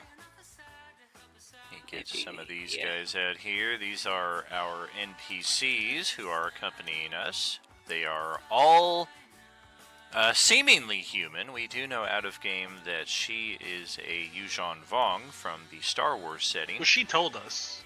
Well, yeah, exactly. really I out guess of, I'm but, I'm referring more to our new characters. They would know out of okay. game. Sorry. But yeah, in game, our new guys, our existing characters definitely know that she is. We just don't know what it means. Exactly. Yeah, you're like, okay, so that's like another species then. Okay, cool. Hooray. Yeah, Medusa-like thing. Sure, whatever. Right. Yeah, Some she sort of looked, shape changer. I don't know. She looked a little closer to Gamora in the one that we saw, because I have the Marvel RPG here on Roll20. I was just like, oh yeah, I'll just use the. I'll use it. I'll use this Gamora token right here. So yeah, no, it totally works. That's her. I figured that's her what true that token visage. was from, yeah. Exactly. But this is as she appears to us. She is armed with a rifle, and otherwise is pretty quiet. She is known as Linda, or Lean Lar is her true name. This handsome captain right here is known as Captain Thompson, and up until the beginning of this session, he was the sister of Linda, but now we've learned that Linda is deceased, and our captain is still processing that. He is arguably the highest level and most capable of the NPCs, but if you looked at his roles last session, you would not think it. And this guy here, a survivalist of sort, has a kind of military vibe about him, but definitely more self-trained than actual official military training. He prefers to use the bow instead of the loud-ass firecracker gun that our other NPCs are using. And otherwise has been as gruff in appearance as he seems to be visually. His name is Pete. And this guy right here we know as Rusty. Likewise, pretty gruff and straightforward, but also perhaps with a bit of a wild side and a bit braver than most. He has no character levels to speak of, and yet he was in the middle of the combat last session because he's not the type to run and hide when he's in danger. Unlike our final NPC here, known as Gene, who likewise has no combat experience and is all about, I will hide if I am in a situation where I'm about to get killed. He is also a news journalist and has his video camera as pretty much his only piece of equipment. So he primarily exists in that respect to record our endeavors. You got some pretty sweet footage, too, of that fight, right? He definitely did, yeah. He started out in not the best position, but after all was said and done, he was getting some very, very good footage. And with all of those introductions out of the way, I will turn my mic off here unless needed for a bit and let you all interact amongst yourselves. Perhaps removing ourselves a bit here to this seemingly peaceful path on the way to the small lake will serve us well instead of standing out in the middle of the street. And then we can continue on to the mall when you're ready. You did get Sugar's token that I sent you, right? I do see that I have Discord messages, so that would probably be what that is, and I will Okay, work cool. on that while you're all talking. Alright, cool. So they just come running out of the blowing up residential area? Excuse you, we're not blowing it up. There are just some accidental explosions occurring that may or may not be burning down houses in our wake. No one ever said you blew it up. I mean, unless you want to say that's an Oh, you know. shit. I was Well- just saying that you're running from explosions that are likely to draw a lot of attention, so that's probably a good call. If you've I not don't- figured out by now, these things are attracted to sound, so... We should probably step to the side here. The living are always welcomed. Yeah, it's definitely a good thing that there's a big explosion to kind of draw things away from us. Yeah. Not the quietest group.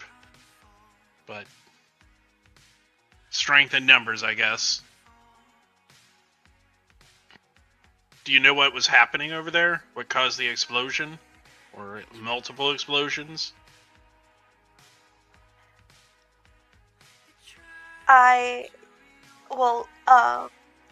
Well, you see, I just go back to tinkering with my little potion bottles. Okay. Do either of you have a name?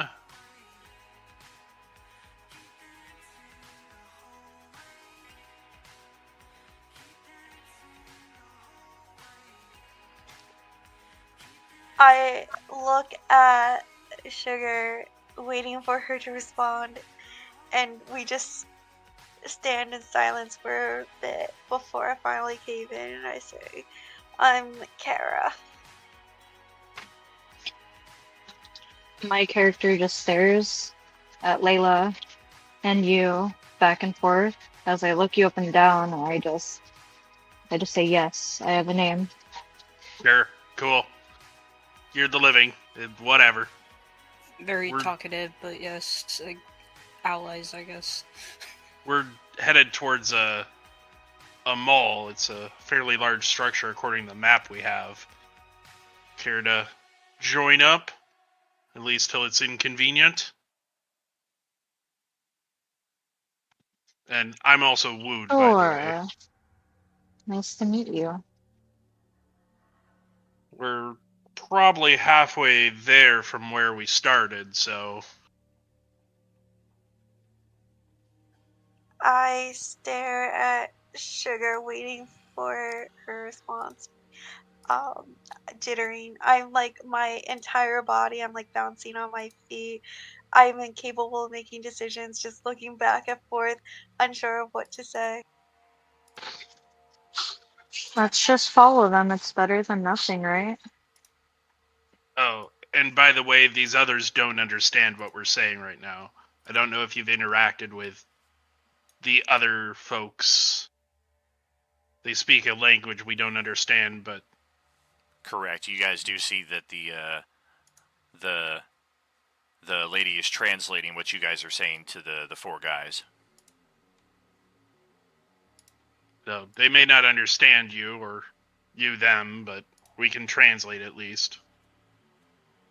And you guys got a pretty good line of sight on that industrial zone down this path, and yeah, that whole area looks to be burned out as well. Great, there goes my plan of a fucking warehouse, Ah! home base. I know, an industrial zone's always a good spot. Jeez. Yeah, it looks like somebody why already had that place based up and fortified, and probably somebody came and tore it down and repurposed it for themselves, and then somebody else came and tore it down. Like, that place looks like it's been built, rebuilt, torn down, etc. like at least 3 times. It's only been a week, people. Jesus. That's why that was my first fucking guess to go to. That's why. Well, we might as well continue on. Not safe out here. I bet the mall is safe. Malls are always safe. Absolutely. Just go to KB Toys. Don't mention that, please, no. That's one heads up there for a text play. If you're not aware of our little macro that we have built in, that !CEM. If you type that and then space and then whatever your text play is, it'll give you that little colored backdrop right there. And whatever color you've chosen next to your avatar name is the color that will appear as your backdrop. How do you change your color? Click the color. Click the color You next to can your name. click Yeah. it, yeah. Yep. You can click it and then select other colors. Yep. It also just defaults to whatever color when you join. Right, it gives you a random one when you join up, and then it also uses that same color for like your ruler measurements for your pings. If you use 3D dice on Roll20, it'll use that color for your dice. Though keep in mind, if you do activate 3D dice, it does take up a bunch of memory to possibly lag your game. Right. I haven't used it in years, but I'd be interested in seeing how the new rig here would handle it. I just don't use it. I'm sure my PC I haven't will handle in it, years. but yeah. Yeah, it was fun for a while, but yeah. Overall, it's just it's a time saver. The only place I use 3D dice is D&D Beyond because it's technically mandatory. Yeah. Oh, so here's an interesting thing. Our 2 new arrivals. One of you may add this to your inventory, but you found an interesting map during your escapades in the residential area.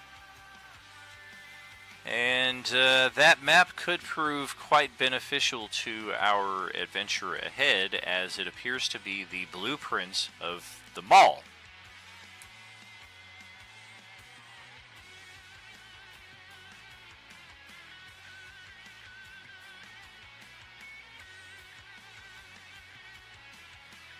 You can have it.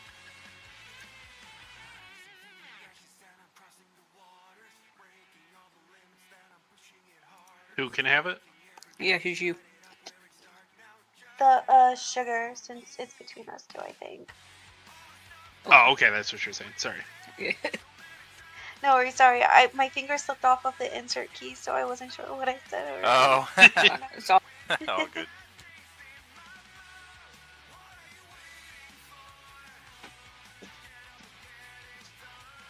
So is this something we want to take a look at before we approach the mall? Nyx has a map of the location.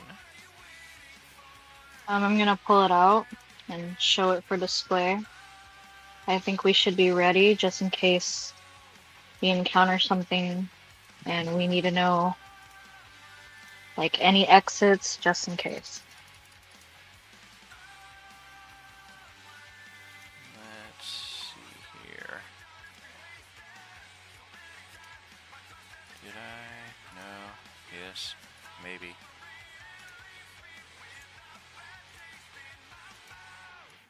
Whatever world this is, they sure do have a lot of maps laying around. Sounds like this was very RPG based, man. Before the internet, they have physical maps still. Right, these freaking pirates. All right. I feel like I'm back in D8 Origins again. Figured I would make you guys an actual handout here, but oh no, this is better. This is better. Yeah, screw this. We'll go back to this. And Made me fucking scroll out and shit. Come on now. That's right, man. Okay, here we go. All of you should now have this in your handouts, just like we have the handout map of Turtle Cove that we can pull up anytime when we are not on the map. Now we have the mall blueprints of the ground floor, which likewise we can access whenever needed, and they're pretty detailed with some of the locations as far as their purpose. Correct me if I'm wrong, it's 2 stories or 3 stories? It appears to be a 2-story mall from the look of it out here. I couldn't tell if it went up a second one or if that was just going up to the second one in a different place of the mall. Heard. Because I see the escalators. But, yeah, and you can see numerous access points into this place. So you guys will have a potential bit of strategy to discuss in that respect as far as how do you even want to approach. Is there like multiple buildings as well, it looks like? Like physically separated? They're The all warehouse inside and the the mall. garden, yeah. Yeah, the warehouses are separate there on the east side. Okay, yeah, that's what I meant. Yeah. Correct. Yeah, and then there are a That's what I couple figured, security shacks out there on the northeast and the southwest side. Sounds like the best place probably for us to set up is just the lounge. Are we able to read? I assume we're not able to read this map, so the others would have to translate it, right? Exactly. Yeah. Okay. Well then, Teamwork. that circle in the middle. That I don't know what that word means. I think the warehouse would... That security... The one in the top right? Yeah. Outside of the main area, it's a smaller space. We can at least start there without having to venture into the main area. And then we'll be able to have several doors in from that direction. Yeah, I guess I don't know what others think. No, I feel that's fine here. That's fine by me as well. Look at There's the captain. There's nothing here that reminds Adolin of his small village, and it really means nothing. Sure. Does the captain have any input? Military guy? It's a good enough approach to begin with, not knowing just what we're looking at. We don't know just what kind of foes we might face. I can always climb to the top of the building to see if I can see anything from on the top of there or something. Where is the warehouse? Like on the main map, is the warehouse like over here? Or like, what is the orientation of this? That is correct. Yeah, the warehouses would be like over in this general direction. Alright, so the main entrance is like right here then? Kind of correct. Thing? Yeah.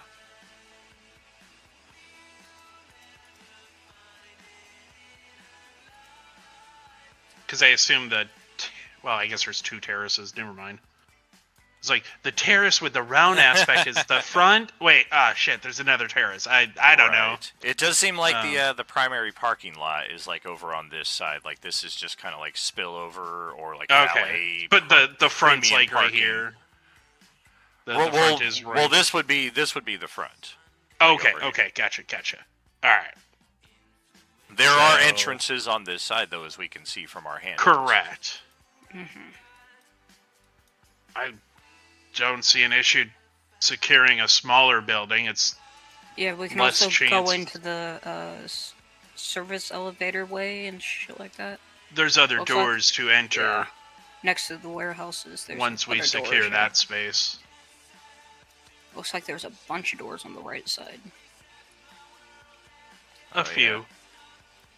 I think I told y'all last session there's like 160 doors that I put on this map. Crazy amount. It's freaking insane. I was like, door, another fucking door. Now just imagine trying to do that in the above DDT maps and the D&D Beyond shit. It's like 5 times worse. Oh, hell no. Yeah, I'm very satisfied with the Roll20. I'm good trying to secure the northeast warehouse security space. Yeah, that seems like the plan for me, yeah. I'm cool with pretty much whatever, as long as nobody goes rushing in and then completely dies and I have to go heal them every 5 seconds.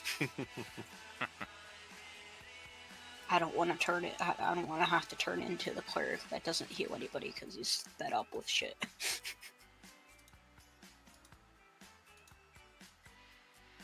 Alright, so if that is our approach, give me just a second here.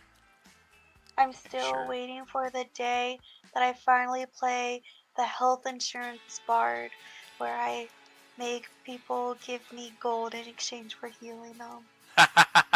Oh, if you present me with health insurance, I'm letting your ass die. No, I'd be the one healing. Like, you have to pay me, and I heal you, you know? So I don't need you to. Oh, are you saying that you would just die then? Because, like, I can just kill myself then. Otherwise. I'm sure. What the fuck?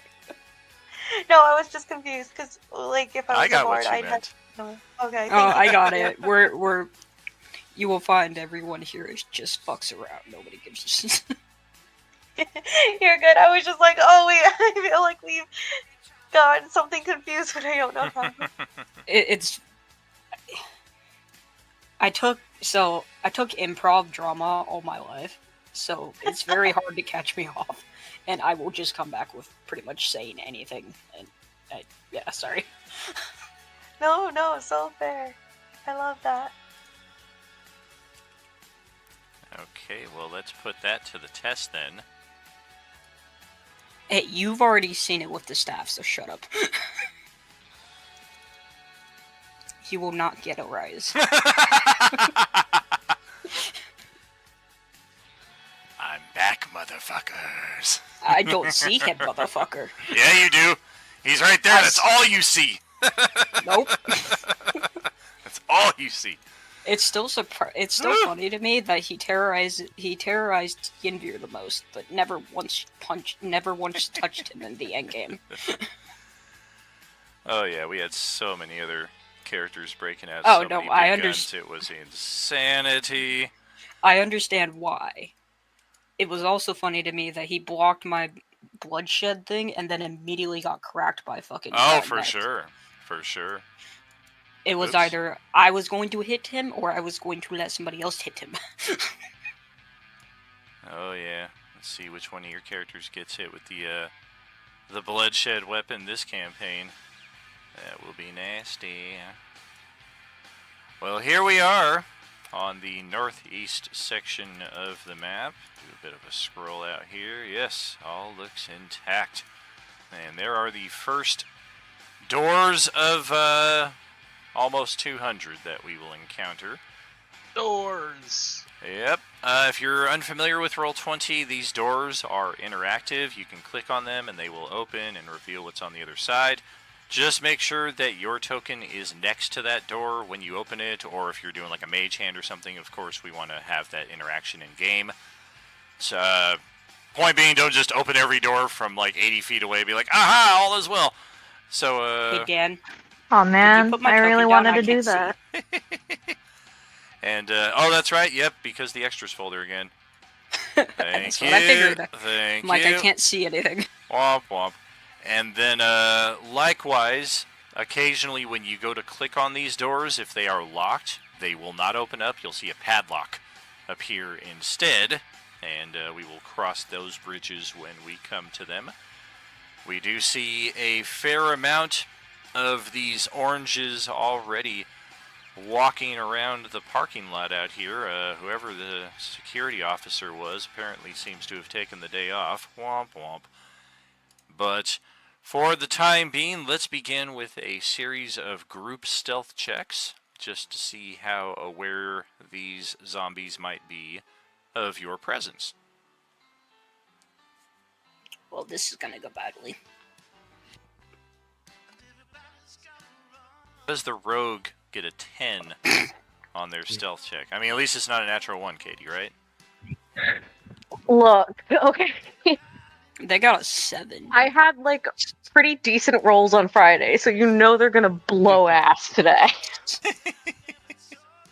Hey, that reminds me, I can escape my my Tuesday being my bad rolls and have it be today instead.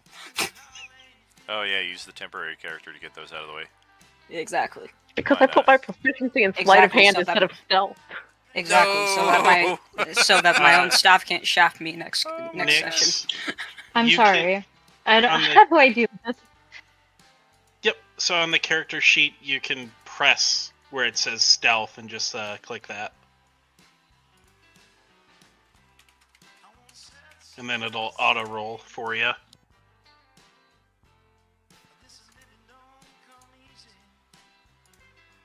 Yes, indeed. Same thing with any of the buttons on your character sheet. As you hover your mouse over them, you'll see several of them just kind of highlight. And feel free to play around with your character sheet between rounds, see what you can do with it and what have you. Definitely probably want to roll that as actual stealth, though. Oh yeah, she's got a +5 to it, so yeah, Yeah. click the stealth button on your character sheet there. It should be on like the kind of like the central left area by your attributes. And it's the second skill from the bottom.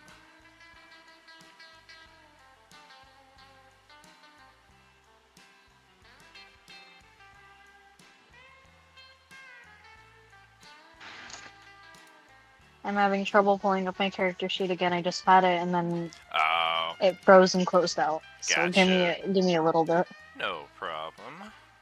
It happens.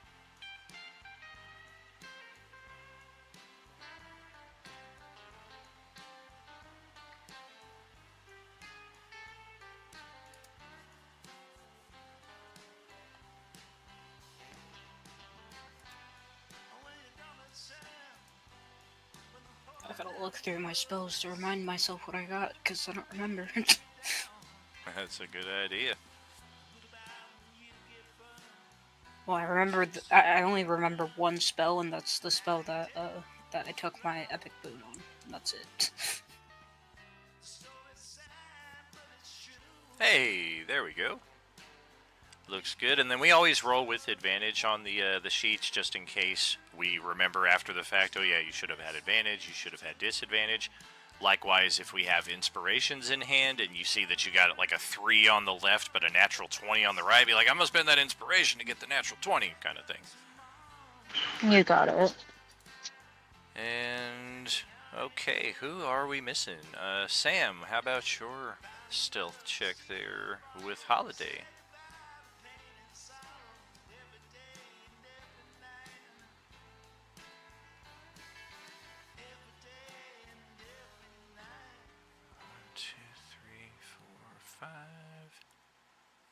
Did she AFK? Are you with us, Sam?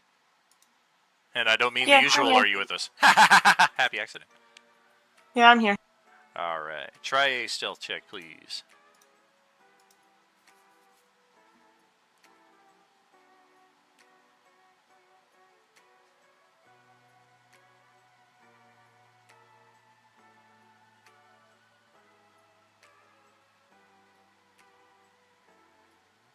Oof. Alright. Damn it. I'm just really bad at this. 2. Well, thankfully, most of the PCs have done well. Now let's check the NPCs. Looks like they did Oh, better they did than real all well. of us, yeah. Yeah, I'm. Yeah, they I'm did real definitely, well. Yeah, I'm holding up my end of the bargain here. Actually, I've got 5 NPCs though. Just keeps getting better. So yes, we have successfully gotten the jump on these oranges. Their passive perception is not good enough to spot us.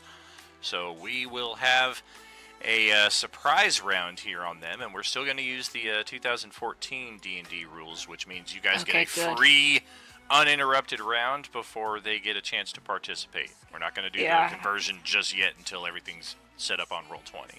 Yeah, okay, yeah, I'm sorry. I hate the new fucking surprise shit. I don't mind it, but yeah, I'm okay with that. It's straight up just advantage and disadvantage now. I think it's good if the it depends on the GM. If the GM's like gracious, they'd be like, look, you get the surprise round from 2014, they get the surprise round from 2024, so that you don't feel like garbage. Sure. Yeah. Layla wants to start off with a firebolt. Are we rolling initiative first? Yeah, that's what I was No, ask. sorry. I'm just reading the descriptions right now. Gotcha. You can click on the item itself. If you click without, on the if you click doing on the little eye. Oh, yes, I see that now. I thought it was a message, but I get the eye now. Okay, cool. Yeah, the message shows everyone what the spell is. Like, if we're like, oh, what does that spell do? You'll click that so everyone can see it. That makes so much sense. Yeah, if you just click the eye, we'll open it up in your character sheet, so it doesn't post it. And on the core of your character sheet, if you go back to that, most of these attack spells should have attack blocks built for them, like right on the front center. So when you're trying to attack with them, you can click that instead, and it'll roll all of the pertinent damage and what have you. But yeah, let's go ahead and roll initiative, at least amongst our own group here, to start this off and see who's going to go in what order. Click your token, and then click the initiative button on your character sheet. If you don't, no worries, I can just input your characters after the fact, but if you click your token before clicking the initiative button, it will Nat automatically 20. populate you there. Why is it blue? As it rolls with advantage. Oh, he rolled a nat 1 and a nat 20. Okay, I'm like, That's why is it? I'm like, why is it It's blue? rare. Yeah, it's rare that you see that. Why did you get advantage? It's a subclass feature. Oh, Twilight Cleric? Yep. Oh. Yeah. 1, 2, 3, 4, 5, 6, 7. Do There's you a couple guys of them see that like get it the at low green level. health bar for me? 'Cause I don't see my green health bar, but if you guys see it, then it doesn't matter. We do, so. yeah. Yeah, we Okay. can see it. All right. Cool. Great. If you do want to fix it, it should fix it if you just reload. But Right. if not, then yeah. That's been happening a lot with everybody. Like, you can see other people's health, but not your own. And then for me as the GM, like, half of my monsters and half of the PCs will disappear over the course of the Yeah, session. and then sometimes it would do it with the NPCs for us as well. And it's not even that you haven't said it; it's just that it doing that thing. Yeah. It's less important for me because, like, I got my character sheet. I know what my health is at, but I was like, that might be helpful for them. Can it's I all roll good. with use an inspiration to reroll? Not for initiative. Okay. That's one of the 2 that we do not allow. So you got a 7, and then I need to bring in the NPCs. Do you have diagonal rules? Like, if I'm trying to do a spell and it says like straight line or whatever, what's your ruling for going diagonal across the squares? Diagonal would still count as a straight line, and technically, even if you don't want to like do perfectly right along the grid, as long as it's a straight line, that would be fine. If your ruler says it's within distance, you're good. Yeah. We don't do weird vertical stuff. Thank God. Yeah, we don't do Right. Pythagorean theorem. And Exactly. shit, no. That's one thing I posted as far as like house rules. Like if your character's flying, we just use whatever is the longer of 2 distances. So like if you're 70 feet high and 30 feet away, you're 70 feet away from them. Likewise, if you're only 20 feet high but 80 feet away, you're 80 feet away from them. Cool. Sounds good. Yeah, I don't like math. I don't like it. The breath drinkers from Endgame really loved that from Quanfet, you know. Oh gosh. All right. Well, let's get all of these guys in, and where I dropped you on the map is not necessarily where you have to start. I just kind of arbitrarily was like, okay, get your tokens on the board so we can get this moving. good.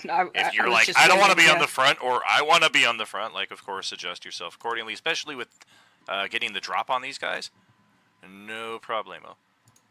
Yeah, no, definitely going in the front, especially if we get the drop. Shit. Oh, I keep losing the info for these NPCs, so I gotta do them manually. I don't know what's going on with their character sheets.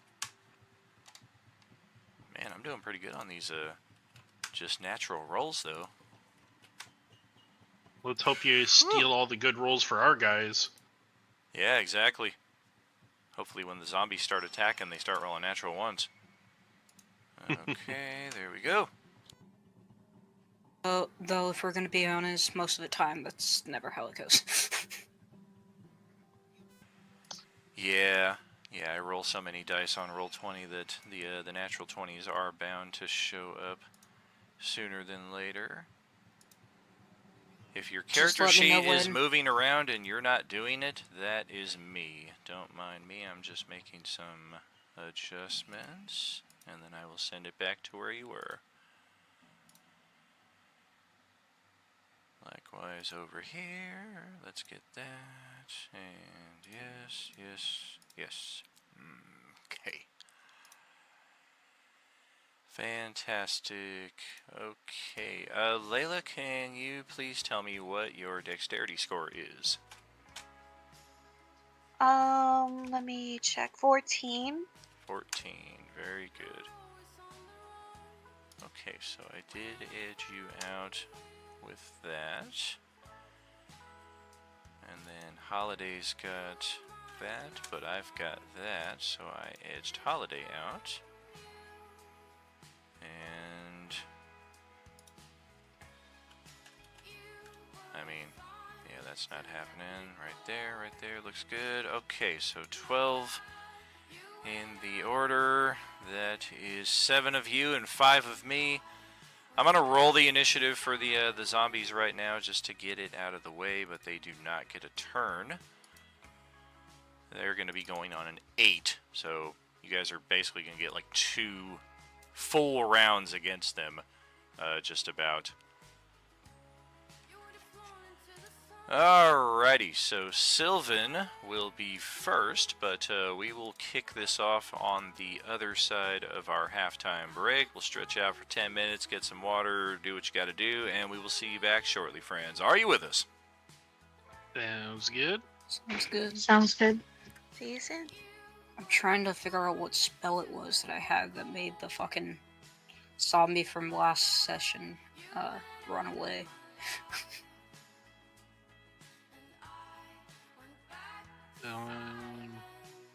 Wasn't it turn undead? It wasn't turn undead because it was just the one guy. I know that. Well, you only had the one guy in range as well when you did whatever Yeah. it was.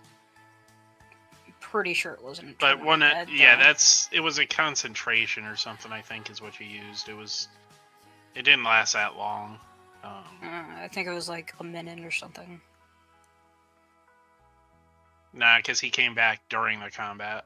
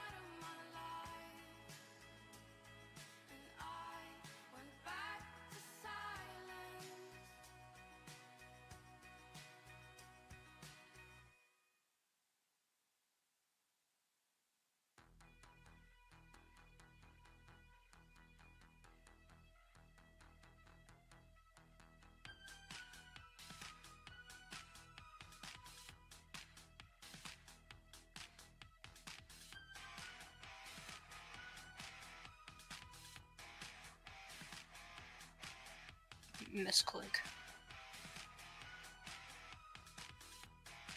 Yeah, I don't know what spell it was. I'm not seeing it.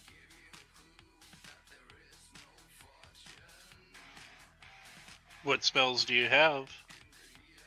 I have Bless, Cure Wounds, Healing Word, Guiding Bolt, Gear Shield, Angelic Guardian, Shield of Faith, Detect Magic, Inflict Wounds, Shadow Hands, Grim Siphon, Infernal Rebound, Life Transference Arrow, Bloody Smite, Prayer of Healing, Lesser Restoration, Blessed Rest, Time Step, Portal Trap, Undead Siphon, and Spiritual Weapon. And then, of course, Guidance, Toll of the Dead, and Ward of Radiance. That seems like more spells than you should have, but okay. I mean, I just fucking did the sheet. It could be, I don't know. It's really weird about how many it lets you I don't know. memorize and stuff like that. It's weird. Hold on, let me look up how much the clerk should have. I don't know. Based off just the list that you sent, it's like, meh. No, I get you. You can always have them in your thing because you're prepared, but it's just they wouldn't be 3 cantrips, so that's correct. But I mean, it just says spell slots at the wiki at least. Hold on, let me go on D&D Beyond and see if it gives me an actual amount of spells I'm supposed to have. You have to look at the class Yeah. itself. What level are you? Level 3. What's your whiz? 20.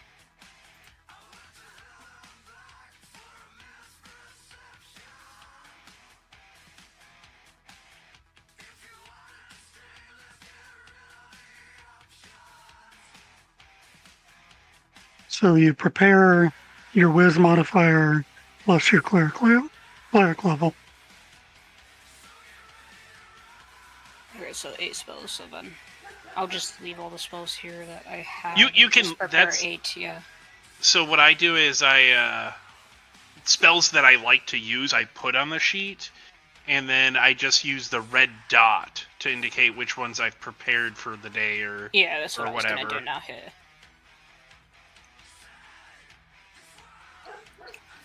Obviously, prepare life transference arrow since I don't need to use a spell slot for it for my epic boon. Everything else will be dependent.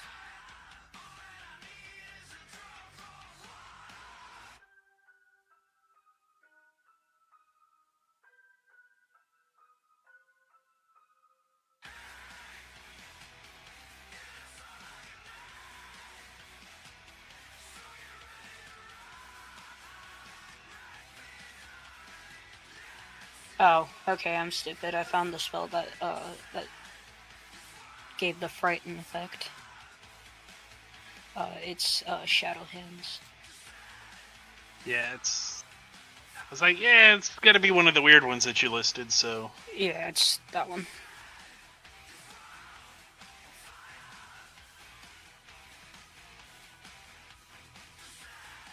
Yep.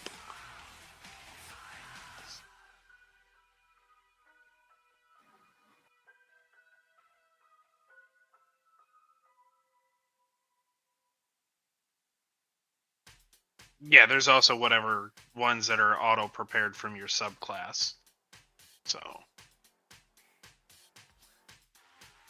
Like, some spells that are prepared from your subclass are always prepared and don't count against your total. I gotta look up what those are again. I don't remember what they are for life domain. You have Bless, Cure Wounds, Lesser Restoration, and Spiritual Weapon.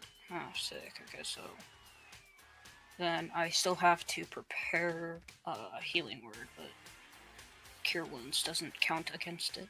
Correct. So then that's... Has it been like 8 hours since our last attack or event? We were able to get a short rest while we were conversing after the battle, but it's probably only been hours since we've probably we're going full adventure day here at the moment. Mm-hmm. Okay, so basically mage armor's probably worn off by now. No, because Mage armor didn't should be cast fine, yeah. that until the fight at the trailer. So we've only we had the couple hours run of running that exhausted everyone, that exhausted a few folks. Then we had until the junkyard. Oh yeah, you did it at the junkyard even. So yeah, you're only looking at we're 3 hours tops at most. Yeah. Yeah. Okay, cool. So my AC's 14.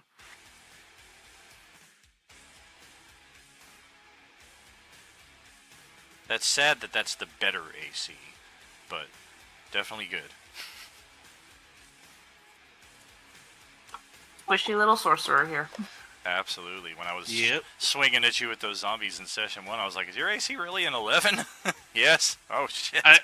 I mean, yeah. No armor. It's just going to be dex modifier. Oh, so man. You better be taking the dodge action every chance you get. Yeah.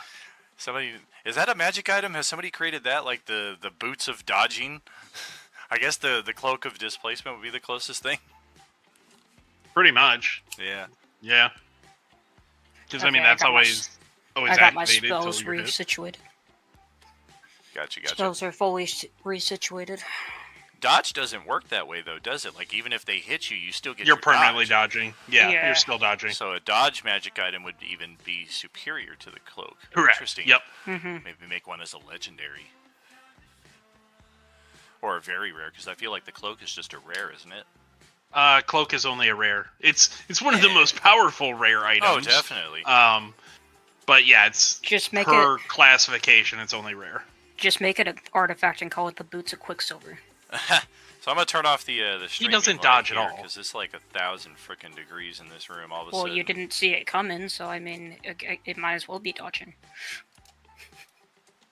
He collects every single bullet that shot at him every single time in any multiverse. He doesn't dodge.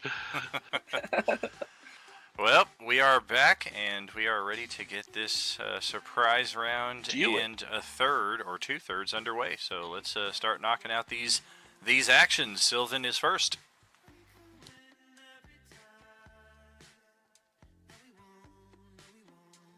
Alright,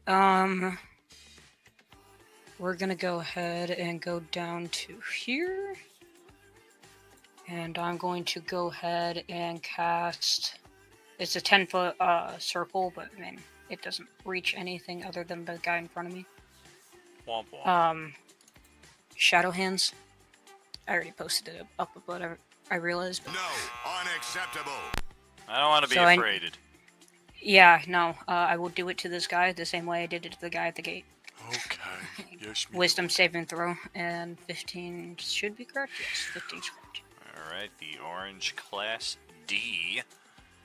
On my wisdom save, I got a mighty 10. If you give me advantage, I got a 15. Hell no. Somebody spend the best scars. Give me advantage, please. All right. So what is the what's my damage? It's 10. No. That's wrong. It's whatever it is. Whenever I can find the fucking spell. Right. Yeah, that's 2 different spells. Undead Siphon. I don't even know what that is. It's 6. All right. Sick. And I don't know if they have resistance at this point, but it is necrotic. Yeah, these class Ds, they just have a mountain of hit points. We have not found any resistances, though. And then I will go ahead and run back my 10 feet that I can. And that's my turn. He calls you a coward, and then passes He can it still over reach to me. Adolf's Don't even. turn. He ain't got 20-foot long arms. What you talking about, Willis? Yeah, he can walk forward. Use my legs for motion? What kind of fucking nonsense are you talking about here, dude? Oh, I'm sorry. He can't move forward because he's frightened now, but you know. See? So let's pop up the Twilight Sanctuary for my action. Ho ho ho. 30-foot radius. I think you can change the color on that if you want, but by default it starts off as a general light. So yeah, everybody within that 30-foot radius gains temporary hit points at the start of its level, or whenever they end their turn in the sphere. I should say. We have to end our turn in the bubble. That's what that was from. I was trying to figure out what my temporary hit points on my sheet were from. Yep. Very valuable. This has kept people alive more than once.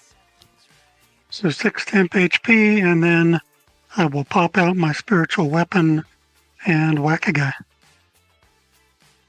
Cool. I think I created a token already for you for the weapon. Nice! Save me from having to do that every time.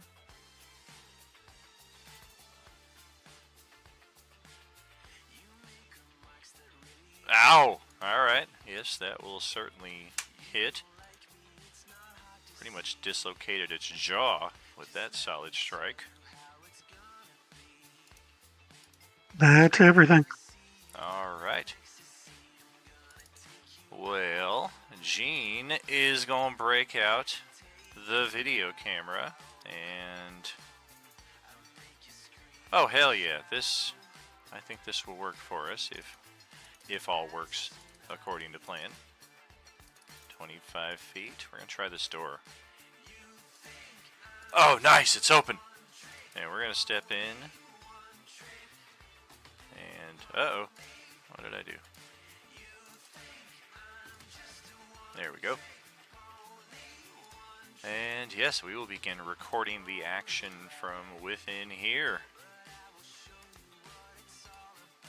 As Captain Thompson steps up.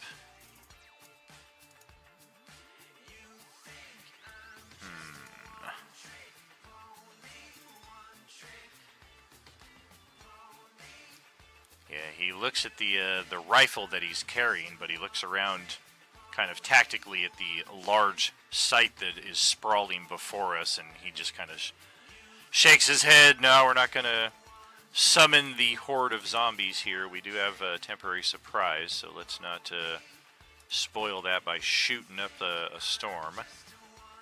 And possibly not even hitting anything. Exactly. So yeah, we're just going to take a throwing knife and try to clip this one right here.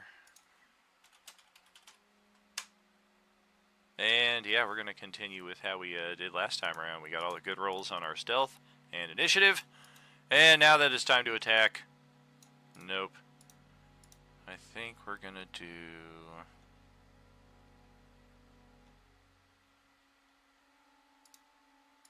Yeah, we'll put the little frowny face right there on his forehead. Alright, so it is Kara's first turn at the Role-Playing Unlimited table. Welcome, and good luck to you.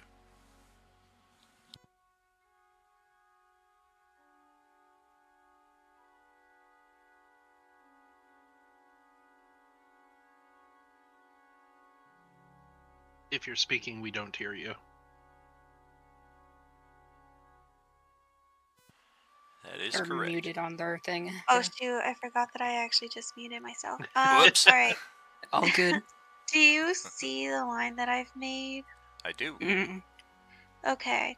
Does this count if it has a 5-foot wide range? Does it hit both of them? It can. Okay. I'm not sure if I'm angling this correct. Is If this you move to good? like over here, it may. If you hold your Alt key while you're measuring that out, you can more precisely measure it without having to like do it right along the grid. But yeah, if you like move that, like right here, it might do it a Okay, little so easier. does that... Oh yeah, if I started from... Oh wait, Alt key. It also depends on what you're trying to cast. So. That too, yeah. How is this? Will this, yeah, like 5 feet on both sides, like 2.5 on each side, hit them then? I would say so. Okay, bet. I'm going to cast Tasha's Caustic Brew then. Oh. It's not letting me click on it. It's saying that there's a syntax error. Do you know? Let me check your character sheets. Okay. It's a 30-foot line from myself, and it's 5 feet wide in a direction that I choose. And then so each creature in the line does a dex saving throw. Gotcha. Okay, so we got that.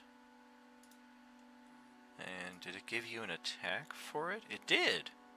Oh, and that's the syntax error that you're talking about. Okay, I see it. Mm-hmm. Huh. I mean, it looks good. Let me just try copying that manually. And it does 2d4 acid. It is a dex save.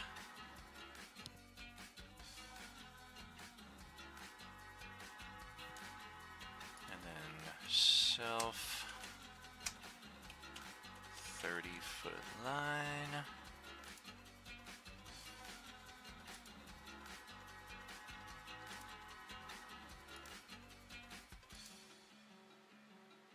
Why is it doing that? There we go. Okay, let's delete this bogus one. Okay, try clicking the new one I just made, see if that works. Hey, fantastic. Okay, so dex save from both of the oranges is... Boom, boom. Oh, jeez. Is the DC correct? Good question. It should be her intelligence. My intelligence is +3. And then I thought it was with my proficiency bonus +8, right? I believe so, Yeah. yeah. So yeah, 13 So then- would be correct. It's just odd that Is it says it like Jack- lower or yeah. higher than you'd expect? It's right on the money with Yeah. a 16 Yeah, no, attribute. yeah. It'll 16, go yeah. up. It'll go up to a 14. True. Because his was 15. Yeah. Correct. I also have the extra shit. That's the Right. reason why here. Yes. Yeah. Okay, so we've got that. I made both saving throws. Okay, in that case, you get you succeeded. Then Oh, damn. you take half damage. Is it? And That's you. all or nothing. Yeah, it's all or none. I Oof. see now. Oh, rip. Womp womp. Do I still get to do a bonus action or no? Definitely. Okay. You got your cantrip. I think this cantrip lets me cast it as a bonus. No, I don't know. Never mind. I'm chill. Oh, you're good. Um, Yeah, full action I for don't that one. remember what I had. Yeah. Let me see. Oh. Okay, I'm fine. Alrighty. Well, let's send it back to Katie, still sitting with that level 1 exhaustion. How's your night going? Go right ahead. Yeah, so what's that? Half movement, level 1? Level 1 is disadvantage on your skill Disadvantage. checks. Damn it. Okay. Well, you know what? That is actually 10 times better for what I want to do, sort of. Yeah. Just don't roll stealth checks and persuasion, what have you. Don't worry, with how we've been doing tonight with the stealth checks, I'm never fucking doing a stealth check by my own volition until change that modifier. Okay, so I'm going to move down to the baddie in the south, and I can only see the one. There's probably more, but it's fine. 2, 3, 4, 5, 6. I'll drop my little fairy ass right there, and I will take a swing at him with my rapier. And I will absolutely whiff it. Alright. Super fun. So then... Okay, I'm going to post something in that chat real quick, and I'm going to tell you what I think I can do with it, and then you can tell me if I can actually do it. So I got this neat thing. So I was thinking of using my bonus action to dash instead of disengage, and then even with my dash, the fancy footwork, you shouldn't be able to do an attack of opportunity. As long as you make an attack on him, yeah. Correct, yeah. Which you did. Well, I tried to make an attack. Yeah. Doesn't say You you just have did. to attempt to, yeah. Yeah. You just have to attempt to, yeah. Yep, you're good. Okay, cool. In that case, I will then use dash to fly higher up in the air than my current 5 feet. 5 feet does not feel safe. It never feels safe.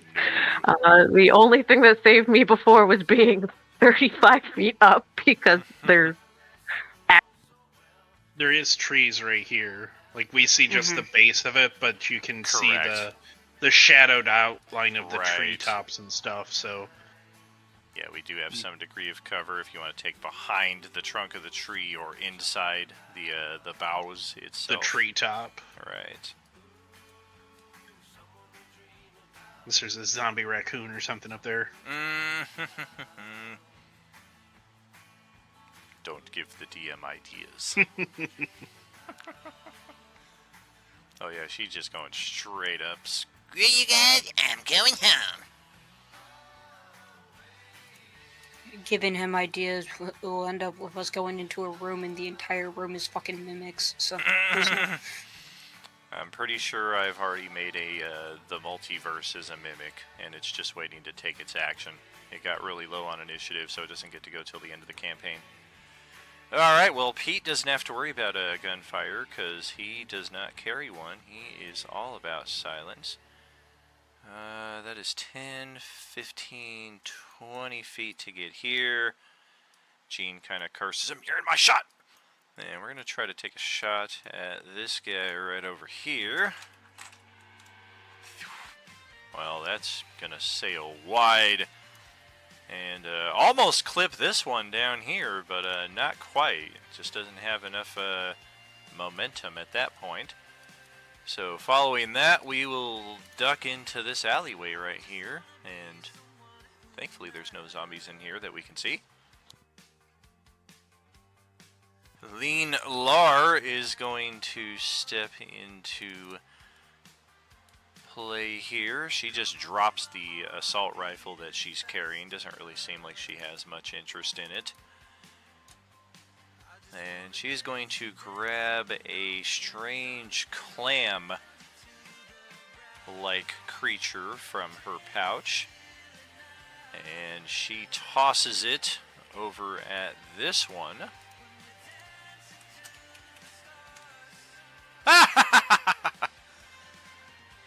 Oh boy.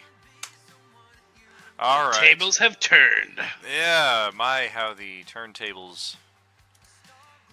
Okay, well, she tosses this strange clam, which seems to come to life in midair, but it just sails like horribly off the mark.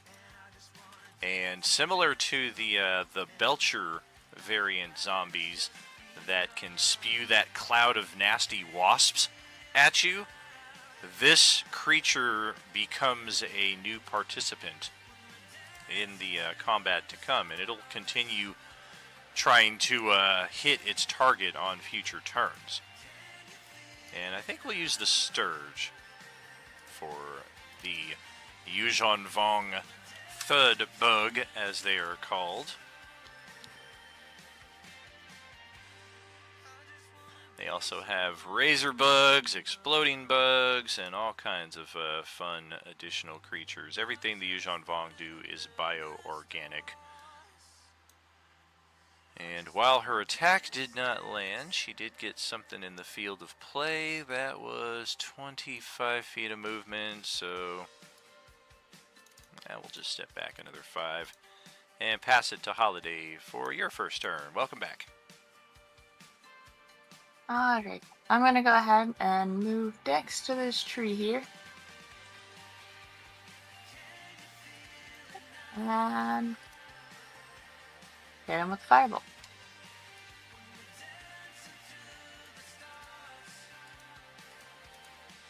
Best surprise round ever. Oh my gosh! Oh, Wow! That's 2 nat ones. Wow, par for the course. I'll give her an inspiration. Alright, let's do a reroll so there. she can reroll. Yeah, let's do a reroll. Yeah, if it doesn't look good on the right side, our inspiration house rule here is we'll take the best of 4, which even then sometimes just doesn't work. Okay, 17. You finally got one that hit. Woohoo! And it's this one you said? Is that Yes. correct? Gotcha. Alright, 10 points of damage. We'll start chipping away at that one. You still have your movement and bonus action. I think I'm just gonna hang out by this tree. Alrighty.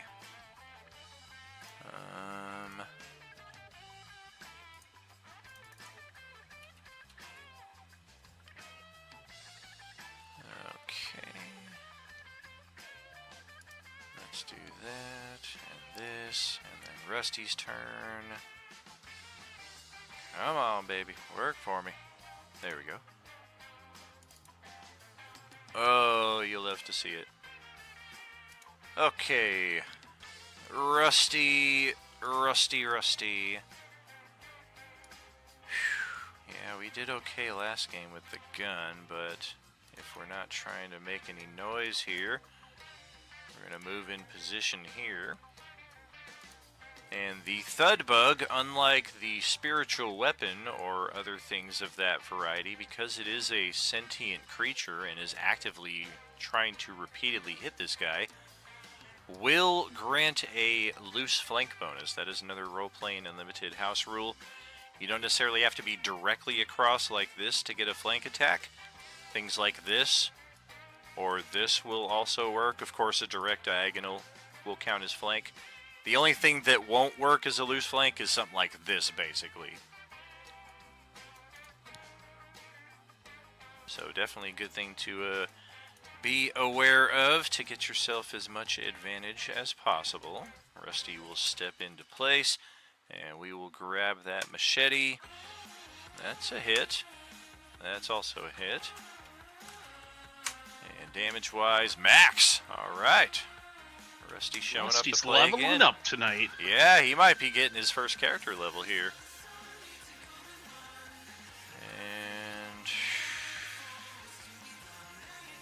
And yeah, we'll call it there. Zombies do not get a turn this round. So we will pass it over to Nyx for your first turn at the Role Playing Unlimited table. Welcome and best of luck to you. Okay. I'm probably going to be moving downwards, right? Sorry about that. No right problem. next to that tree stump. Is that a tree stump? It's a full tree. Okay, that tree. Yeah, I'm gonna move right next to it so I can get the closest enemy. Okay.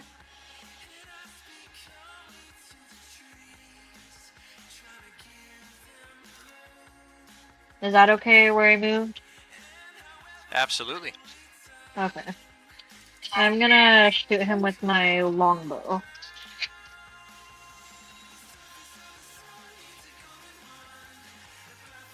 Awesome. Oh, damn. Solid strike. Start chipping away a little more on this one.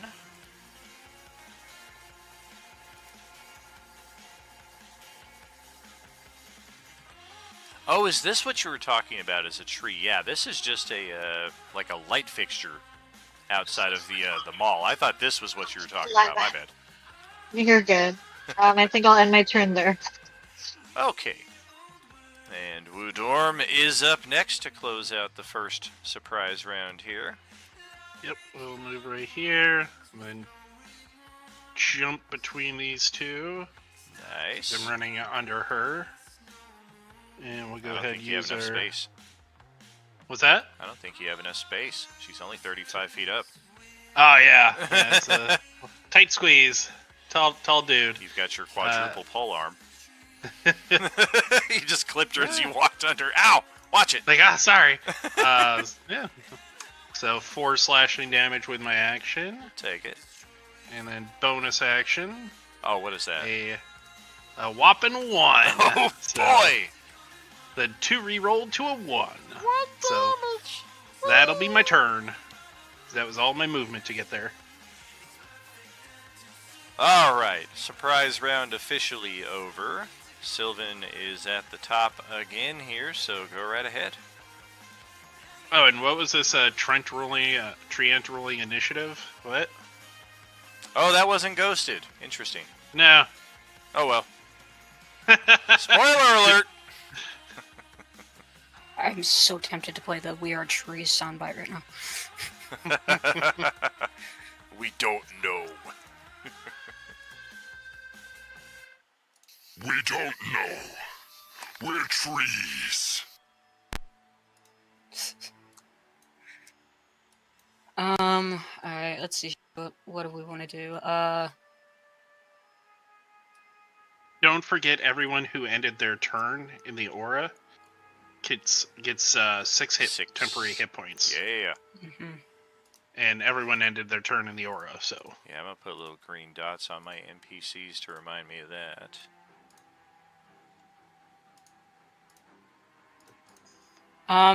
Okay, just a quick question. How long does the fright last? Because it doesn't really specify. That was the thing I hit that one on. I'm not doing it again. I'm just trying to figure out. This is a Cobalt Press spell, 100%, but I'm just trying to figure out. Well, that makes sense. I would assume it's at that level spell, and with that effect, it's more like an instantaneous fright, so they'll be frightened for their next turn. Okay, that's fine with me. I'm just trying to figure out what how long it is and such. All okay. good. Then what we're going to go ahead and do is Can I make it to this idiot? Yes, I can. Okay. I'm going to go ahead and run up to him. And I will be using Bloody Smite on him. Who the fuck are you calling an idiot? I'm calling you an idiot. And that's a bonus action to use. You ain't even gonna hit me. Have to make the attack to hit him. No, you ain't even gonna hit me. What's up? How did you move there?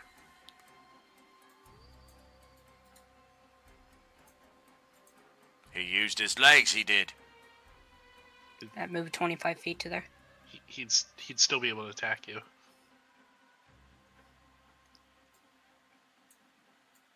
Oh yeah, that's right, the frightened one, isn't it? He ran. You ran between two guys that are two squares apart. Somebody can attack you.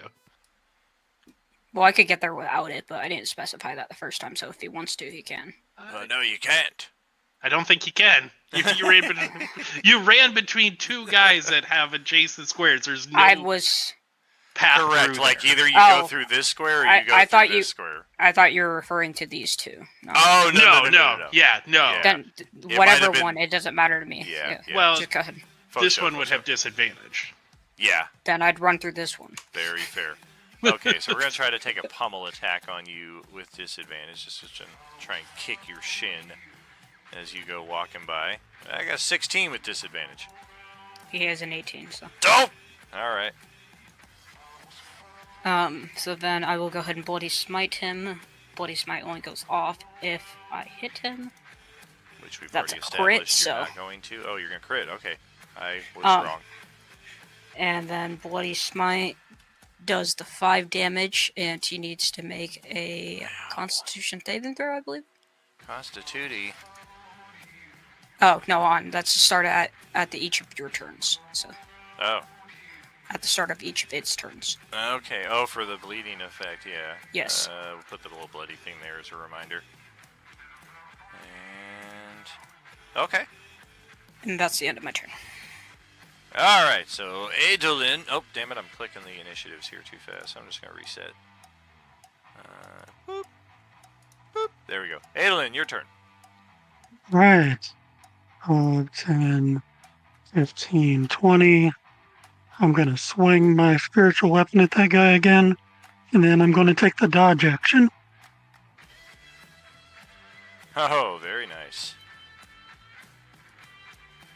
Oh, sweet nectar! Nice.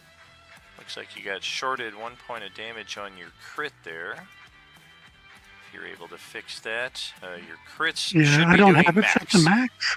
Yeah, All right, should I'll be change set it. to max. And temp HP goes up to 9 this round. Oh, sweet. It's like more hit points than these guys have in total for 2 of them. Yeah, It was Rusty and 6 Gene. for the last one, right? You wouldn't get that though. Oh, I wasn't. Okay. You weren't in his aura to end your turn. Just making sure.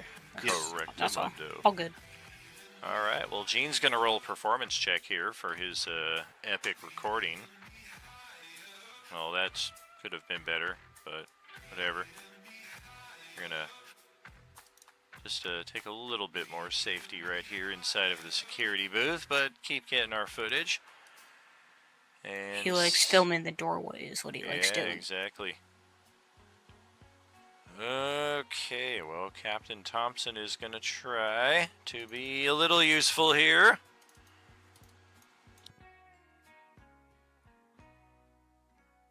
And we will take point alongside Sylvan there. We don't get a flank advantage, sadly, but this thing is looking pretty beat up. Mother, come on! Bro, if you're interested in her, you really have to let her. Man! It was the other guy. I'm gonna take my own advice here. Have you tried rolling better? I'm trying, man. I'm trying. Alright, so Layla is up next. Alright, I'm going to just cast Firebolt on the one furthest from us, like at the very bottom. Oh, okay.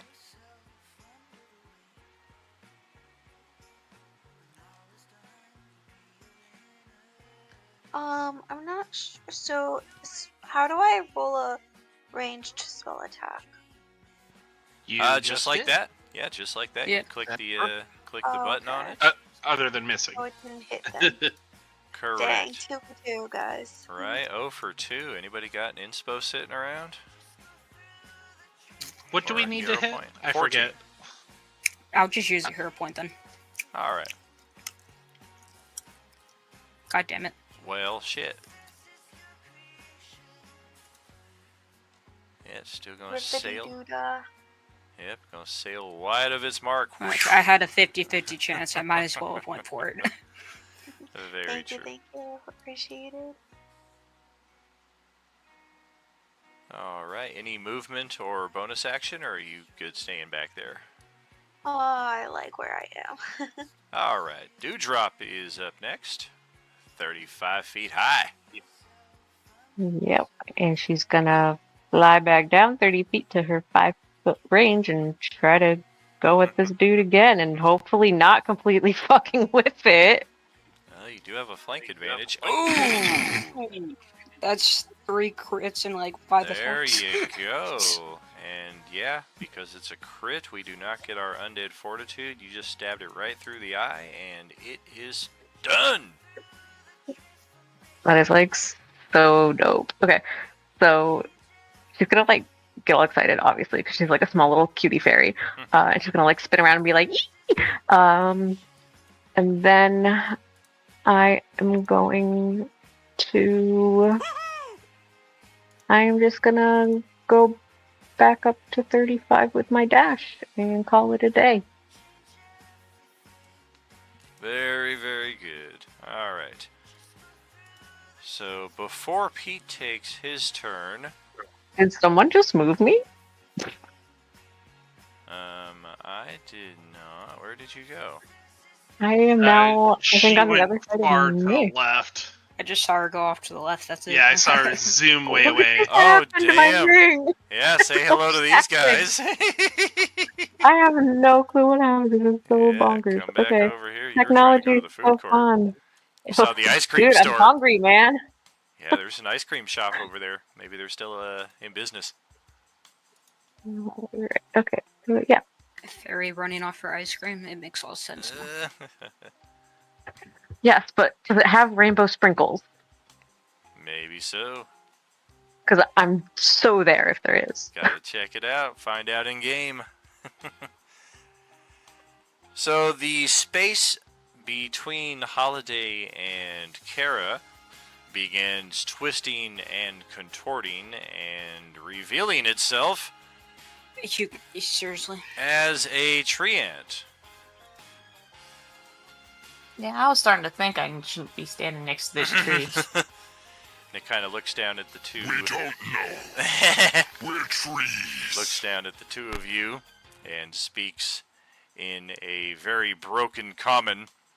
Allies against undead. Join! And if there is no protest, he is going to try to grab both of you and take you with him. I just yell from the other side, just stick to I am Groot.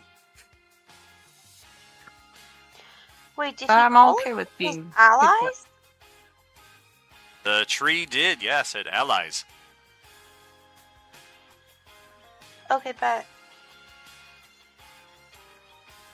And yeah, it is holding out its branches as if to carry you along wherever it is planning on going here. If you do not wish to go along, now would be the time to say. I'm so curious, but I know I'll probably die.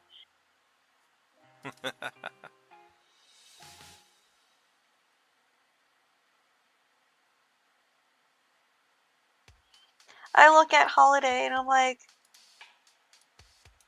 Holiday's already climbing up on the. okay. I just look at him and I go, friend? Friend.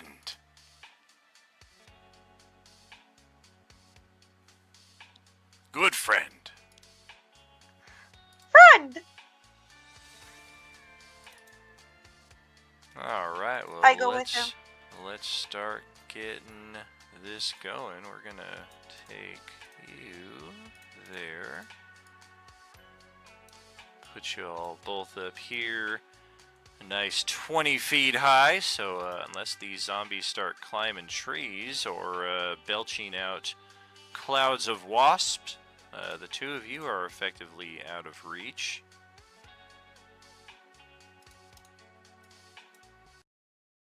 And we are going to step forward 25 feet in this direction. And tell me I got reach. I do, I got reach! And we got 2 slam attacks, so we're going to try and just beat this one to a pulp.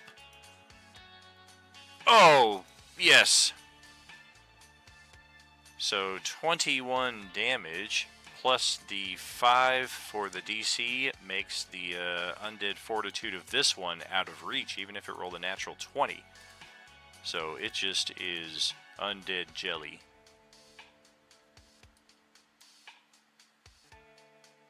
And that would seem to be all we can do right here. As from over in the alleyway, you guys all hear for Pete just exclaim at the sudden tree that is wandering through the battlefield. I presume homeboy up here just yelling at him because he's blocking his shot. Well, yeah, once he crosses back through this way. Bro, I just told you! Make a better door than a window. Alright. Well, I think with the way it's lined up, we got a better shot on this one way down here. So Pete will take the shot. And yeah, our 2 most capable NPCs are anything but, as Lean Lar will... we'll hold on to what we've got. Step over here at the giant gorge in the earth where the tree used to be.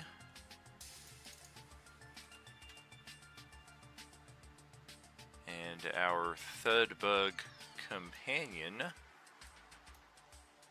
will now chase after the next undead in line. And thanks to Sylvan, we get a flank advantage.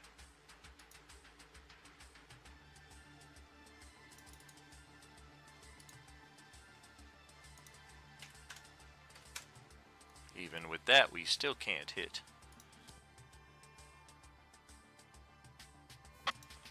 Okay, so that's up to Holiday's turn then. Okay, I'm gonna go after the same one Thugbug just did and shoot with my little crossbow. Awesome. Oh, that was a much better shot. Finally. I thought you were being sarcastic. I was like, what, did you roll a 2?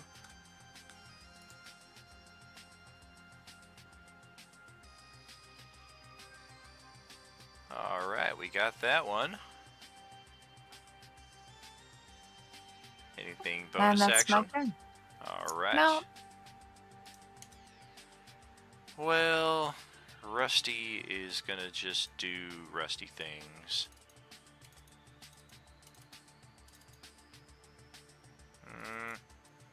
Yeah, no real way to line this up for a flank. We don't need a flank. We're good enough as we are. See, guys? This is what we're talking about. Rusty being a badass. Right? You Rusty, guys you're with our your favorite NPC. you guys with your character levels, you're so freaking overrated.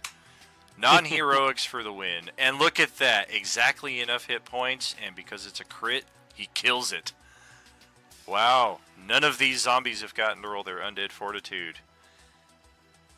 And this one right here just stares at the rest of you like, I might get to. And the zombie is up. There's only one.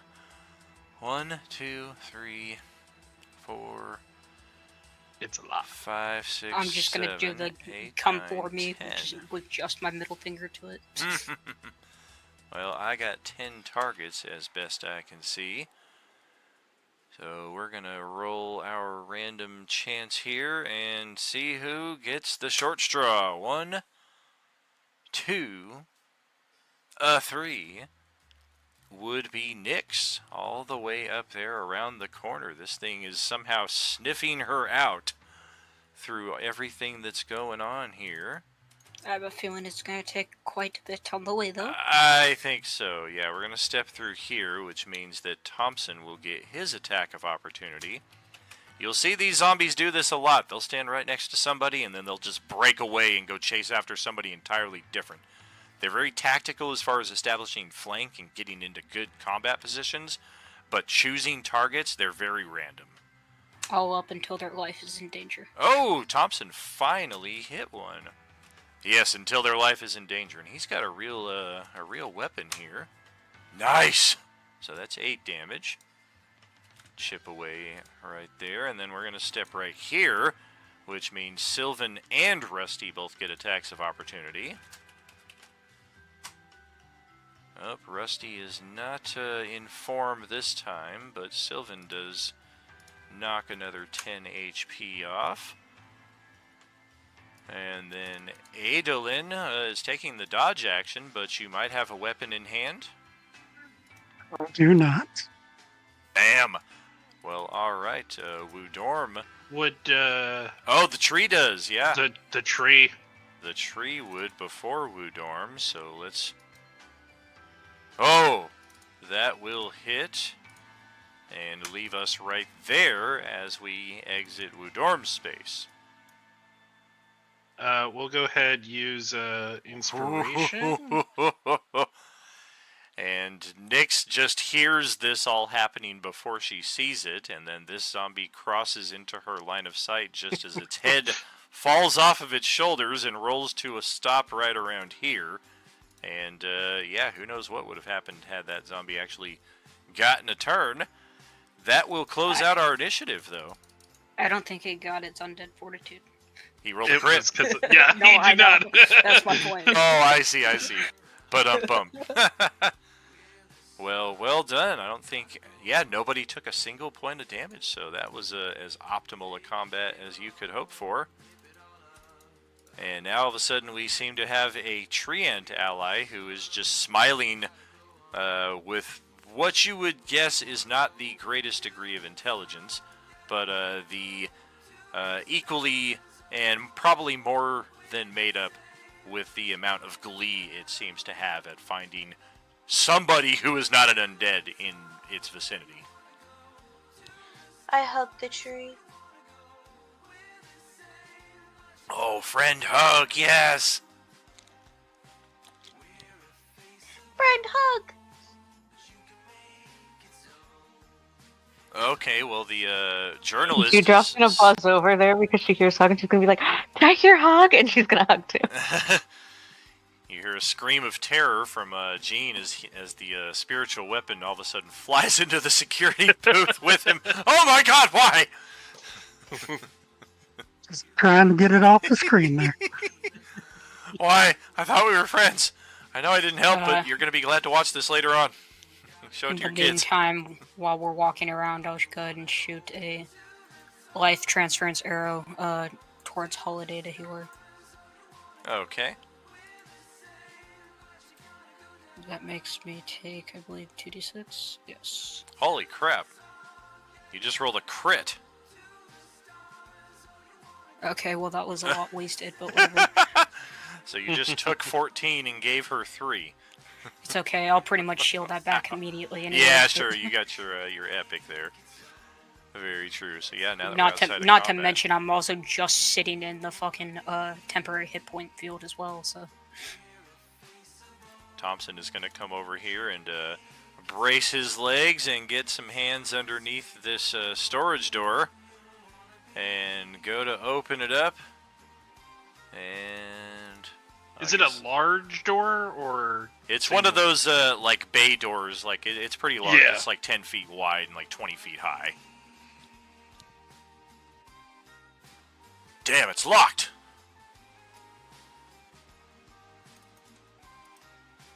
Should I cast Firebolt? I could just break it. I think he's indicating it's locked. Can somebody open it? I can't like Somebody good with I lock could try my picking? thieves' tools. Yeah. Will my thieves' tools help? Yeah, she does Yes. respond, or she does do the usual translation, does lean lure.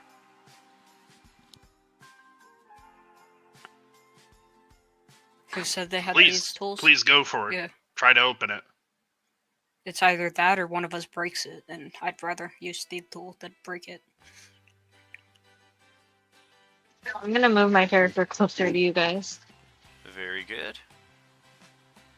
Yeah, once I'll we're give you a outside of hero. initiative, the map is yours to navigate as you will. But if you do go venturing off on your own, please let me know, because sometimes I lose track with this many characters. This Yeah, is I it's a solid door, but it's not the greatest lock. And it does respond to your thieves' tools and unlocks, and you should be able to click it open now to reveal 30 zombies! Oh wait, it's a warehouse full of crates and boxes. And they appear to be untouched.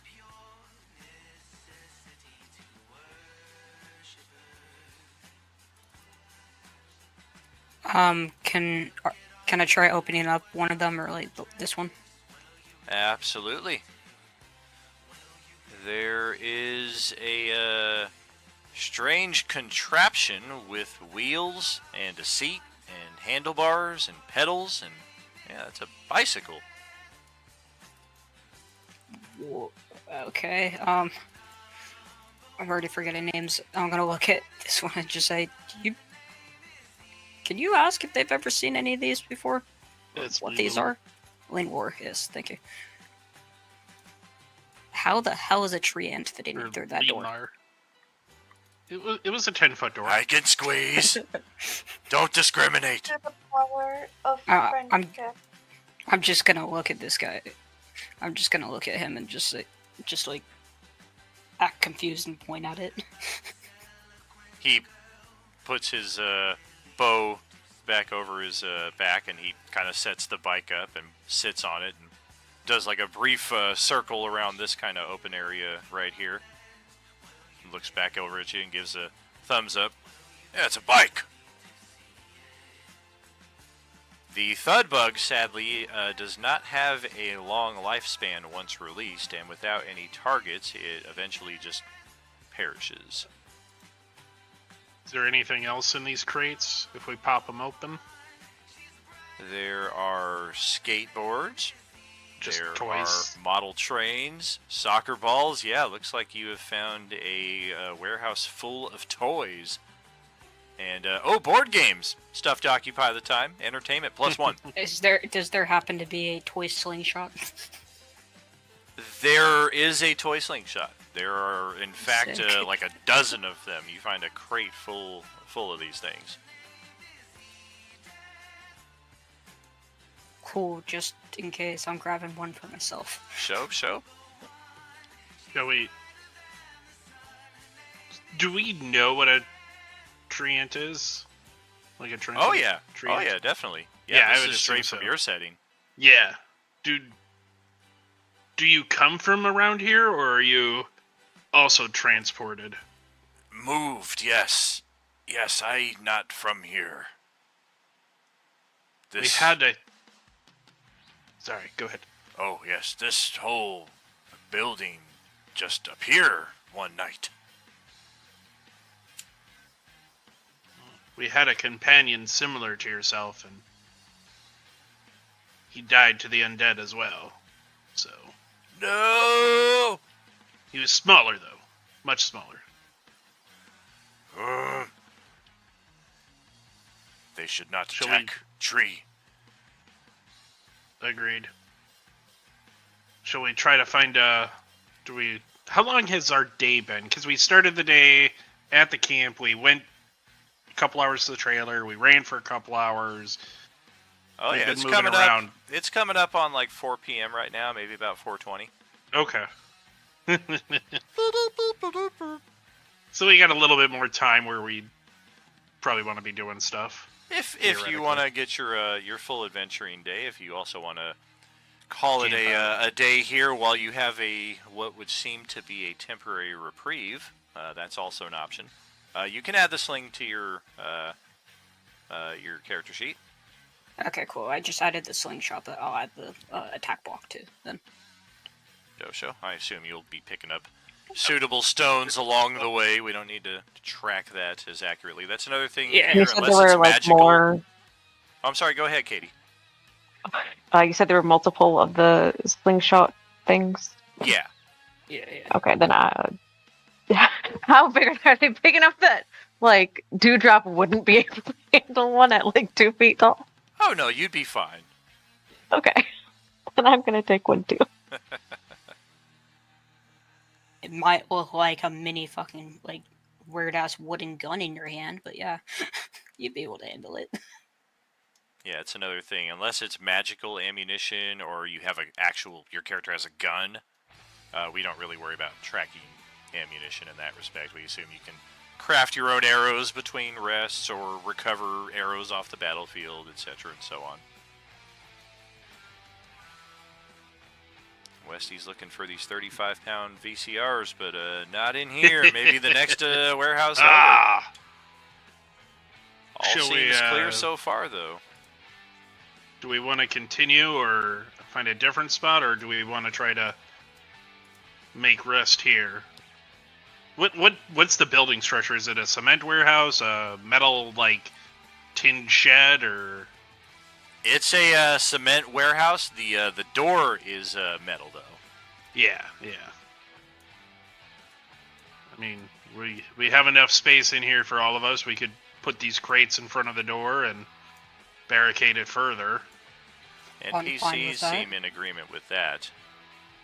Yeah, we should get some rest while we have the opportunity. It's been a long day for us, yeah. Hey, even if we're not incredibly needing it, we probably should, just because we probably won't get another one for a while.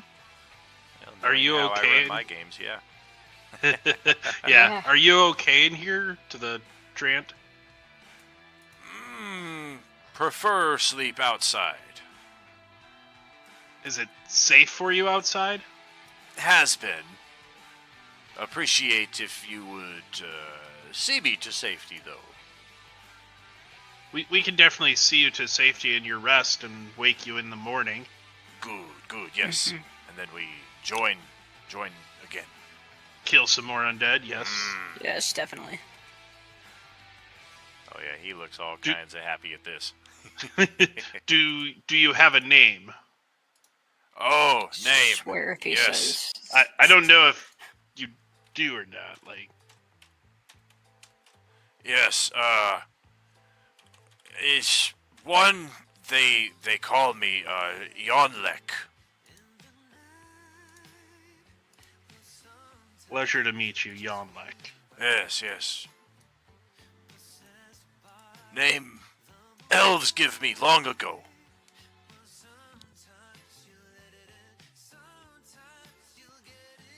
Okay, well, let's get him outside where he can rest. I mean, I'll go behind just in case, but we'll see. Yeah. Oh yeah, he'll go just back guard. to his... I'll just guard in front of the hallway just in case. Yeah, I'm glad you guys chose this approach, because I was like, it would suck if they started on the west side at the front entrance and then they just made their way east and didn't discover the ally until they went through the most very of end. the mall. Yeah. Well, it's like, which way? Let's start on the far end, because it's over there. All 20 feet. That was the exciting, but also the pain in the ass thing about designing this map, because initially I was like, I'll just design the western front first and I'll build it as we go. I was like, no, I really should give them the full option to like explore it from whichever angle, but it just, no joke, like this map for both layers, I was telling the wife between, during the break, like this probably took like 8 hours plus to build. Yeah. It's a good map so far. Oh yeah, I love this thing. We'll spend many a session here, and if all goes well, this will be home base camp for Monday, Tuesday, and Sunday G2. Starting the clearing. Oh yeah, get our merchant set up here, start getting access to our supply lockers, our healing potions between sessions for our subscribers. Heck yeah. God knows my fucking Sunday character needs a fucking merchant.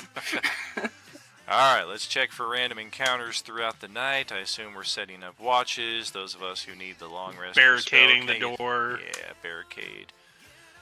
All right, definite sounds of further conflict out in the neighborhoods around you, but you would guess at least half a mile plus away. The occasional sound of maybe one or maybe a group of 2 or 3 at most undead kind of scramble past your doorway, but they don't really seem to pay you any mind. Perhaps this room is sealed well enough that they don't smell you in here, which is an additional benefit, because usually these things can smell you out very, very well.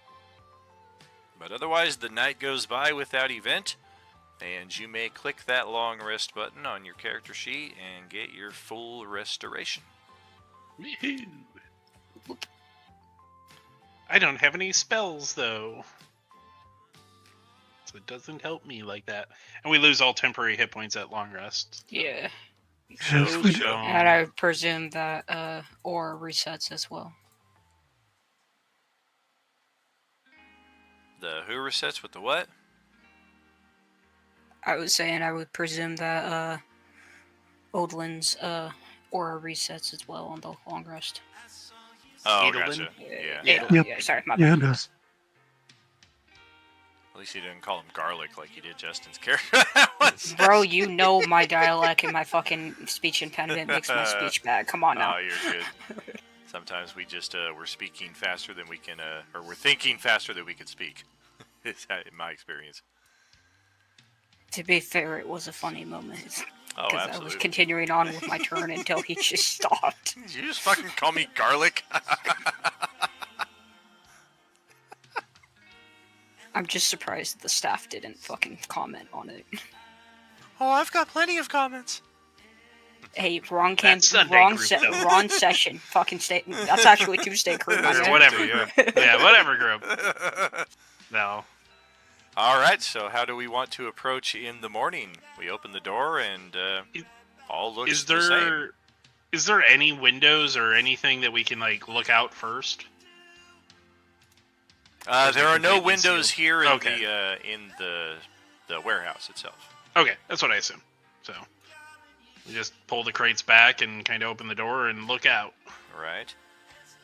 Yeah, and there are no apparent windows on this side of the mall either, but there are some walls that are made of glass, and you'll see the dynamic lighting reflect Okay. that accordingly when you get to those areas. Do we Does wanna anyone do we have wanna try anything the to do door? to prepare before we leave here? Does anyone want to stay here, I guess, as well? Not all of us appear to be combatants. Looking at the camera guy. He, after getting the translation, he shakes his head. I'm all about the action. Okay. I appreciate the concern. I will switch out one of my spells, but that's about it. Well, I suppose on we the should long go wake rest, our but yeah. friend then. And proceed into... There was some other warehouses we could look in, see if there's anything useful in those before going to the main structure. Yeah, I guess there's It's a some solid down plan. this way. Yeah. Let's do it. Yeah, let's move it out. Move it out. Don't see anyone. Group Go up my NPCs here and just move them move all. them as a chunk. Yep. Go wake up our tree friend here. Oh. You call that a long rest?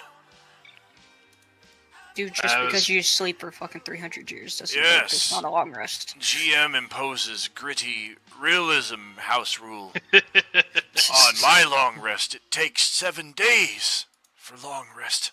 I only get short rest with 8 hours. I'm just gonna shoot him with a life transference arrow. Why would you Just shoot shut me, the you fuck up. asshole? It heals him, not fucking hurts him. Still painful. Was there anything in that security officer while you were in there? Did you look? It looked to be pretty ransacked. Everything was also broken, too. Oh. Let's continue to the warehouses, I guess. All right.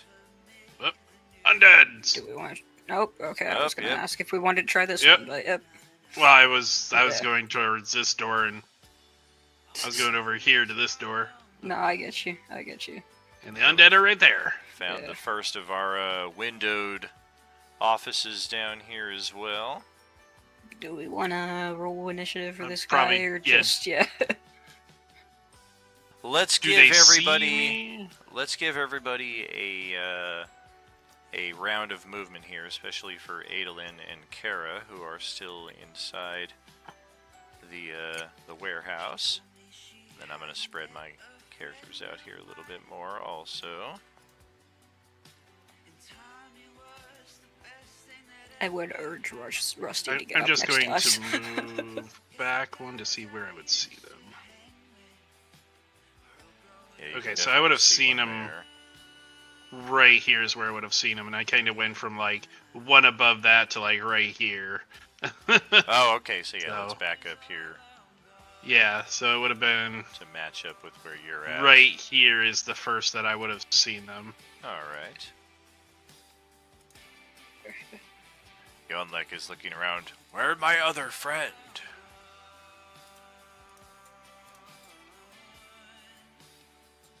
Did Kara go AFK?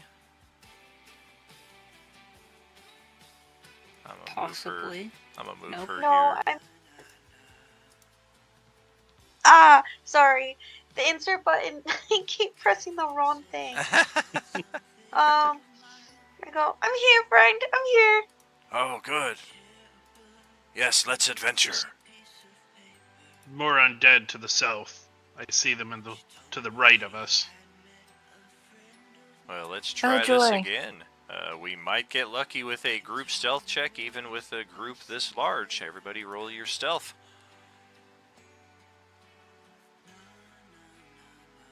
Oh boy.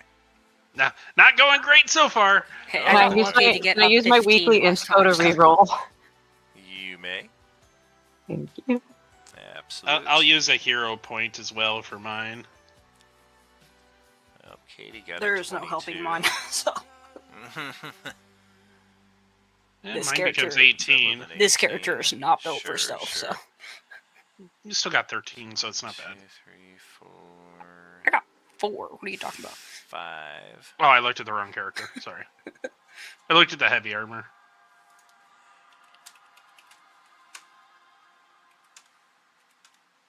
Okay. Nope, didn't happen this time. Didn't happen this time. Yeah. Yep, I already see the average not working in our favor, and I haven't even rolled for the loudest of us yet. The tree. Yeah. So, yes, Thud. let's get our initiative, as apparently our movement prompts the attention of this one from around the corner. Hey! No trespassing! Oh, shitty initiative. Ugh. I rolled so much worse than last time. Can we use hero points for initiative? That's a negative. What if I use like 5 hero points for like 1 roll? You can use all your inspirations and all your hero points for the month to get a +1 on your initiative. Bet.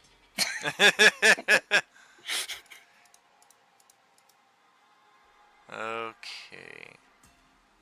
So I've got 7 in here. And there are 7 of you. I like it. Now Did I he will take a roll. move around as well, the zombie? Or He came around the corner because he heard us, essentially. Correct, yeah, Kinda- that's like Oh, kinda that's what a Kind of sets it kicks up. us off. okay, Right. that's a different one. Okay, gotcha. Oh yeah. Yeah. Okay, tree. I saw this one, which was kind of where it's Yeah. like, oh, No, shit, that was they're the up same. there. That was the same one I saw. I just didn't see the Yeah. other one. Yeah, that guy Yeah, was nor like did I. fully around the corner back here before he stepped out. You guys wouldn't have seen him until you stepped around.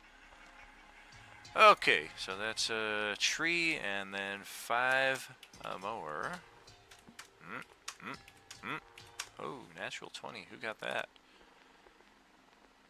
You got... Oh, come on.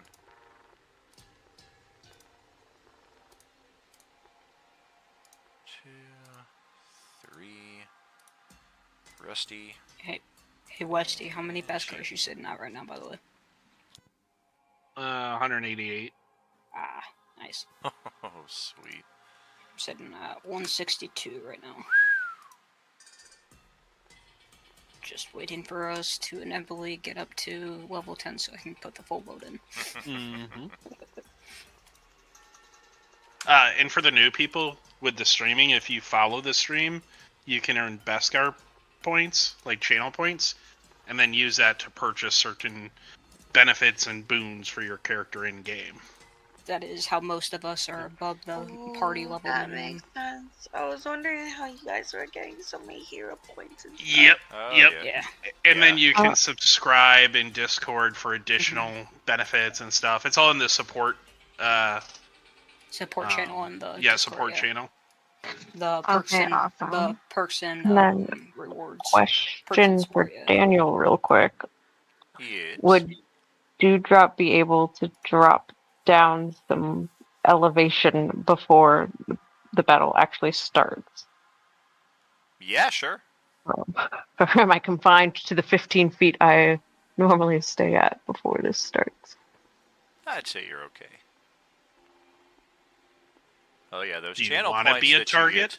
you get, those channel points you get on Twitch are free for everybody. So even if you don't want to subscribe, as long as you're just watching along, you get the base multiplier, and you can use those for everything from advantage rerolls to stabilizing your dying character or somebody else's dying character. You can get magic items, you can get level ups, all kinds of cool little additions that we've put there for our streaming community. But it looks like Pete. Oh, go ahead. Sorry. What if your significant other is watching for you in support? Does that count? It definitely does. I mean, because all if of they the want to use their points. yeah, all of the options are either get or gift. So other people, when they're generating points, they can gift them to existing characters at the table. Well, my husband's currently watching, so that's what I was fantastic. wondering. Appreciate the support. Thank you so much. All right, well, looks like good old Pete here got the opening initiative. Nice. So we're going to take a shot ski at this guy who revealed his positioning around the corner. Bam! 17. There we go. Now we're back in business. Start getting this one rolling. And then Dewdrop is up next, while Pete is going to just step back into the warehouse, since we're right here anyway. Okay, well, Dewdrop is just gonna make the piss poor decision, probably. I'm just running head on to this. She's just so excited. She's like, wee! And she will go up to the only one that I can see right now, which is this one right here. 1, 2, 3, 4, 5, 6. And then take a shot with my rapier and maybe not whiff it. Yeah, I don't think that's possible, man. That's a whiff. Yeah, it's a whiff. That's a bit of a whiff. I do have my hero point. Which is that You a would need D8? to roll a 5 or higher to hit it, though. Yeah, it's a D6 for D6. the supporter level, but yeah, you need a 5 or better. Thank you for that follow there, Estrella. Are you with us? Hey. Hey, you got it. 11 damage. Yeah, that's not something you want to leave on the field. We'll take it. I believe Estrella is my husband's account. Oh, very cool. Much appreciated. And then Thank you so much. I don't 100% understand what I'm going to put something in the chat. I don't 100% understand what it means in regards to the sneak attack thing. Oh, I know. So Oh, the sweet. advantage on sneak attack if no creatures are within. So basically, if you get sneak attack, no matter what. Okay, word. Well, that's solid. Cool. The only time you don't is if there's 2 creatures within your vicinity and there's no friendly creatures. Or if you have disadvantage. Yeah, Word. sure. Okay. Sure. And then I will use my bonus action to fly back up to 35. So that way, if these motherfuckers have that stupid acid shit, I am out of range, baby. Oh. That is my turn. Swashbucklers are the king of 1v1s. So. Yes, I used to play Swashbuckler in college, and it made me never want to not play Rogue because of how fun it always was. It's always fun until you face a fucking enchantment fucking sorcerer. Or an enchantment fucking wizard, and then you get shut down by one spell every fucking turn. No. Yeah, I mean, like, my Friday Rogue is having the time of her life. Rogue and Bard, so if you can't stab them, you seduce them. I mean, that's one way of doing it, I guess. Rusty is going to... Shh, damn it. Alright, well, I had an idea and I implemented it before I should have. We do have enough movement left, though, so we will scoot on over this way and try to get some action. Just enough. +3 to hit. Nice. We'll take that. And then Holiday is up next. Of course, if you want to hold off on your movement and let the tree do the moving for you, you gotta wait till an 11, but it is your turn right now.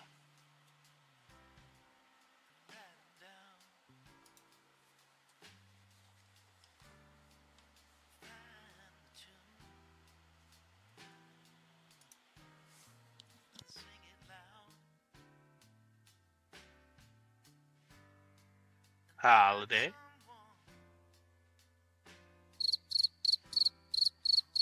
I was holding off on it, but I'm doing it now.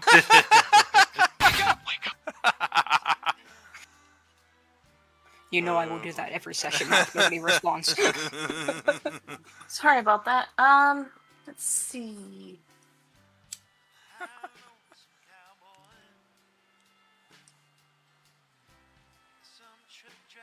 Guess I'll shoot at this guy. Alright. Fireball. Mother. Come on. I'll give her inspiration. Sam's one of our subscribers. She's got her weekly Oh, if she has inspiration one. if she Hero wants. points. Yeah, she could do hero point or inspiration. Either or, yeah. Yeah. Alright. As long as you get a 3 or more on the hero point. Yeah, inspo will make it definite, and we're in the final. Yeah, minute of the use your session hero anyway. point. That's probably a better call. Fuck. Of course. Both hero points used tonight are both 2s. Oh I'll use my inspiration. So Alright. Alright. We'll take it. I already tracked the damage there on this guy down here.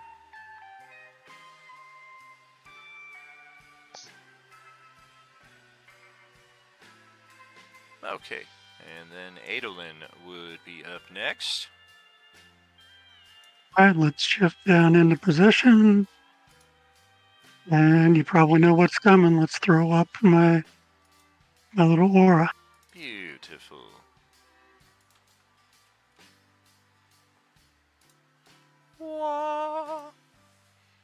Blinded by the light. Just out of curiosity, is that a spell or a class ability? That is a class ability. Okay, cool. I'm just curious. And then I'll put my spiritual weapon up against the one I can see there and take a swing. Okay. Oh! I'm gonna hero point that, because that, or not hero point, inspo that, because that's worth it. There we go. I haven't gotten a single undead fortitude roll all night. Gosh, that's unheard of. Of course, I have only had 5 zombies. Yeah, also not the unheard fucking of. 50 that fucking Bauer Oh, hit me with. well, yeah, you should Sunday morning crew was like, what the hell, 91% saturation? This map is stupid with zombies. Half the NPC family killed. That's my turn. Hey man, all I know is me and Shags would have been dead if I didn't have that card. Oh, definitely, definitely. Well, Gene is gonna try some action right here. Try a performance check as we kind of strafe along the battlefield. Hey, yeah, not too bad. Still camera. Nice zoom. And then we will back up right here and just kind of film over Sylvan's shoulder as Yonlik the Treant gets its turn. As he does that, I'm just gonna look back at him and I'm like, you know I'm not gonna stay here, right? What makes you think I am? No, stay, Sean. 25 and 30. And yeah, we're not squeezing through anybody's space. We've got very long stilt-like legs and we can just easily navigate all of this.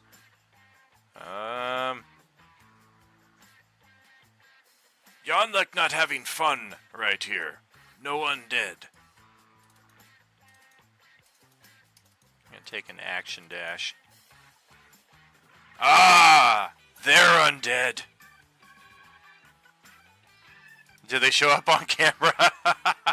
Nice. Alright, Lean Lar is up. And she is pretty out of position here. We'll do a base 30. Still nothing happening. And our ammunition is even more limited than anybody else's because we can't really find these things or reliably grow them. So I think we're just going to action dash and try to take position over here and hope nothing comes out of these doors to assault us. And we will send it to Nyx's turn up next.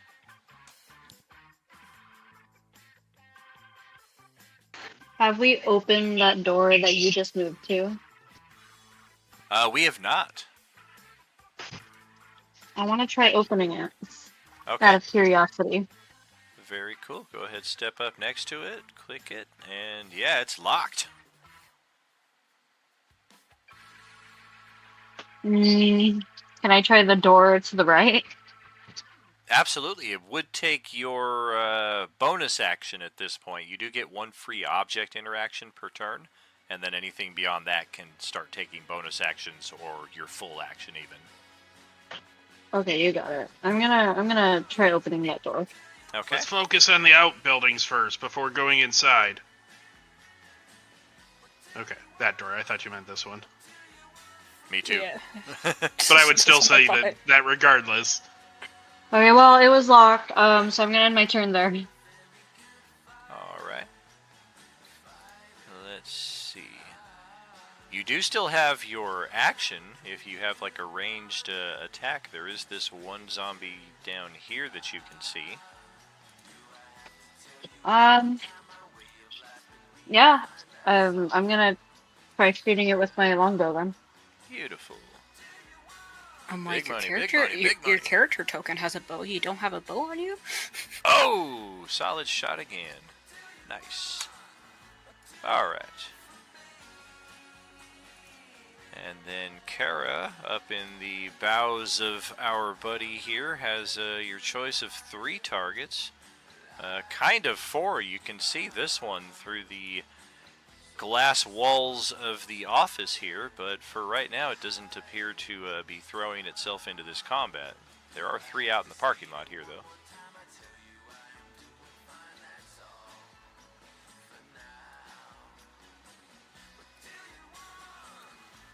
Okay, I'm going to cast Firebolt because I don't want to waste a spell slot until I start rolling high again. Nice. I'm going to go for the furthest one, bottom right corner.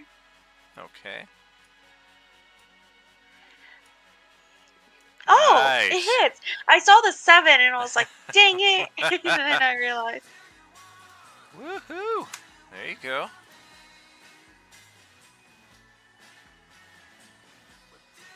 And that's going to be it for me, I think. Alright. And Sylvan is up next. I have a quick question. If I hide behind Yonlik, can I get cover? He does provide a measure of cover. Would I still be able to like shoot normally? They wouldn't get cover from me hiding behind there or something? Correct. Okay, cool. Sick. Yeah, it is then, kind of best of both worlds. He's tall and lanky, and you can shoot around him, but then when yeah. defensively, he can kind of body block for you. The only reason why I ask is because you said that he was tall enough to, like, maneuver through people. Right. Yeah. Yeah, likewise, that works for you. If you guys need to go through his space, he can kind of contort himself so that you guys don't suffer the difficult terrain. It doesn't cost you all your movement to move from one side of him to the other. Yeah, that would be a nightmare, yes. Yeah, because he's 30 feet otherwise. He's a mini fucking spike field. Oh. My bad. I was trying to edit it and clicked the... Yeah. Okay, we will go ahead and shoot a life transference arrow at him, obviously doing damage this time. Okay. And it would heal me for 9, but I have no hit points to heal right now. Sure. Well, that'll hit, and that we'll will take end some my damage. Okay. And we are inching up on the close of the session here. Woodorm, once again, with a bad initiative. Go ahead. Yep. I will move down here 30 feet, straight down. We'll see the 3 targets plus the one in there. Go ahead, action dash to over here. And that'll be, actually, yeah, we won't. We'll stay here and hold my attack in case they come close. Gotcha. Ready action. Yeah. Oh! No, I just realized I didn't roll initiative for the zombies. Oh! I was like, Shush, when no are one they knows going to that. move up on you? I mean, I guess by default they're either going to go on a 6, 5, 4, 3, 2, or 1. So, we're at 23. Yeah, I guess they could technically have been holding their Like, actions. oh, we were surprised. Oh, God. Yeah, even though you guys rolled so horribly on those stealth checks. Okay, I ended up with a 15. We rolled so horribly, but made the GM forget so bad that, that Yeah. it became a truth. Marijuana affects the memory. I'm gonna give them a 6 on their initiative, so they'll edge out Thompson, but still be in place as we have played it. Okay, so now the zombies are up, and boy, oh boy. Katie making herself a non-target. So I think that means there are... No, there's more of you. 1, 2, 3, 4, 5, 6, 7, 8, 9... 10, that's right. Nope, 12. Okay. Oh, damn! Alright, well, this one apparently wants to get a piece of Kara. And to do so, we're going to have to start climbing up the tree. And this is where mechanics get a little weird, but I'm going to rule that Yonlik gets an attack of opportunity on someone trying to do that. Just give him the pole arm beat.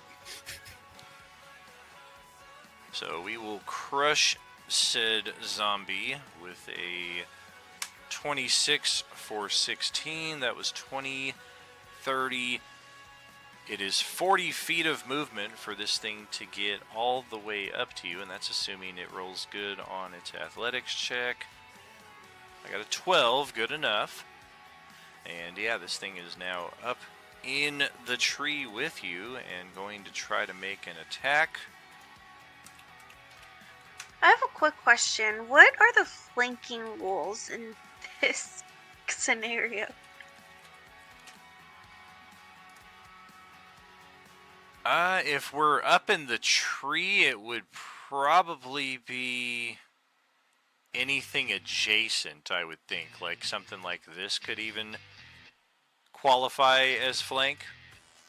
If, So I can't flank with the tree.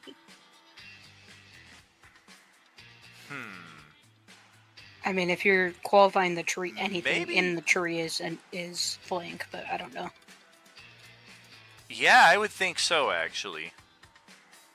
Because, yeah, the tree is, he's pretty adept at moving and contorting himself in those respects as well. So I would say so, yeah, when it comes to any attacks that you're trying to make within the tree, he could also qualify as a target in that respect.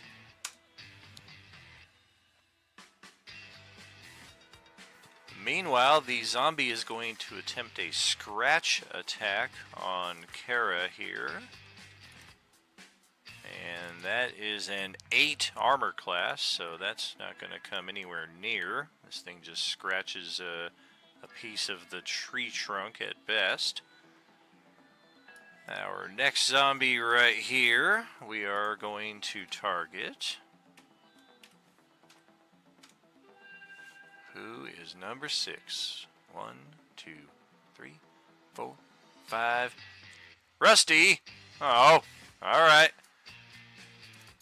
That was what his insight check earlier was going to be for. He was going to ready in action for if one of them came at him instead of actively engage in combat, but he did not roll well enough on that.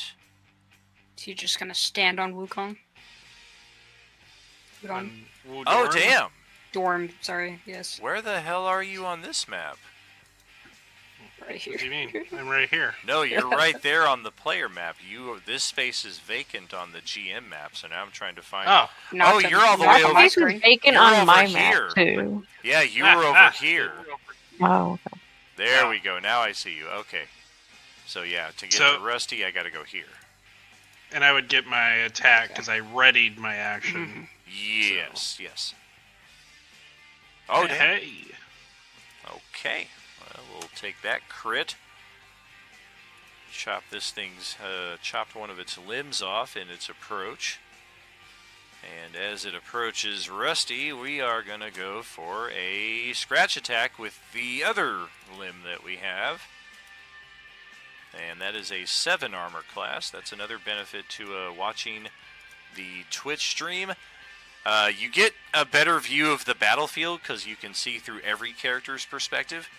But also for some of our monsters, I keep their rolls hidden, so you can see if I'm being honest with the rolls or if I'm fudging things on occasion. If you're wondering why you can see all of the attacks everybody's making except for me, that's why. And then our last zombie down here, we are going to target... Oh, it's also going after Kara, okay. 10, 25. They all want me. I think so. I don't know if this one can get to you, though. 25, 35, 45. Just enough movement to get up there to you. Yunlik unfortunately already used his reaction. And this one is going to attempt a pummel attack. It's just going to reach out and try to punch you. Oh god, a 22 to hit. And that is for 8 bludgeoning as it comes into solid contact.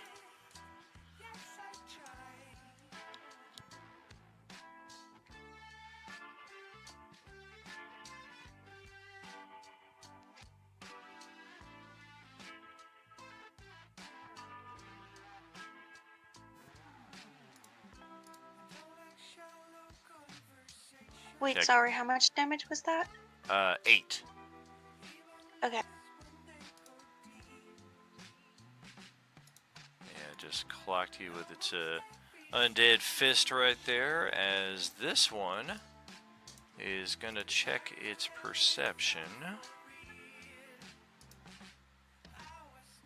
And that's less than its passive. So instead of any of that, it's gonna just kind of step over, investigate what's up over here.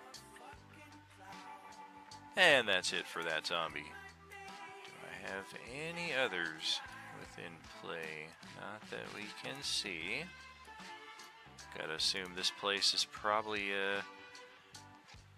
pretty saturated with these undead. There's a large amount of gloom over the mall, which is typically a sign of undead saturation, but it's kind of over the whole of Turtle Cove as well.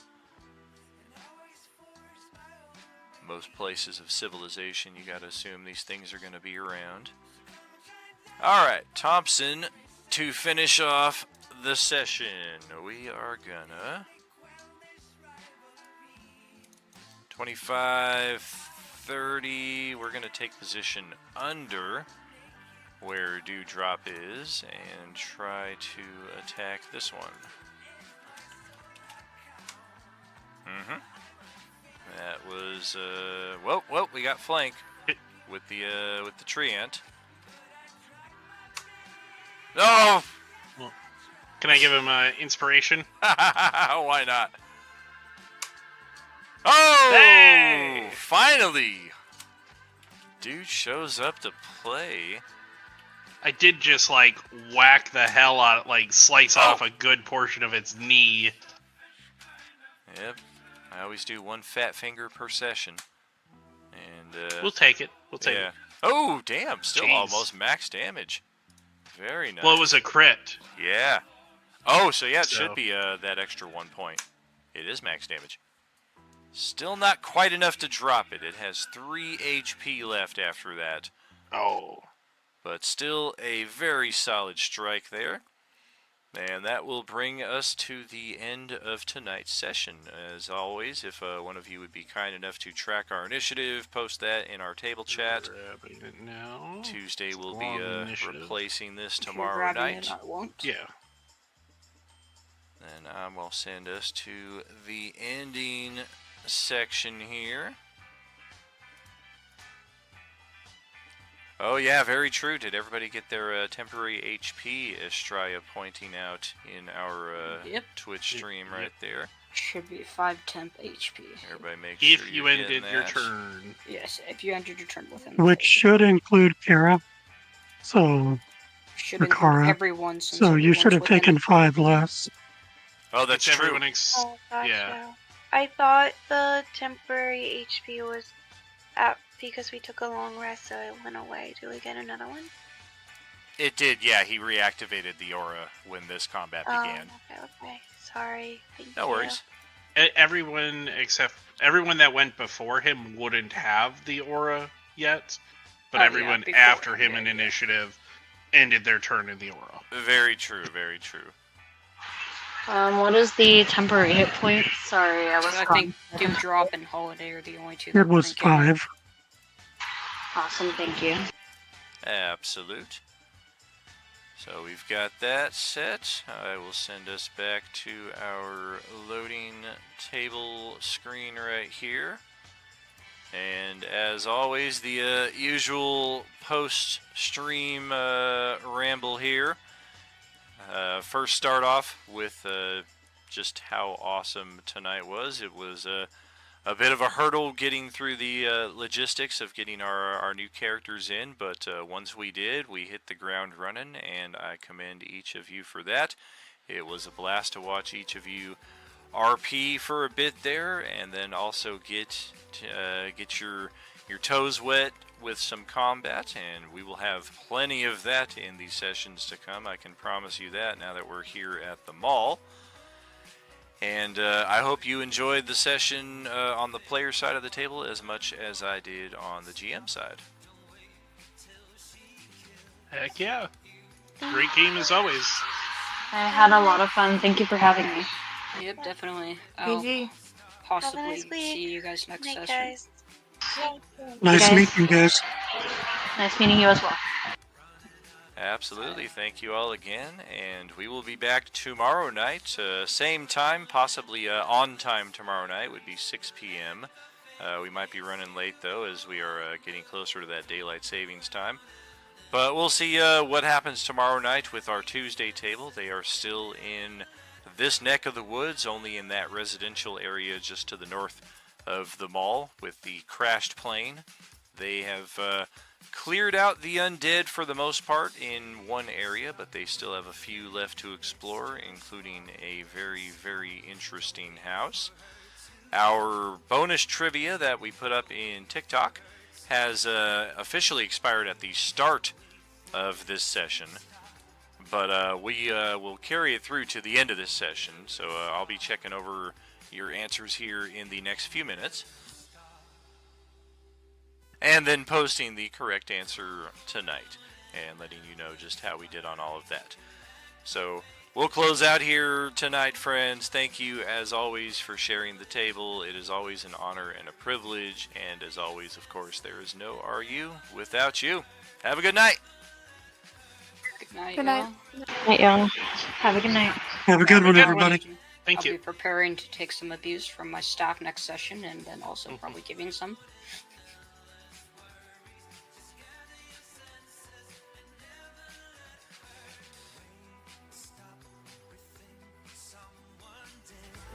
Stop, don't wait till she's killed.